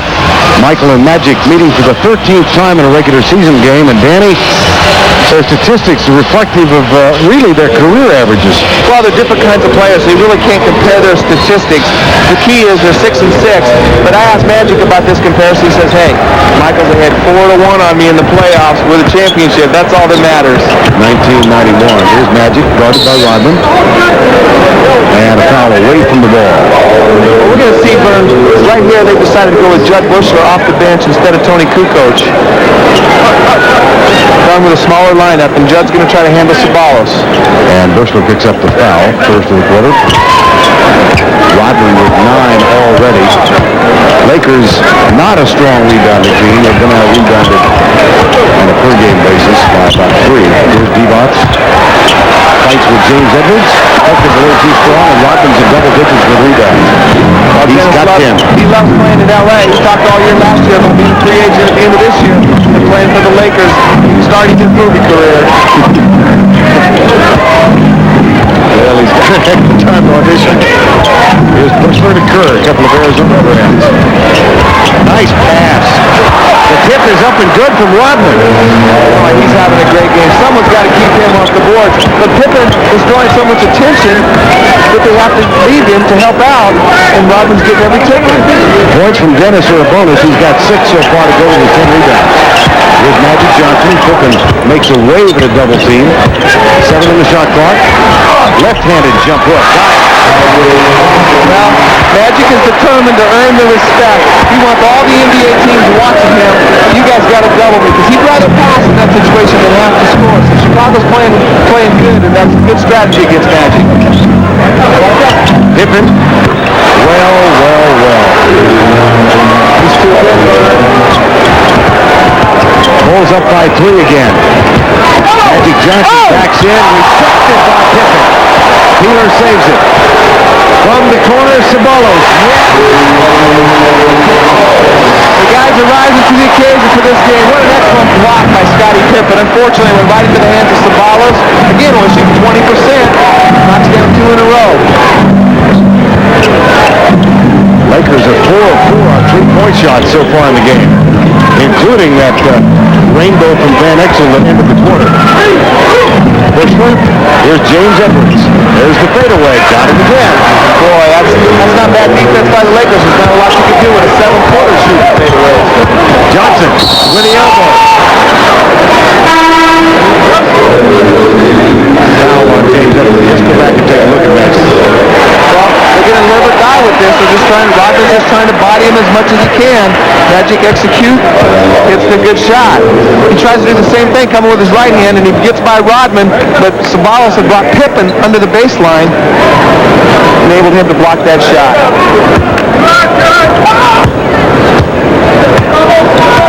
Kerr. Has Sadeo 3, who's on the floor now. And there's Anthony Peeler. James Edwards in the rebound. Chicago will run. Here's Pippen.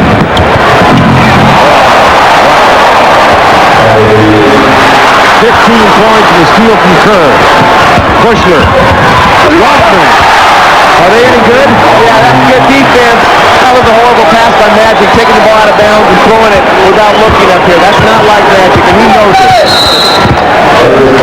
Lakers call timeout. Scottie Pippen has fueled a 6-point Chicago lead. Dennis Rodman's had a part 2. You want to run with the Bulls, you don't have to go to Pamplona. You could be here at the Great Western Forum. Magic Johnson talked about tempo that he'd like to have in this game. Chicago really only runs when you get to shooting them jumpers, and then they kill you. See, that's when they kill you. If we come out here running, and we just taking shots, they're going to kill us. They're going to blow us out. But if we come run, but run with caution. Best example, Celtics. Run, but they ran with caution. If we were there, they took the layup. If it wasn't there, they pulled it out. And that's what we have to do. If the layup is there or a quality shot is there, take it. But you just coming down firing just to be firing, you can't do that against them. Well, you know, when I played with the Celtics, I always thought a good wide-open three-pointer was just like a layup, so we let them fly whenever we came running on the break. But Magic is saying you run when you have an advantage. When you don't have an advantage, you execute your offense. Check the lineups now. Sadeo 3, Campbell, Eddie Jones, Divac, and Ceballos on the floor for the Lakers. Ricky Simpkins has come on the floor for the Chicago Bulls, and there's another Laker turnover. So it's Simpkins and Kerr, Scottie Pippen, Michael Jordan, and James Edwards on the floor for Chicago. Well, the Lakers need to get Vlade Divac involved in the offense. He's had a few opportunities and hasn't made him pay. He needs to make him pay. Edwards got another one.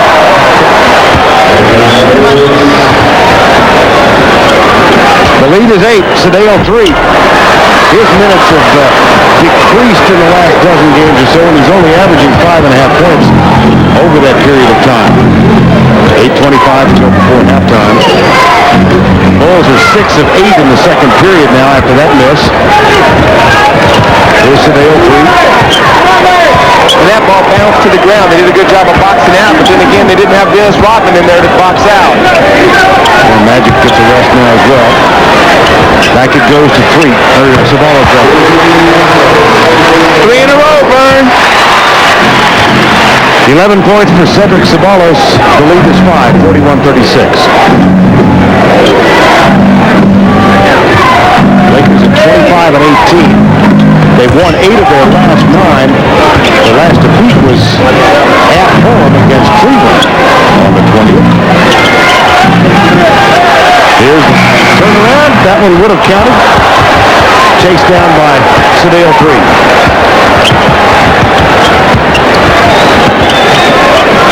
7:25 to go. First half of play. Campbell backs in and jump hook too strong. Pippen with a rebound. That's his first rebound tonight. Pulls up and takes the 3. Jordan. That's spectacular. Scottie Pippen finally misses a shot. There's another offensive rebound. The Bulls are killing the Lakers on the offensive board and second chance points so far in this game. Remember last Tuesday night against Houston? Same thing. There's Pippen with a near steal. And it's going to be off Reeboks. Judd Bushler comes back on the floor, and they're going to give Scottie Pippen a rest.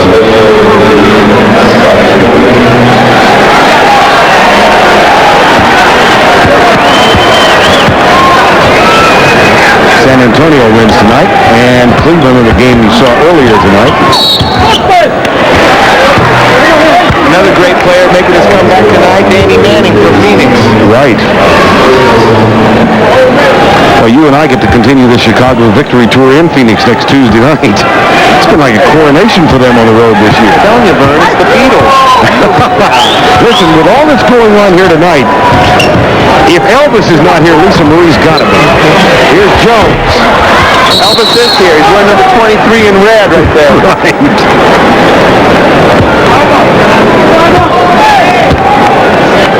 Vancouver leading New Jersey and Golden State over Toronto, the 2 expansion teams in action tonight. Simpkins back out to Kerr.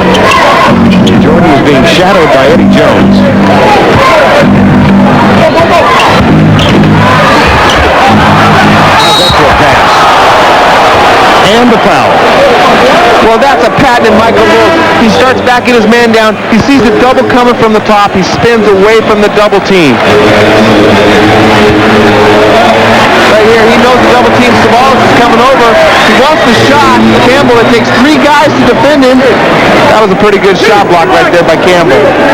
Foul is called on Campbell. Magic Johnson back off the bench. 10 minutes thus far in the first half. And Simpkins, who's a 60% free throw shooter, gives you an example of why. Well, the Lakers need to make a run right here and get back in this game with Scottie Pippen taking a rest. He is going to kill her. An over for Simpkins. And here comes Nick Van Exel. He's joined now by Magic Johnson, Campbell, Ceballos, and Jones. So the starting 5 with the exception of Johnson on the floor now. Well, Reeboks is getting a rest. He was one of the starters. There's Campbell. Knocked away by James Edwards. Kerr has it. Bushler, touch pass. Dickie Simpkins.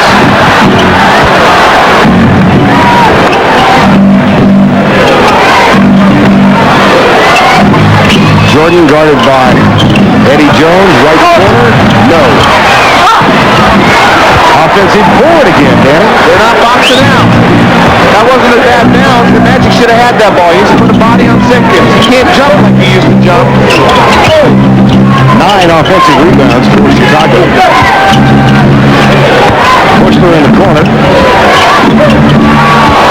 on the shot clock. Simpkins to Jordan. Taken away by Ceballos. Here's Van Exel. Kerr had position and there's a no call. Are you kidding me? Well, good defense by Kerr. At the other end, Michael Jordan has 12 points.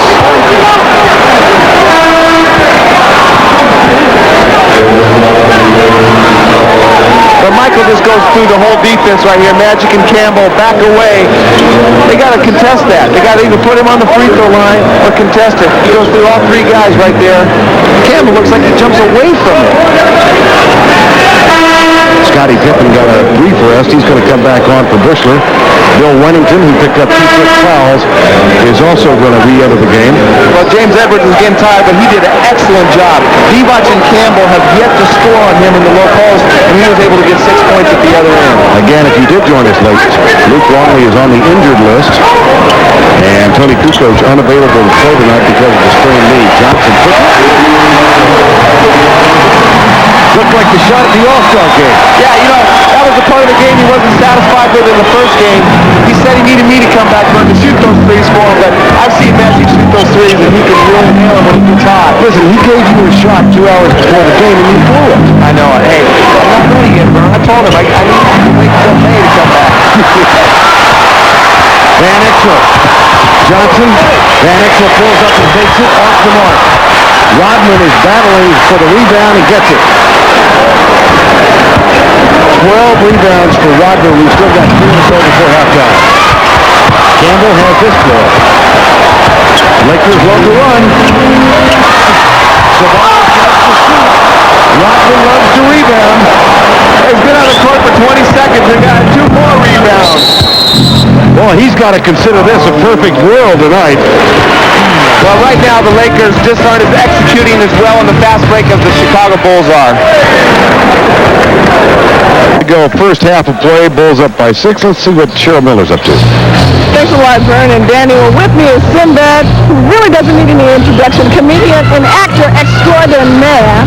And you watched Magic before he retired, and you're seeing the bigger version of Irving. What do you think about his play so far? No, I'm telling you something. The brother's bad no matter what. It's amazing that somebody can come back after 5 years of not playing full basketball and come back and play as well. He's at the first game and be able to run with these guys, man. It's cool watching, man. Now, how huge are these tickets on? You're looking around. We're both looking around and noticing how crowded it is. And just I had to go through a ticket agency to get these tickets. I could buy a house.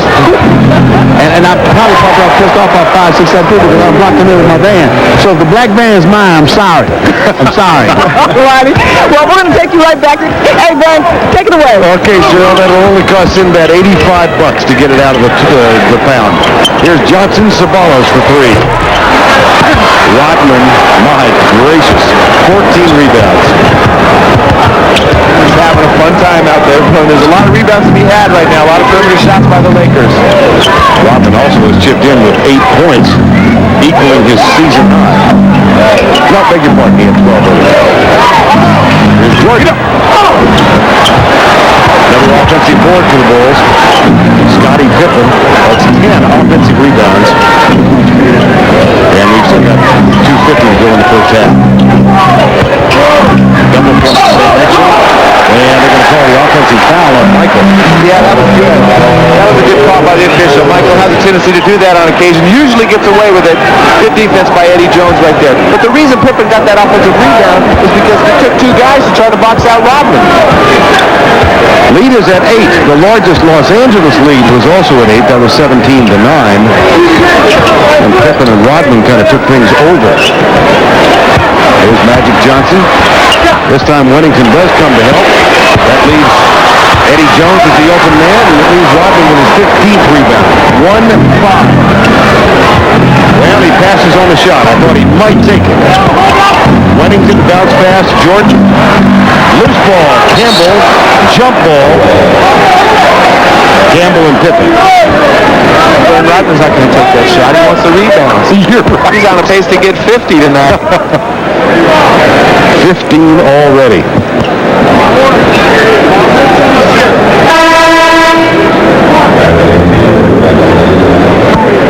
He knows he has a lot of rebounds as well. He's not going to get involved in the rotations, and he's not going to shoot any on the perimeter. He's going straight to the boards tonight. Eddie Jones will sit down, and Anthony Pindar comes on. 2:12 to go before halftime. That one's going to be off Sabala, so Chicago will control it.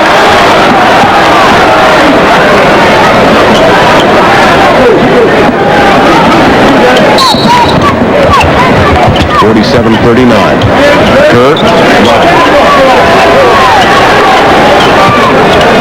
Pippen has 17 so far. Wennington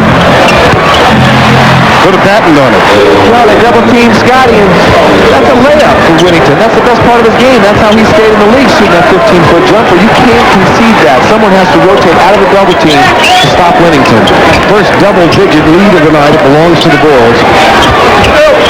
A 16-6 Chicago run. Campbell goes to his right and takes the left-handed shot, and Michael Jordan brings it down. Here's the pass to Pippen, back to Kerr, and he takes the jumper, got it.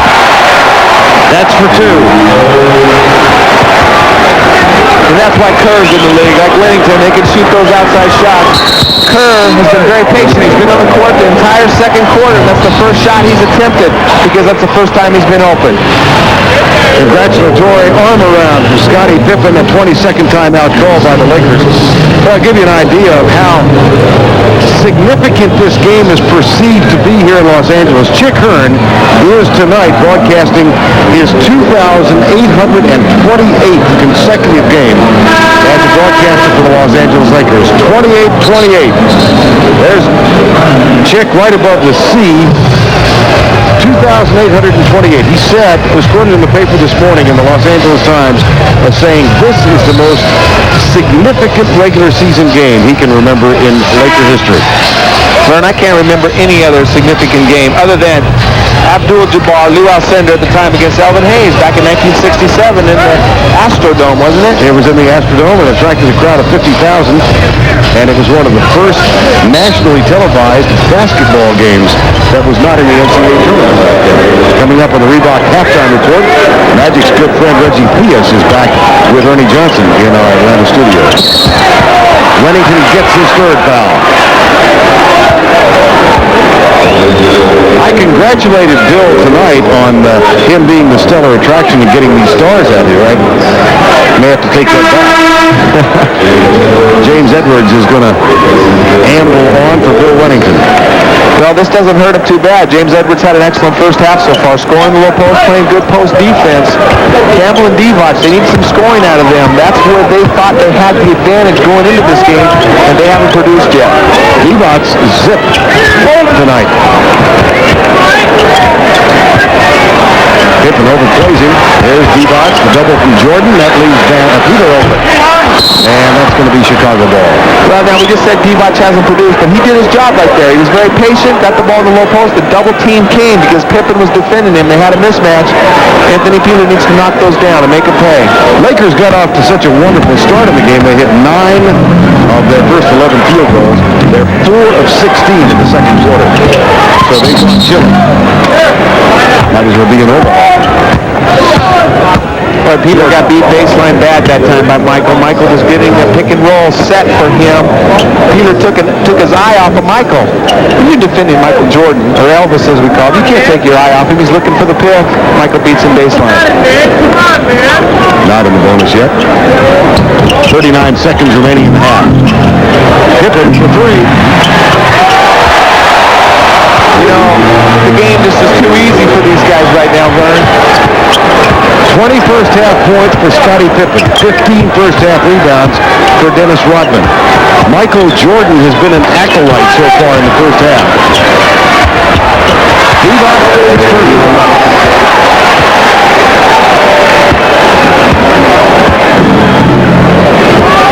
Well, they're going to play for the last shot.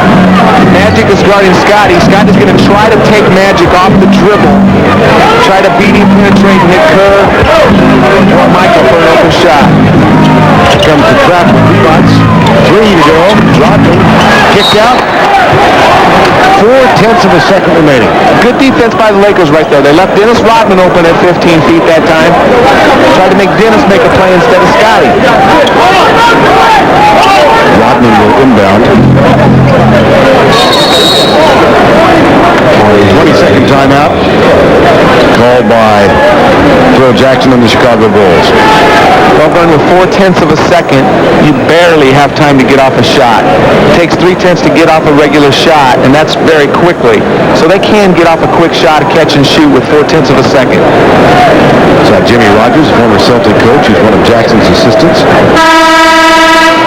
Had a lot of good years with Jimmy in Boston. Won a couple championships with him in 84 and 86. Was on K.C. Jones's staff and did a great job as an assistant coach there. And Magic Johnson. There's Jimmy Rogers. Magic was 16 minutes in the first half. His son Matt was a heck of a college quarterback at Iowa. Yes, he was. And we used to go watch him play at Walpole High School when I was with the Celtics. McHale and I would go over there and watch him play. I was trying to recruit him to be a BYU quarterback, though. What a count it had it gone.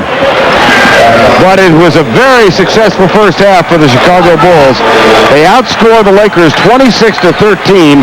Michael Jordan has 12 relatively quiet points. Magic Johnson finishes the first half with 7 points. The story in the first half, at least for Chicago, Rodman with 15 rebounds, Pippen with 20 points. All of that adds up to a 13-point Bull lead. The Reebok Halftime Report is brought to you by Reebok. Come see how the game is played on Planet Reebok. The eyes of the NBA on the form, and on this man, Michael Jordan, 12 points in the first half for the Chicago Bulls. And they're on this man, Magic Johnson, his second game back, going with the left hand over the worm in the paint, 2 of his 7 first-half points. But it's the Chicago Bulls with a 54-41 lead at the Great Western Forum over the Lakers. Ernie Johnson and Reggie Theus in Atlanta with the Reebok Halftime Report. As we surmised, it would not be as easy tonight for Magic Johnson as it was against Golden State the other night, not with the 40-3 Bulls in town. Well, you know, Rodman said that he was going to go at Magic, and he's really gone at Magic. 15 boards and 8 points. That's a big night for him. The Lakers played inspired basketball, but the Bulls, they can go at you so many different ways. I mean, Jordan having a subpar first half. For him, Scottie Pippen, 20 points. Magic Johnson, nearly a triple-double in his first game out against Golden State the other night. 7 points, 1 rebound, no assists here. Yeah. Why has it been tougher for him to get on the floor tonight, Reg? Well, it's a tougher opponent, first of all. And, you know, Magic is going to go through a period of time where he's going to have some problems. I think Henderson on the boards tonight, too. Well, you know, like I said, he's never been a guy who could really jump. And Rodman knows that he doesn't have NBA legs yet, so he's going at him, and he's going at him hard. Magic has been caught flat-footed quite a few times. You still feel the Bulls are ripe for the picking tonight in this game? I still feel it's possible. The Lakers are going to have to play some pretty good basketball. Yeah, they are down big at halftime, 54-41. The Reebok Halftime Report will continue in just a moment. One thing we have seen tonight out of Magic Johnson, something we didn't see the other night. He connects from three-point land. We've seen this a lot in years past. This is his first tonight. Looking very much like a team that's won 17 in a row. 54-41 the lead at the Forum over Magic Johnson and the Los Angeles Lakers. And we're to posting the 3rd best record in the NBA. Orlando's beaten everybody in the East at least once, except for the Atlanta Hawks, who beat the Magic without Shaq by 33 and by a dozen with the big guy in there. Both of those games were in Atlanta. Tonight, though, we are arena-bound. Lenny Wilkins meeting up with Brian Hill and Brian Shaw going up top to the big guy, Shaquille O'Neal. Atlanta's got an answer. Mookie to Stacey Augmon. Nice catch lefty and throws it down. Now we go late in the half. And here's a sweet feed by Benny. You cannot blow that layup. Nick Anderson, it does skip the roll. 51-38 is the Orlando lead at the half. Stacey Augmon led Atlanta with 21, trying to keep him close in the 3rd period. He slices and dices and makes hundreds of julienne fries in seconds. Shaq not wearing the protective pad on the hand tonight. And he goes big time, 81-62 on the feed from Dennis Scott, the big guy again right through the paint. It's 99-80. The finishing touch from Penny Hardaway. Magic with a 21-point lead. They cruise home to win it 108-95. Shaq, 25 points and 16 boards. He's only hit 9 out of 33 free throws in his last 3 games. But you talk about cold. Mookie Blaylock, 2 out of 14 from the field tonight. 6 out of 37 in his last 3 games. That is 16%. The Hawks have lost 3 in a row after winning 10 in a row. Boston and Indiana at Market Square, and the Pacers just keep on rolling at home. That is 16 straight as they hand the Celtics a 116-108 loss. Rick Smits, the Dutch boy in the paint, knocking down 31 for Indiana. Portland and Washington playing at U.S. Air tonight, and the rookie, Juwan Howard, the all-star reserve, not the rookie, but a second-year guy. He's got 26 tonight. Muris on 21 and 16. 10th double-double in the last 14 games. 22 wins for the Bullets now. They had 21 all of last year. Phoenix and Cleveland, this was game 1 of our TNT doubleheader, and it was no contest. All the Cavaliers starters hit double figures. They beat Phoenix 107-85. Chris Mills led them with 23, and Danny Ferry had 22. Minnesota and San Antonio, that is 14 straight losses in San Antonio for Minnesota. David Robinson, 21 points, 10 boards, 8 blocks to 101-90 win for the Spurs. And Chicago and the Lakers is the game you're watching right now on TNT. In the first half, Michael going right between Magic and Eldon Campbell for a couple. Bulls leading big. It's been a long time since the Clippers won a game at Utah. In fact, they were still playing at the Salt Palace when that happened. They are winless at the Delta Center and remain that way tonight, 122-113. Not only did Stockton have 31 points, the mailman had a triple-double. 27 points, 15 boards, 10 assists, the first career triple-double for Karl Malone. They've won 4 in a row, and the Clippers have lost 4 in a row. The New Jersey Nets and the Vancouver Grizzlies, they're in the third period. It's a 10-point New Jersey lead over the Grizz. This is the first time these teams have ever met. It's an emotional night. Toronto and Golden State, they have reached the half, and it's the Warriors, the first victim of Magic Johnson in his return, 64-53 as they lead the Raptors. Reggie Theus, inside the NBA. Almost forgot. That's coming up. That's why you're here, in fact. After the game, we'll take a look at everything in the NBA on inside the NBA. How about the second half of this game now? Bill Harris's guys down 54-41. What's he telling them at halftime? Well, first of all, I think he's telling them that they have to keep, should have been all-star Dennis Rodman off the boards because he's been killing them. The main thing is they have to keep touch with the game because in the fourth quarter they got to give themselves a chance to win. Credit the Chicago Bulls. A very emotional night at the Great Western Forum. A veteran team. You're kind of just saying, hey, we're not going to get caught up in this stuff. We're going to go to work. It's another day at the office, man. What can you say? I think that the Bulls have weathered a very nice storm, but I know Phil Jackson is concerned with one thing. Keep the crowd out of it and don't let the Lakers start playing any type of inspired basketball. You look ahead to Magic Johnson's world this weekend. He's got Karl Malone and the Utah Jazz on Sunday. Is that the first real test for him, or do you consider the Rodman thing here? I think that the Rodman thing has been a great test because Magic has got caught flat-footed several times playing against Rodman, but going against a guy who's going to take you down low and be offensive-minded every single time down court, that's a test. That's what Magic has to look forward to Sunday night when Utah visits the Great Western Forum. Dennis Rodman, by the way, 15 rebounds in the first half. In 28 of his 32 games, he's got double-digit boards. Scary. Bulls on top. Third quarter coming up. The Reebok Halftime Report has been brought to you by Reebok. Come see how the game is played on Planet Reebok. Back at the Great Western Forum in Inglewood, California, ready for the start of the third quarter. Chicago outscores the Lakers, who got only 13 points in the second quarter. They find themselves down by 13. Let's check in with Cheryl Miller. Coach Harris, the first half, it has to be Scottie Pippen and Dennis Rodman on the board. Yeah, well, they've been tremendous. And on our end, we haven't converted our fast breaks. We've had 14 tries and only cashed in 4 times. Then our big people have got to be much more aggressive to take the ball right to the basket.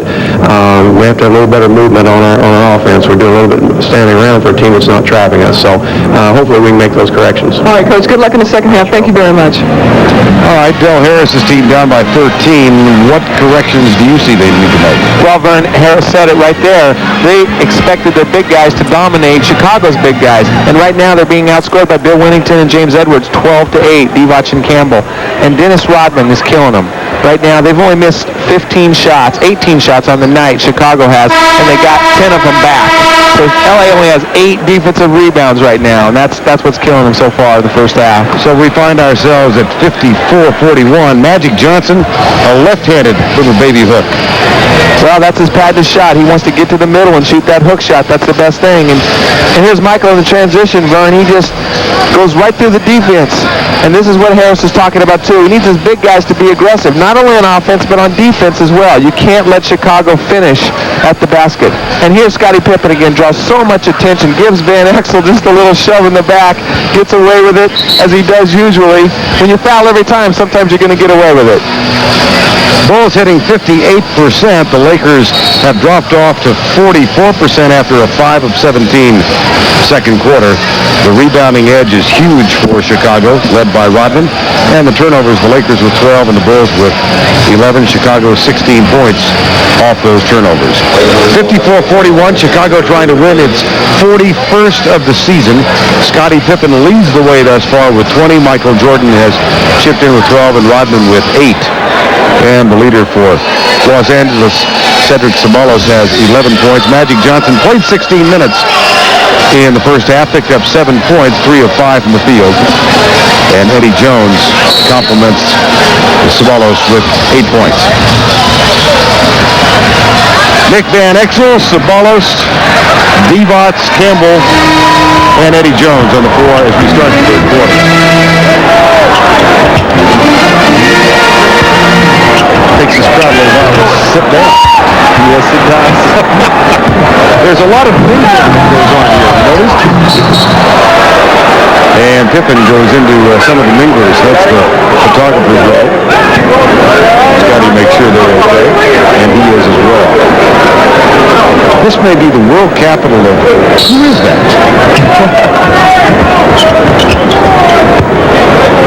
Michael Jordan? Pippen.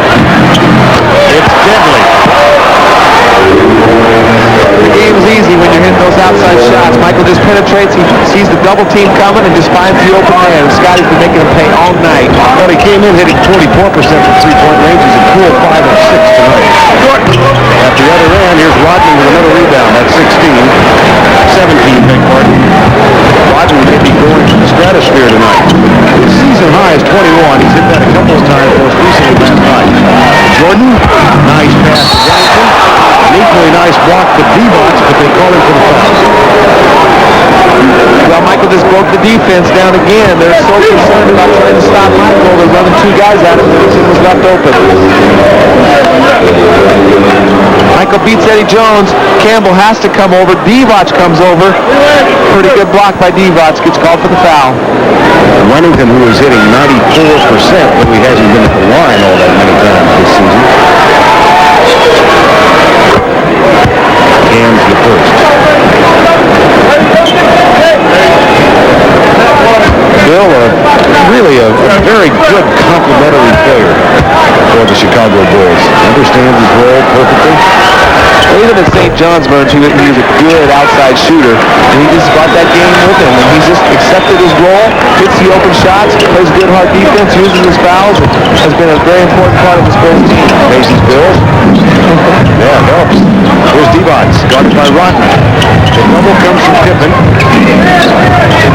5 on the shot clock. Van Exel off the dribble, dishes. Nice play. Well, that was a good drive by Van Exel. They doubled down on Divac. He had to give the ball instead of selling for the outside shot. He took it to the basket, penetrated against Chicago's defense. And I think that's what more teams have to do. I think that's what Chicago's vulnerable because they don't have a shot blocker. Jordan. Here's Van Exel, goes by Jordan. And draws the foul. That's the second on Michael Jordan. Well, the Lakers need Eddie Jones or Van Exel or somebody to really step it up. And those guys can get hot and carry the team, particularly Van Exel. He can get hot and carry this team. He's done it on many nights. And they need somebody to do that. Right, he did it in the playoffs, of course, last year, memorably against Seattle. Got off to a slow start this season, but has been playing very well of late. Here's Campbell. Got the pass underneath. Divac, no, Rodman with another rebound. 18. Remington. Divac flies in his face. The shot is missed. And the Lakers try and get it. It'll be Chicago ball. Michael got away with a push on Van Exel. Van Exel had position on him. Michael pulled him away. That's why Van Exel's arguing. He got a technical foul on him. Del Harris picks up the tee.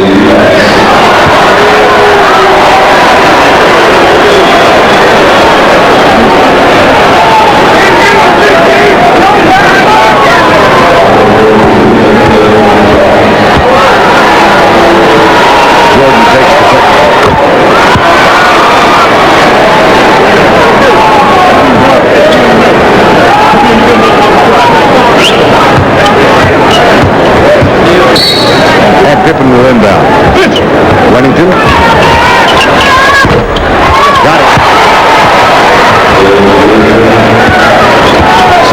43.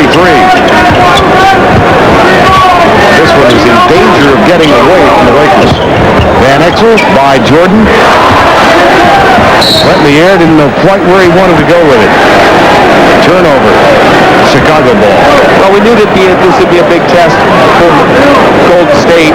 This is different than Golden State. The Bulls, obviously, they're playing a lot different defense. They only scored 43 points in this game. They had 43 points in the first quarter last game. Right, they had 72 at the half against Golden State. Rodman guarded by Campbell. Dennis may be going for a double-digit night scoring the ball. He has one triple-double this season. Everything is going my way. They just can't keep them off the boards. They're just too athletic, too active on the boards for the Lakers right now. Timeout, L.A. 9:04 to go third quarter. The Bulls up by 20. What makes them so good? Well, listen to Magic Johnson. What makes them tough is this. They're the best passing team in basketball. They're the best defensive team in basketball. Okay? We got those two. Then their will to win is higher than everybody else's. And the last but not least, as you well know, and Danny, they know how to win. Okay? So when you set everything aside, man, best passing, best defense, you already know what they got on offense. I don't need to tell you that Michael Jordan is the best player in the world. Scottie Pippen is the best all-around player in basketball. Then you got the best rebounder. Goodness gracious, what else? I mean, man, you know, they should be 39 and whatever. You know, I mean, these guys, though, what I see in their faces is that they want to win, and they know how to play their roles. It's like the great Celtics team when I played with Danny and Larry, the Laker teams. That same thing, the eye of the tiger. We know we're good. We know we're the best. And tonight the Bulls are proving it. They're up by 20. That's for a second shot clock violation a moment ago against Los Angeles. Here's Jordan. Eddie Jones with a defensive job. Campbell comes in the dummy double team, and that's running to the corner. He's got 11 points. Had 14 last night. Bill started the first game of the season when Luke Longley was sitting out of suspension, and then he's had back-to-back starts now the last 2 nights. Sabalo's taken down hard. See, that's the difference right now between the Bulls' attitude right now. Sabalos goes in for a dunk, and then he has to go to the free throw line, get up off his back, and shoot 2 free throws. Michael Jordan goes in for a lay-in. He cruises on in and lays it in off the glass. 11-2 Chicago run in this quarter. They allowed the Lakers only 13 points in the second quarter. The former vice president of Los Angeles. Oh, did he retain his title? I don't guess. No, I don't think so. I think he's vice president of the team. Right. And of course had to give his, didn't give it back. He sold his 5% of the team back. He's vice coach, vice captain, still star player of the team.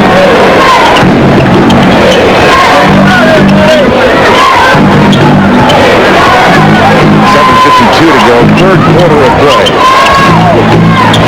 Pippen. Unstoppable tonight. Yeah, and Scotty says when he gets it going, he is unstoppable. And that's good defense by Sabalos. You got to play Scotty for the drive first, and he's got it going from the outside tonight. And on those kind of nights, he can't be stopped. 27 points thus far for Scottie Pippen. Melvin Campbell. Michael Jordan goaltending. Magic Johnson getting ready to come back on the floor. George Lynch also getting ready to come in for the Lakers. Lakers are going to try to change things up here. They've gone to their half-court trap. Chicago's a very good passing team. They got a mismatch. They got rebound on Jordan. Remington from Jordan. Off the the backboard. Rodman doesn't get the rebound. We're in the third quarter from the Great Western Forum. 7:05 remaining in the third quarter. Lynch and Magic Johnson come on the floor now for the LA Lakers. They were held to 13 points in the second quarter, tied at 28 at the end of one, with a 13-point halftime lead, and right now it's a 20-point lead for the Chicago Bulls, who come into the game 40-3. Van Exel gets two. Well, Van Exel got undercut on that shot, too. Wasn't very happy. Thought he should have gone to the line. The officials might have given it to him had the ball not gone in. Jordan pick and roll with Winnington.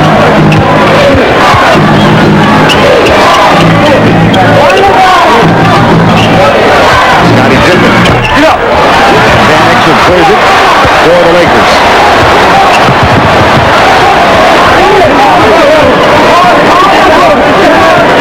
Johnson thinks about the three. Rodman comes out to contest it.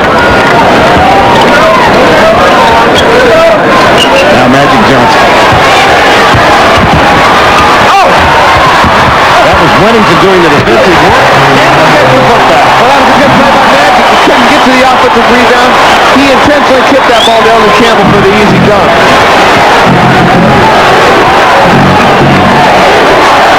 Jordan again. Crowd looking for a reason to get back into it. Lakers have scored 4.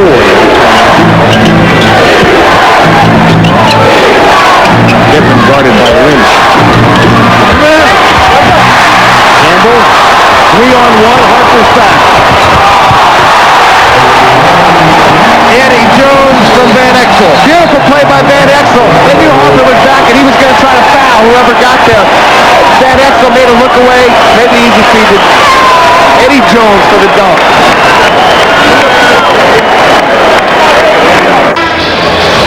8-0 run now by the Lakers. Let's take a look at the fast break. Well, right here, Scottie Pippen drives in, and really, the defense isn't what does it. He loses control of the ball. Campbell gets the outlet pass out to Van Exel, and Ron Harper's back in no man's land, trying to defend 3 guys running at him. He wants to make the foul, but Van Exel makes him guard him just to the last second, and Eddie Jones is a great finisher with great athletic ability. Nick Van Exel with 8 assists. We're back live now as Michael Jordan has it. Gets the pitch from Winnington. That leaves him open. Back to Harper. Pippen fighting for position. Gets the pass. Foul thrown on George Lynch. Well, that's the second time the Lakers have done that. They had Scottie would have caught the ball 25 feet away from the basket with 4 seconds left on the shot clock. You can't afford those kind of fouls. Steve Kerr's going to check back in for Ron Harper now for Phil Jackson. Well, this just makes it more difficult to double. Right now they're doubling Michael on the pick and rolls, rotating to Winnington. With Steve Kerr out there, that's just another guy you can't leave. Chicago has won 8 in a row on the road. Last defeat for them day after Christmas in Indiana. Jordan gets 2 more. And just because Steve Kerr was out there at the top of the key, Van Exel was not going to leave him. He was going to make Michael shoot that shot. Lead us back to 16. Johnson guarded by Rodman. Magic Johnson has played 18 minutes tonight. He's got 7 points thus far. Lynch? No. Rodman, another rebound. 19. Van Exel picks up Kerr.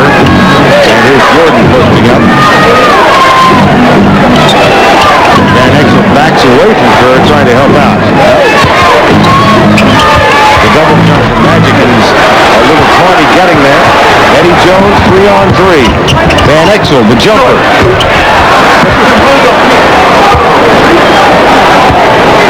Well, Dennis isn't happy about that. He had perfect rebounding position, and Michael out-jumped him for the ball. You were reading my mind.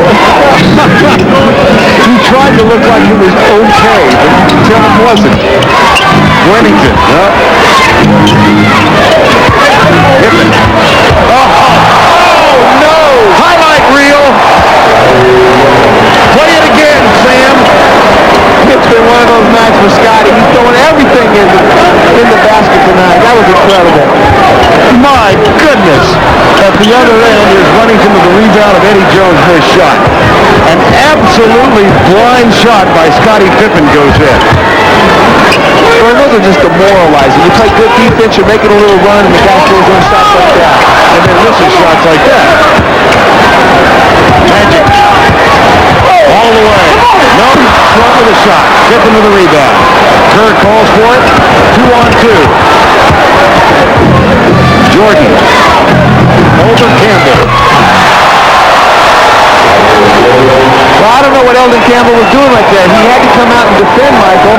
He didn't guard anybody. He didn't guard the basket, and he didn't guard Michael. Let Michael shoot a wide-open 12-foot jump shot.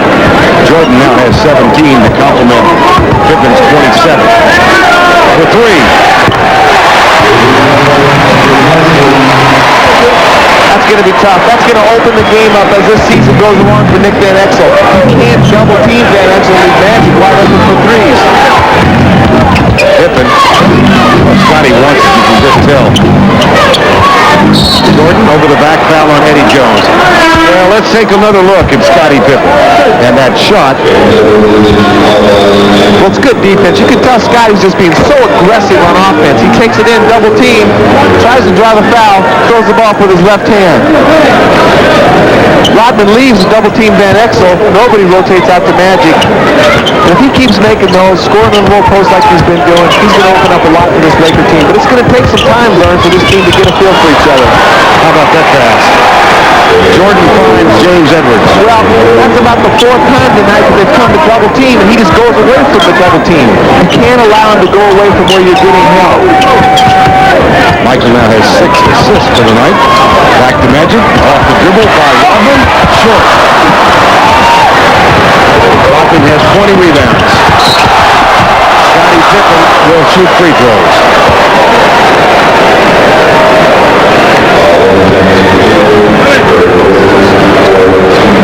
This is a good read by Magic. He catches the ball out at the 3-point line. He just gives a little head fake, which was the right decision. It looks like he's thinking about passing, and then nobody's open. He realizes he has to shoot. That's just from coming with playing with your teammates, knowing what they're going to do to get open. Rare misfires for Scottie Pippen tonight. Utah beat the Clippers earlier. Cleveland in a romp over Phoenix. San Antonio over Minnesota. Orlando won tonight over Atlanta. And Washington defeats Portland. Kerr, Pippen, Rodman, James Edwards, and Ron Harper now as Michael Jordan gets a rest. Scottie Pippen has 30 for the night.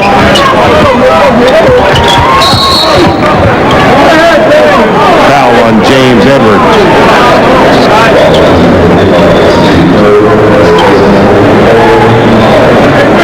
The Bulls this season, 107 points per game, that's first. Point differential is about 12.5. First in three-point percentage.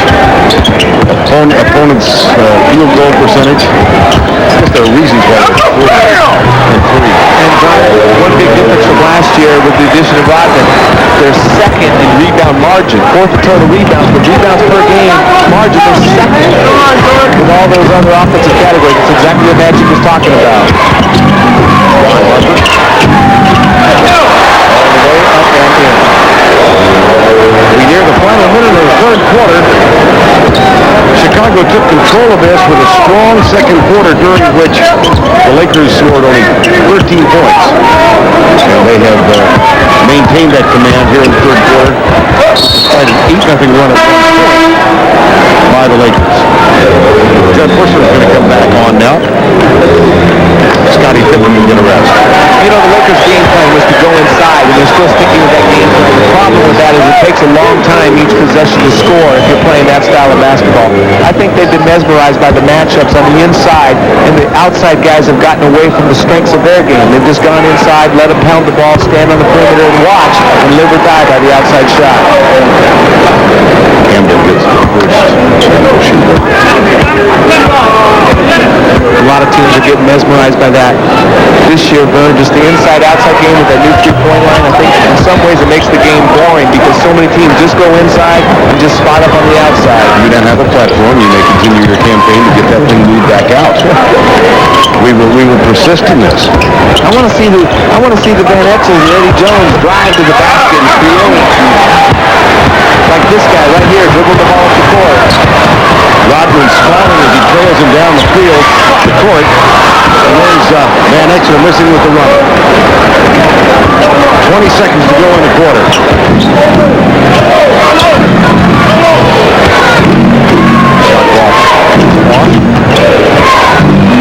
Kerr shadowed by Van Exel. Anthony Peter almost had the steal. Bushler. Rodman with a rebound that equals his season high of 21 rebounds, and he also goes into double digits with 10 points. And Scottie Pippen, 30 points, 12 of 21 from the field. It's been a bull show so far.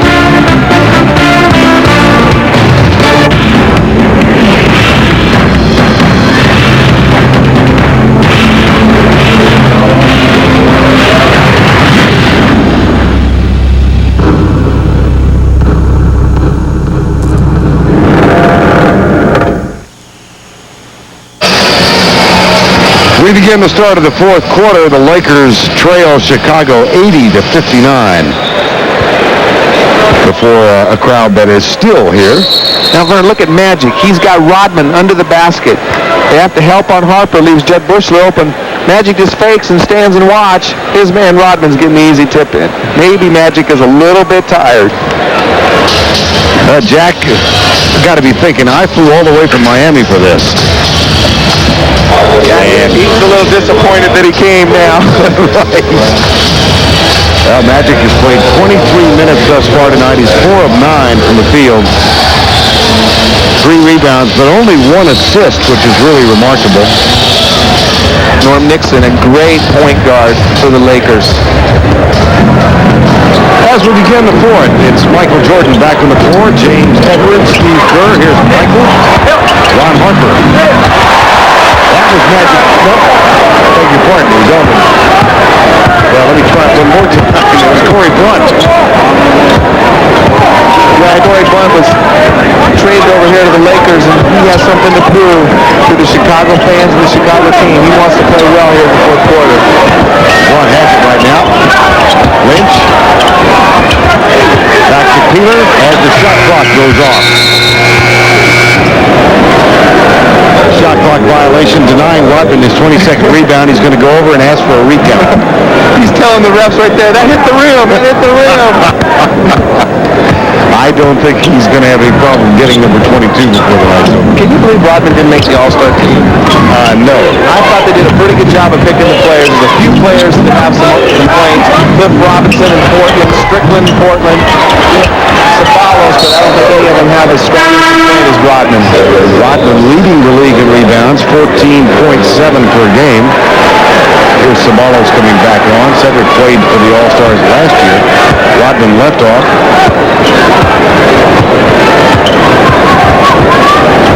He was a little upset by it, too. Yeah, justifiably so. He deserved to be on it. And, whether you like him or not, you hate to see it get involved with that, the politics of it. These guys are selected on the merits of what they do on the basketball court alone. Ron Harper gets those two. It's a 23-point lead. 10.5 to go. Peeler got it.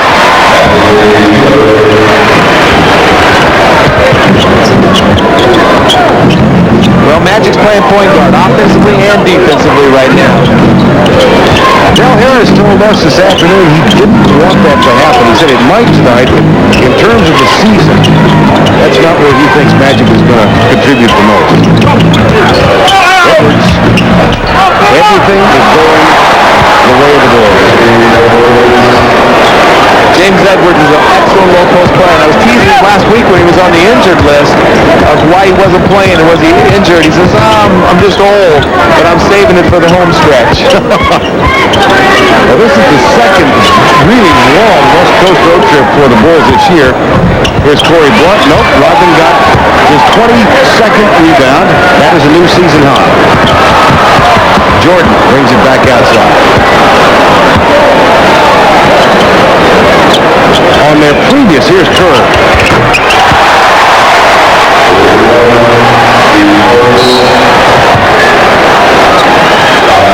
Steve Kerr's been shooting the ball so good from the three-point line. Magic was backed off him 4 feet. He hasn't shot a 3 all night, so he says, what the heck? With 10, and contrast that with Buddy Divac, who has only 2 for the Lakers, and the Bulls have won the battle in the paint on rebounds as well. Well, Chicago, among other things, chasing a record set by the 71-72 Lakers, who won 69 games. Jerry West was a part of that team, and he's with Cheryl Miller. Cheryl? Thanks a lot, Vern. Jerry, I know it's very difficult to try to compare this team with the 71 and 72, but how tough are the Chicago Bulls? Well, they're really a great team. They have 3 wonderful players at different positions, and they're all defensive players. In the game today, you rarely see 3 defensive players in the same team. These guys all play so well. I'm talking about obviously Michael, Scotty, and Dennis, and they're tenacious. They've done an absolutely wonderful job. I think they're going to win 70-some games. I really do. Where would you rank this team as far as the great teams that have played in the NBA? Well, it's really hard to tell because no one's even challenging. In this league today, there's only a few teams can challenge them. And I think in the past there might be a few more teams, but you can't demean what they've accomplished. This is a wonderful team, and as I say, they're terrific because they play so hard. They're fun to watch play. They got a much older team than us, and they just absolutely killed us with their energy tonight. What were your thoughts after Magic's game against Golden State? Well, I was really excited for him because, he's a wonderful player, and some of the things that he does out there, we're hopeful will help some of our younger players. But, his timing's a little bit off, but he's going to be a great impact player for us before the year's over. All right, thanks a lot, Jerry. Let's go back to you, Vern, Danny. Okay, Cheryl, you'd think with all that Jerry had accomplished here in the position he holds with the Lakers, he'd get better seats.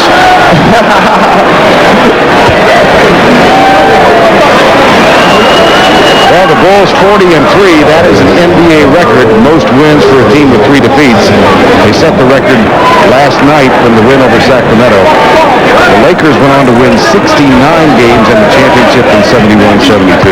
Learn, I'm becoming a believer of that 70-game thing. I mean, it's getting there. When they come on the road after winning so many games in the road and beat Houston, Sacramento, who's had a great year this year, and the Lakers with all the hype here without Kukoc and Longley, that's very impressive. Zavallos gets that one for the Lakers.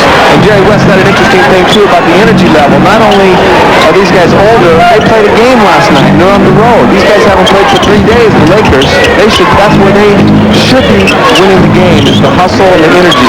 Well, here's something. They're 23-2 in back-to-back games this year, but the 2 defeats have come in the first games of back-to-backs.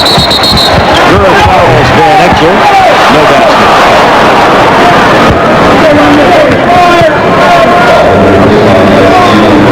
Well, coming up Sunday, more exciting NBA action. NBC will have a doubleheader for you, 1 o'clock Eastern, the New York Knicks against Indiana, and in Game 2, San Antonio against Orlando. Well, I think TV is going to allow Magic to take some time now and get his game ready.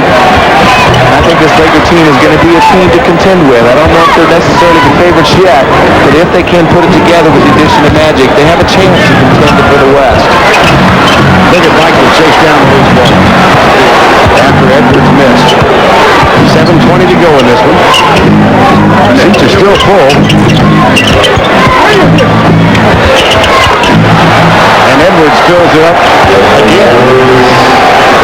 He can still score. He needs to play for at least 5 games until Longley comes back, and then he can go back in his rocking chair and wait for the playoffs. Magic foul.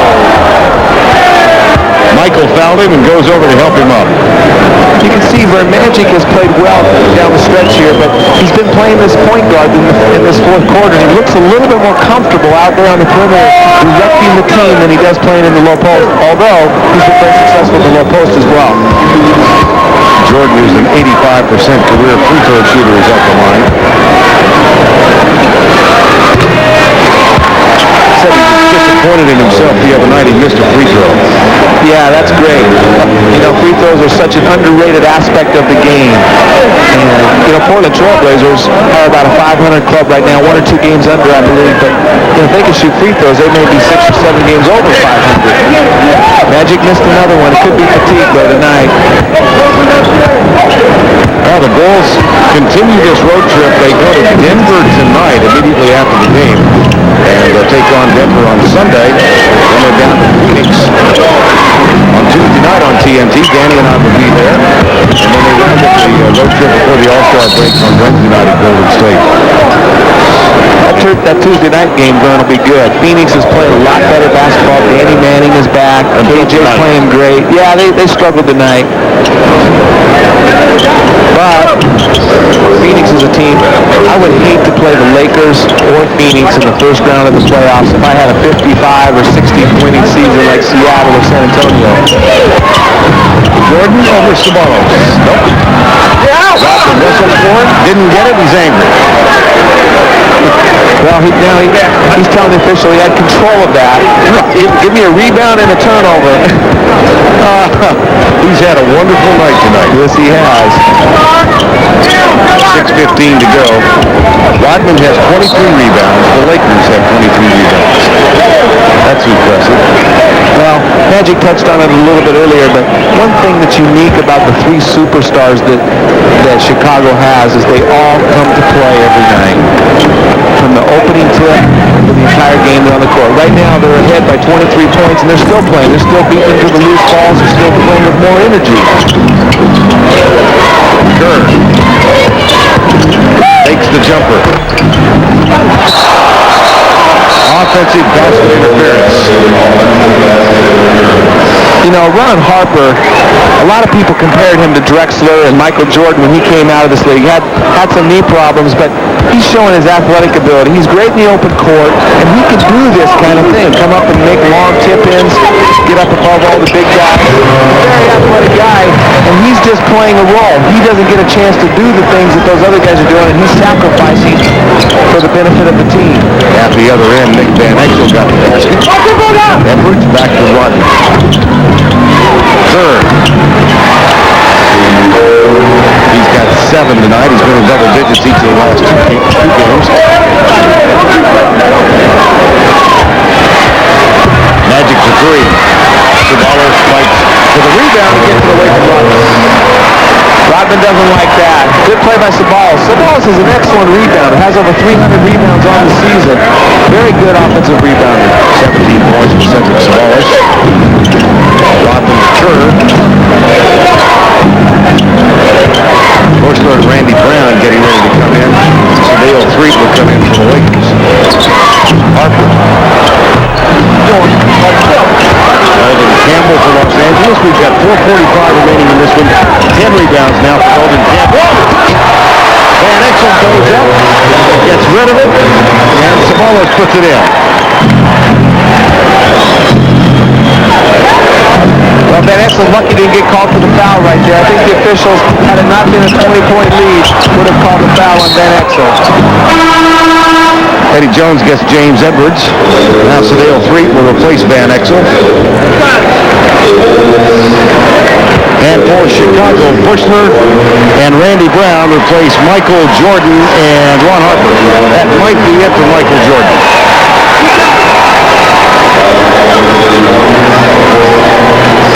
17 points.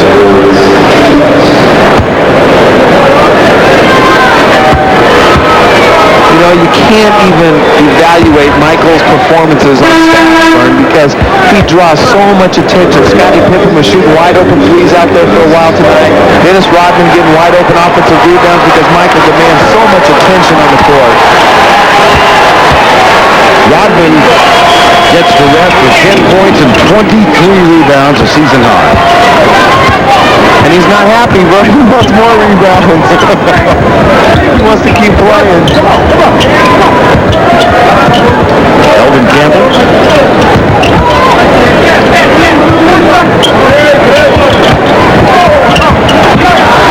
Bushler with the steal. 18 turnovers for Los Angeles. The Lakers are at home Sunday against Utah. A Utah team that is in a virtual tie with Houston and San Antonio for the Midwest Division lead. Kerr. Beautiful. Oh, you don't see Steve Kerr do that often. Beautiful crossover. I like Tim Hardaway right there. Takes the ball to that on defense. 21-point lead. And now, the Who Are They's leaders. Magic Johnson now with 15 points. Vernon, Magic hasn't been as impressive as he was the other night. I think simply because Chicago's defense really rose to the occasion of this game, and they're playing so good. But he still has been very impressive. Excellent in the low post. Dennis Rodman, one of the best defensive low post players, has not been able to stop Magic down there one-on-one. So when they get their chemistry and figure out who they are, and everybody starts playing well, this team will be tough. That was Jason Cappy with the last basket. Here comes Kerr. Cappy to his left.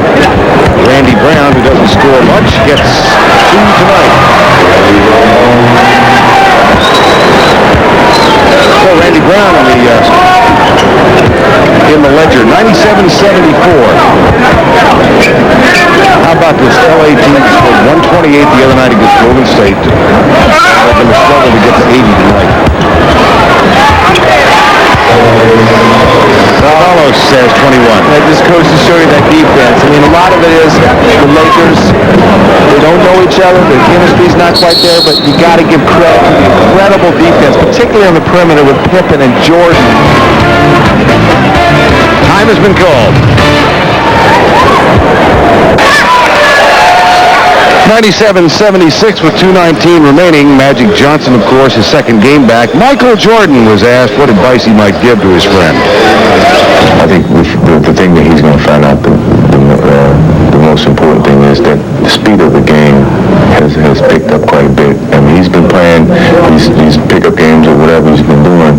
It's not the same intensity when you get back out here and you play with some of the best. So I think it's going to take him some time to get his timing back. You know, he may have one game here and the next game he can't get it together.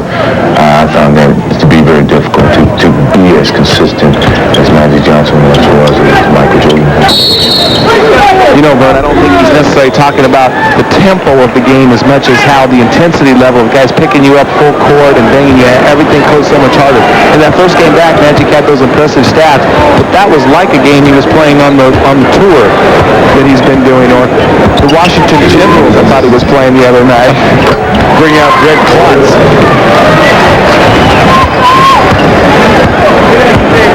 Well, Magic, 27 minutes in his first game on Tuesday night, 32 minutes tonight. 3 assists, 3 rebounds, and solid points.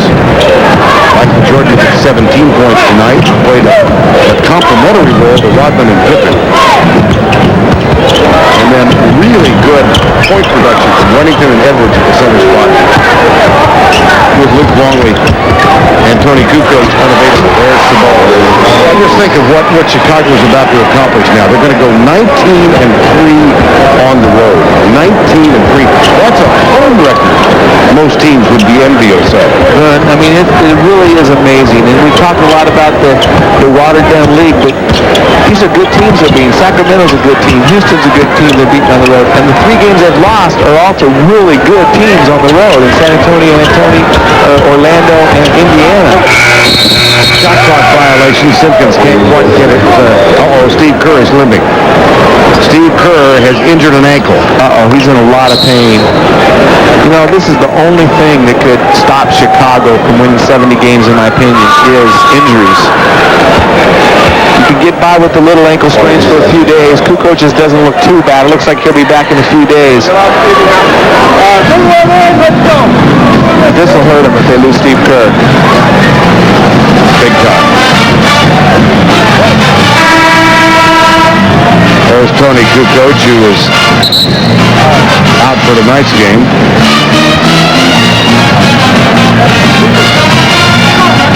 Pippen had 30, Rodman had 23 rebounds. And this one became a showcase for the Bulls when they ripped it open in the second quarter, limiting the Lakers to 13 points. There was a 13-point lead at the half, and it never got closer than 12 down the stretch. Steve Kerr wincing in pain. Well, somebody's got a boom box somewhere. I'm not sure where that came from. Danny, was that you? No, that wasn't me. Was that Sinbad rapping behind us over somewhere? That could have been. Jack's gone. Yeah, Jack left. I think he left at halftime. Charlie Sheen is still here. Hanging in there. Yep. Charlie machine is just sitting in the exit row. He's giving all the women kisses goodbye as they leave the arena. He was taking pictures. He's got his camera here tonight. Magic Johnson, 32 minutes in his second game. And the Lakers will see their four-game win streak come to a close tonight. They've won 4 in a row 3 different times this season. And they continue the homestand against Utah on Sunday night. Danny and I continue our travels with the Bulls as we see them in Phoenix. In between, they've got the Sunday game in Denver. Bushler, Simpkins, Randy Brown from the corner. Nope. And Samoa brings it down. Final 35 seconds of this one.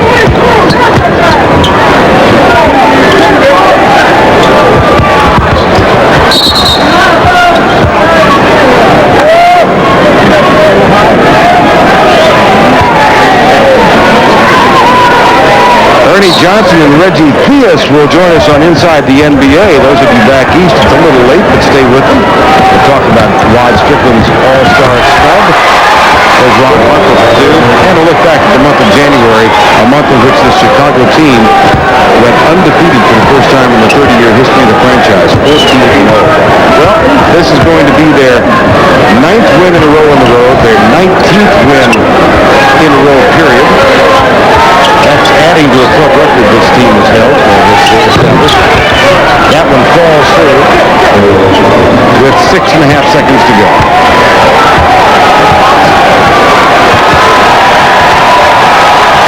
The Chicago Bulls are 41-3. Michael Jordan with 17 points. Scottie Pippen, though, had 30. Dennis Rodman with 23 rebounds. And the Bulls win it big as Magic and Michael share a moment. A not-so-private moment. And we'll be back with Scottie Pippen right after this message. Bulls win at 99-84, and again they display their diversity. They had Pippen scoring, Rodman rebounding, and Dennis Rodman is with Cheryl Miller. He can continue to get the job done day in and day out. It's not a career high, it's like a season high.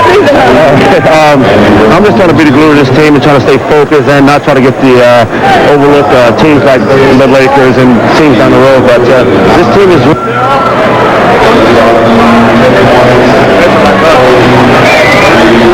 You know, Dennis, I know that you're having a tremendous, and I know not making the All-Stars has been a little unsettling for you. How do you keep that from being a distraction? It's not a distraction. It's a positive thing to me. It's a negative, but it's a positive, and I just keep going on and on. For 10 years, I've been doing the same thing, and I just hope that one day that people will respect what I'm doing. Well, I certainly do respect you. Congratulations in the game. Good luck the rest of the season. Thanks a lot, Dennis. Hello, Alexis. Back to you, Barry. All right, Cheryl, thank you very much. We've been joined by Scottie Pippen. It was a very special night, and you stepped forward and had a very special evening. Well, it was great. You know, I knew the whole game would be built up around Michael and Magic, and it would give me an opportunity to put on my little show on the side. Hey, Scottie, the thing that amazed me about the game tonight was your guys' energy level. You had a game last night. You're older than the Lakers. They've had 3 games off. What makes it so special? I mean, you guys have so much energy. Well, I think last night's game was a tough game, but we were able to, send our starters to play heavy minutes. We were able to get to rest as we did tonight. We took care of business late in the fourth quarter in Sacramento, and guys got rest, and we came out with great energy tonight, and that's something this team has really been striding on, is really being able to come back after back-to-back and have some energy. Right here, we got a great move that you're making here. Yeah, where did this come from? I just had to pull that out of my repertoire. I thought I had to foul, and I just kind of threw something up, but I didn't get the foul, but I was able to finish the shot. Well, it was kind of that night, wasn't it? That kind of night, wasn't it? Yeah, it was that kind of night. You feel you got a good flow going, and everything was dropping for me, so, I just threw some garbage up there, and it fell too. Hey, Scottie, we were trying to show off. It was Magic's night. Magic's night in the forum. You were trying to outdo Magic. Tell the truth. Well, I think the focal point tonight was Magic and Michael, and we didn't want to get caught up in that for the team aspect, and we wanted to come out, move the ball, and play well as a team, and not really give Michael a lot of isolation. It's pretty sure that's what the fans here in the forum wanted to see, but we didn't want to get caught up in that, and, we tried to stay with our game plan. Congratulations, Scottie. 30 points, another victory for the Bulls. They're 41-3. It's been a magical tour through the West. Michael and Magic, and the night has come to a close. We'll be back in just a moment.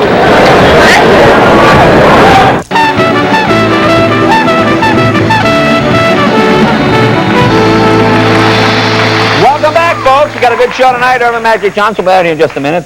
One of the stars of Beautiful Girls, the lovely Lauren Holly, and of course the music of Tori Amos. Let's get right to it.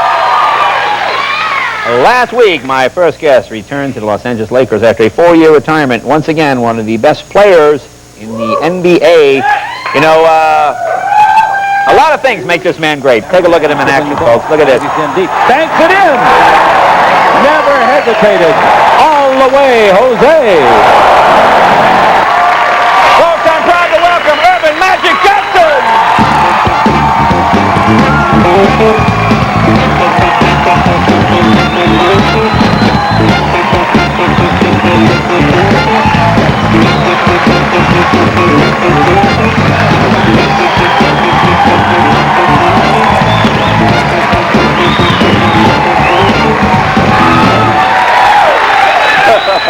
Good to see you again. Have a seat.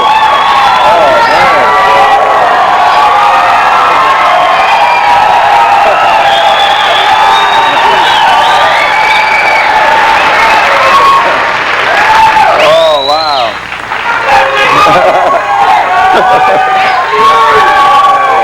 Good to see you. Good to see you. Good to see you smiling. Look like a man who's on top of his game. You look like you're enjoying yourself. I really am. Describe this comeback feeling. I mean, it must be. I mean, all the highs in your life and all the things. I mean, last week when you played that game, you just seemed nothing could stop. Yeah, it was a high that probably I can't even describe in words. It's like you're coming home and you had missed something like I did for a long, long time, and knowing that I should have been out there before. But it was the sweetest feeling that I've had since, like, you get married, you have children, Olympics, things like that. Right, it was all those combination of things together in one evening. Were you nervous before the game? Did you think? Because I know for myself, if I go like a week or 2 weeks without doing a show as a comedian, I think, I'm going to screw up. Is that without talking, you talking about? Oh, well, sort of. I mean, no, really, it's true. But, you know, I mean, you like that. If you don't perform for, 4 years is a long time. Did you think to yourself, well, what if it doesn't happen? Yeah. What if I... Do you still have it? Yeah. Oh, of course. But I had been working out since I've been retired for 4.5 years. I've been playing, though. Yeah, why? Yeah. And I've been working out. And the main thing is that I know how to play basketball, and I love to play it. Yeah. So you just had to get back out there and get your game senses. See, the key is just getting back, getting in shape, which I'm not, because you're playing in the NBA, which is the highest level of basketball. Then you also had to get your game senses. And so when I got knocked around and when Dennis grabbed me and slammed me, then I knew I was back in the NBA. That helped you realize, oh, I'm back. Because, were you, afterwards, did you go, woo? Were your legs thinking, this is a lot more work than I remember? That's got to come back. Of course, no question about it. All those things, come back, but you were happy that you were tired, that you were beat up. Yeah. And the whirlpool the next day got a lot of work because I was in that whirlpool. How about the other guys, the players' reaction? What was their? Other players were elated. They were happy. They were going crazy. And Coach Harris was happy. All the guys, they were really happy. That's what they told you? Oh, that's what they told me. After you left, people say different. After practice, I went down the other night with a camera. I just wanted to talk to some of the guys after you left. And I just, just to get that kind of off the cuff, they just worked out with, well, here's what they had to say. Take a look. Magic who? I had a bigger smile on my face than Lisa Marie's mom. When did Magic come back? With all the extra weight he's put on, his nickname should be Magic Mountain. I'm excited. I never got a chance to play with him. I just remember him from the first 2 seasons, White Shadow, and he was good. See an old man come back like that gives hope for Bob Dole, doesn't it? Magic? Well, yeah. I'm glad to have him back. Finally somebody my own age to talk to.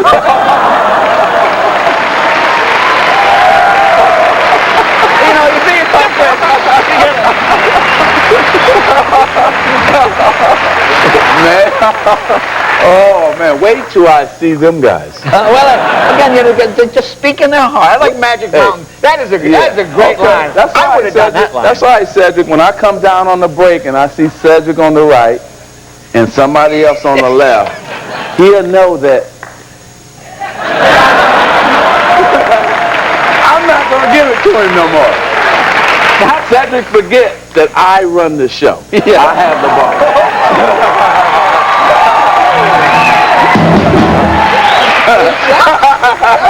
Got that little competitive edge there. Just a little. Just a little. Now, how about your son? Now, how old is Irvin now? 3. He said, okay, so obviously he never really saw. Yeah. I didn't want him to listen to Jay Leno like 5, 6, 7 years from now, and Jay would be talking about, this old guy named Magic Johnson. He used to play in the NBA. Yeah, the old fat guy. Old and fat. He used to play in the NBA, so my son may be watching, and he'd be saying, man, but I never got to see Daddy play. So now he'll be saying, hey, I saw my father play, and whatever else he adds in there. But I wanted him to see Daddy play, and I think that was important. Yeah, I know your daughter too. So it's been beautiful, The little picture that they had of Cookie and him in the paper, he took it to class and they put it up for him and everything. So it's been really beautiful. Daddy, when's the next game? Now he wants his picture to be in the paper every day. Right? Hey, like father, like son.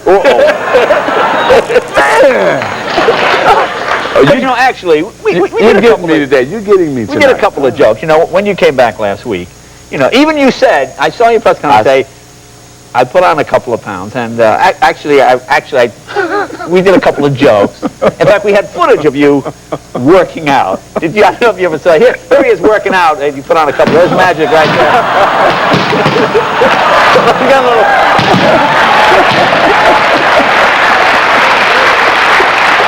Oh my goodness. Boy. But you know what? That's all right. You gotta have a sense of humor. Right. I got a sense of humor, but I'm a revengeful person. Really? And I got something on you. Oh, you have something on me? Yeah, I got something on you. We got this clip, this tape. What is this? What do you have? Check this out. Huh? You were about 22. Hi there. Does my job look easy? Well, it is. I'm sure every one of you out there has said to yourselves at one time or another, I'd like to be a member of a late-night television talk show audience, but I don't have the brain, skill, or coordination to laugh and applaud as a talk show host. Where did you get that? Where did you get that? Hey, that's like, wait a minute. So that's like a whole video. That's like 1972. Where did you get that? Okay, before I tell you where I got it, I'm not going to tell you where I got it. No, tell me where you got it. Tell me where you got it. Did you see Jay? Jay was a hippie in a leisure suit. If anybody had any fire close to Jay, the whole thing would have went up in flames. So where did you, tell me where you got that? I'm not going to tell you. Just tell me. Because obviously. No, okay, I wish this to you. What is Arsenio? I thought, something, I saw him backstage. He was the only one that would have that. He was the only, you paid him to bring that here. Big money. Big money. See, I can say, I am a revengeful person. Oh, now you're going to get me back. Because, we all started together. We all have these, like, tapes of each other. Right. But also, that's silly. I saw him. I said, yeah, he's back there. He's back there. Yes, he came, hang out, check out the show, make sure everything was right. I didn't see it. I didn't even know that it was around. That's 25 years ago. It looked like it. Now, where are you up to tonight? Where are you going, San Antonio? I'm going to San Antonio tonight, my wife and I, and we're going to go to the All-Star game. Which is on NBC? On NBC, on Sunday, yeah. Well, I must say, in all seriousness, it's really good to have you back. Thank you. And something about it, as I said in the beginning, which I screwed up, though, being a great player is like this much of it. Being a good guy and being a good role model and just being good for the game. There are people that are just good for the game, and they make people feel good about the game and about themselves. Thank you. God bless you, Magic. I know you got to run. You got to go. Magic Johnson. Be right back with Ron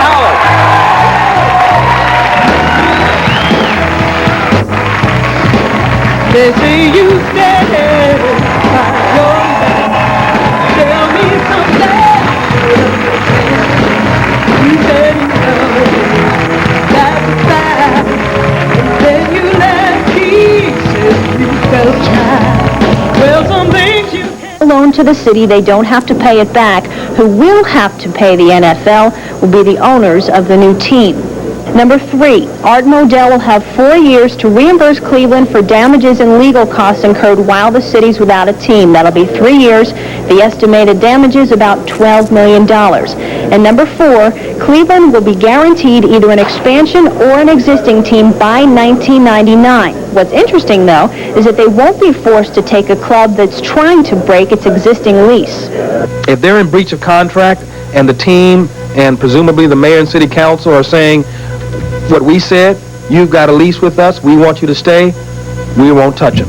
The Mayor White's quick to point out that this is only a tentative deal. On Tuesday, 23 of the 30 NFL owners will have to approve what White is calling a memo of understanding. Now, that shouldn't be too difficult because 12 of those owners are either on the stadium or finance committees that put this whole thing together in the first place. The rest of the timetable looks like this. February 23rd, they're hoping to have a complete deal done. That'll be voted on March 8th by the City Council of Cleveland and then hopefully approved by the NFL March 11th at the next owners meeting.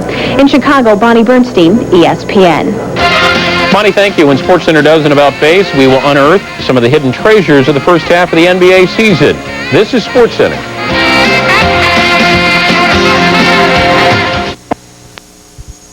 It's brought to you by McDonald's. Have you had your break today?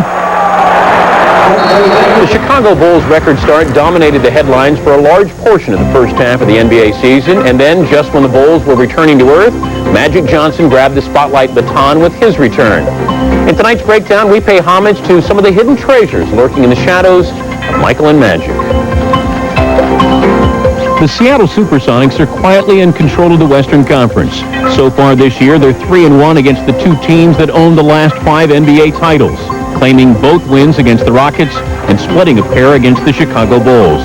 And though the regular season has never been the problem in Seattle, the difference this year in the postseason could be Hersey Hawkins. He's one of the best professionals in playing every player that I've ever coached. We've loved him. He's better than we ever thought he was, and he's had a great season. After an 0-7 start, a mere win looked like a lofty goal for Mike Fratello's Cavs. But since then, their season has been turned right side up. Perry for the tie, got it! Terrell for the win, got it! Cleveland ended the first half with a 4-game winning streak and are now 6 games over 500, with the 5th best record in the East. In their 46 games this season, the Cavs have allowed opponents to reach 100 points only 8 times. While their names are as big in international basketball as they are, big things were not expected from George Mirasan and Arvydas Sabonis. In his first year in the United States, Sabonis is shooting better than 50% from the floor. He also may very well be the best passing big man in the league. He's also second on the team in rebounds. As for Big George, he has emerged as a legitimate offensive threat, averaging 14 points a game while possessing the league's second-best field goal percentage. Toronto basketball fans weren't exactly enthused when Damon Stoudemire was their first-ever draft pick, but they've since warmed up to the rookie out of Arizona. The 7th pick overall is averaging 18 points a game and is 4th in the league in assists, dishing out 9 a contest. If Stoudemire can continue his strong play and wins the Rookie of the Year, he would be the lowest pick to win that award since fellow point guard Mark Jackson did it back in 1988 with the Knicks. Other hidden gems include the Pacers' home winning streak. 19-year-old Kevin Garnett, well, he's made a solid contribution to the Wolves. Jason Williams gives good quotes and ranks 6th in the league in rebounds. And Hubert Davis and Tim Legler are approaching an NBA record for three-point accuracy. Dan, the first eyewitness video of the crime in Denver is coming in now. That's the latest crime to afflict the Clippers. Mahmoud Abdul-Rauf, 13 in the first, 28 in the night, and more. Jalen Rose, D, who set up that previous one, he puts it home on the emphatic slam. 88-67 Denver. Then Doug Overton to Antonio McDyess, who says, "You drafted me, Clippers, and you did not keep me." First quarter, Abdul-Rauf hit 6 shots, 5 of them from 17 feet or beyond. A golf note, round 1 of the tourney at Torrey Pines. Tom Lehman, on the strength of Birds on 17 and 18, falls into a tie with Doug Martin and Kirk Triplett. Phil Mickelson, winner of 2 of 3 events this year, is at 68, 5 off the lead. Dan Patrick did not make this tournament. Coming up in progress, biscuits. We'll go to LA's building and see how they're faring against the Toronto organization. We have not had enough blood on this show tonight. Stay tuned for more.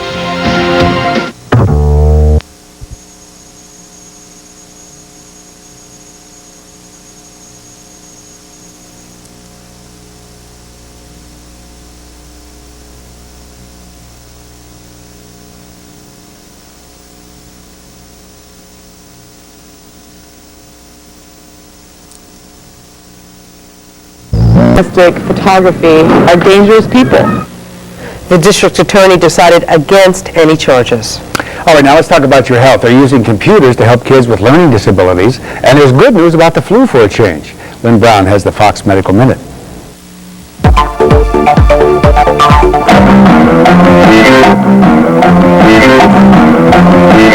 A breakthrough in the treatment of children with learning disabilities. A special computer helps these children to figure out sound differences. What we've found is there's a problem in the way in which their brain is organizing sounds. Researchers hope that this new therapy can be available to many children within a year. It is more common for teens with chronic illnesses to have eating disorders. Researchers say kids with diabetes and asthma are more likely to be bingers and purgers, unhappy with their bodies. More than 2 million 2-year-olds are vulnerable to bacterial meningitis because their shots are not up to date. Vaccination with the Hib vaccine could save your child's life. Check with your doctor. Most elderly Americans have some immunity to the type A Texas flu strain, one of the most common strains this season. The CDC says they've had it before. I'm Lynn Brown, and that's your Fox Medical Minute. All right, now let's give you a driving lesson. The odds are when you first learned, you were told to put your hands at 10 to 2 on the steering wheel. But that may not be so safe anymore. Why? Well, because of airbags. AAA now says move your hands to 2/4 to 3 or even lower. You should grip the wheel in this position. That way, in case of a deployment of the airbag, you would still be able to steer the vehicle. Now, the experts tell us that this position will keep the airbag from throwing your hands into your face. AAA also suggests that you move your seat back a little and give yourself a little more room between you and the steering wheel. Well, some of the hottest movies from last year are hitting the video stores, but you might not get all that you're looking for. We'll tell you why. To some, all the world is a canvas, but other artists think smaller. Would you believe fingernails? And up next, the Speaker of the Assembly in New Jersey faces his toughest challenge, a lawsuit accusing him of sexual harassment. You'll hear from both sides. Nick, what's cooking with the weather? Oh, we're not cooking at all temperature-wise, John. It's bitterly cold out there, and in fact, we'll show you on a wind chill chart. Top line is the temperature, the bottom line here, the sideline, and the wind speed. You put the two together right now in New York City, it's 12, but it feels like -10. And in the suburbs where it's close to 0 and the wind gusting at times to 20 miles an hour, you see how cold it can get, almost to -30. That's why we got to be careful tonight if you're going to be outside. I'll be telling you how cold it's going to get, and that snowstorm is looking interesting for Sunday. Stick around, the forecast is coming up.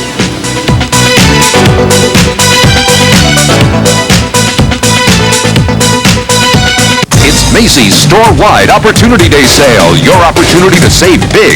Multi-million-dollar jewelry event. Save 50%, plus take an extra 20% off. $40 million coat clearance. Our entire stock of men's and women's coats, 30 to 50% off. Kids Basics, Levi's, Lee, Oshkosh, 20 to 50% off. Save on pillows, slip covers, bedding clearance, 50% off. Save on china, crystal, flatware, Oneida open stock, 50% off. Macy's Opportunity Day sale. Get it now before it's gone.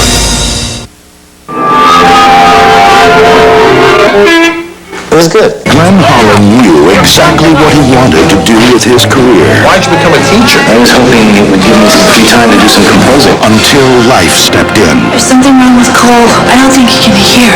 It challenged him. Why is every other child more important to you than your child? I'm a teacher. You are his father. I'm both. It pushed him. I will use anything to teach a student to love music.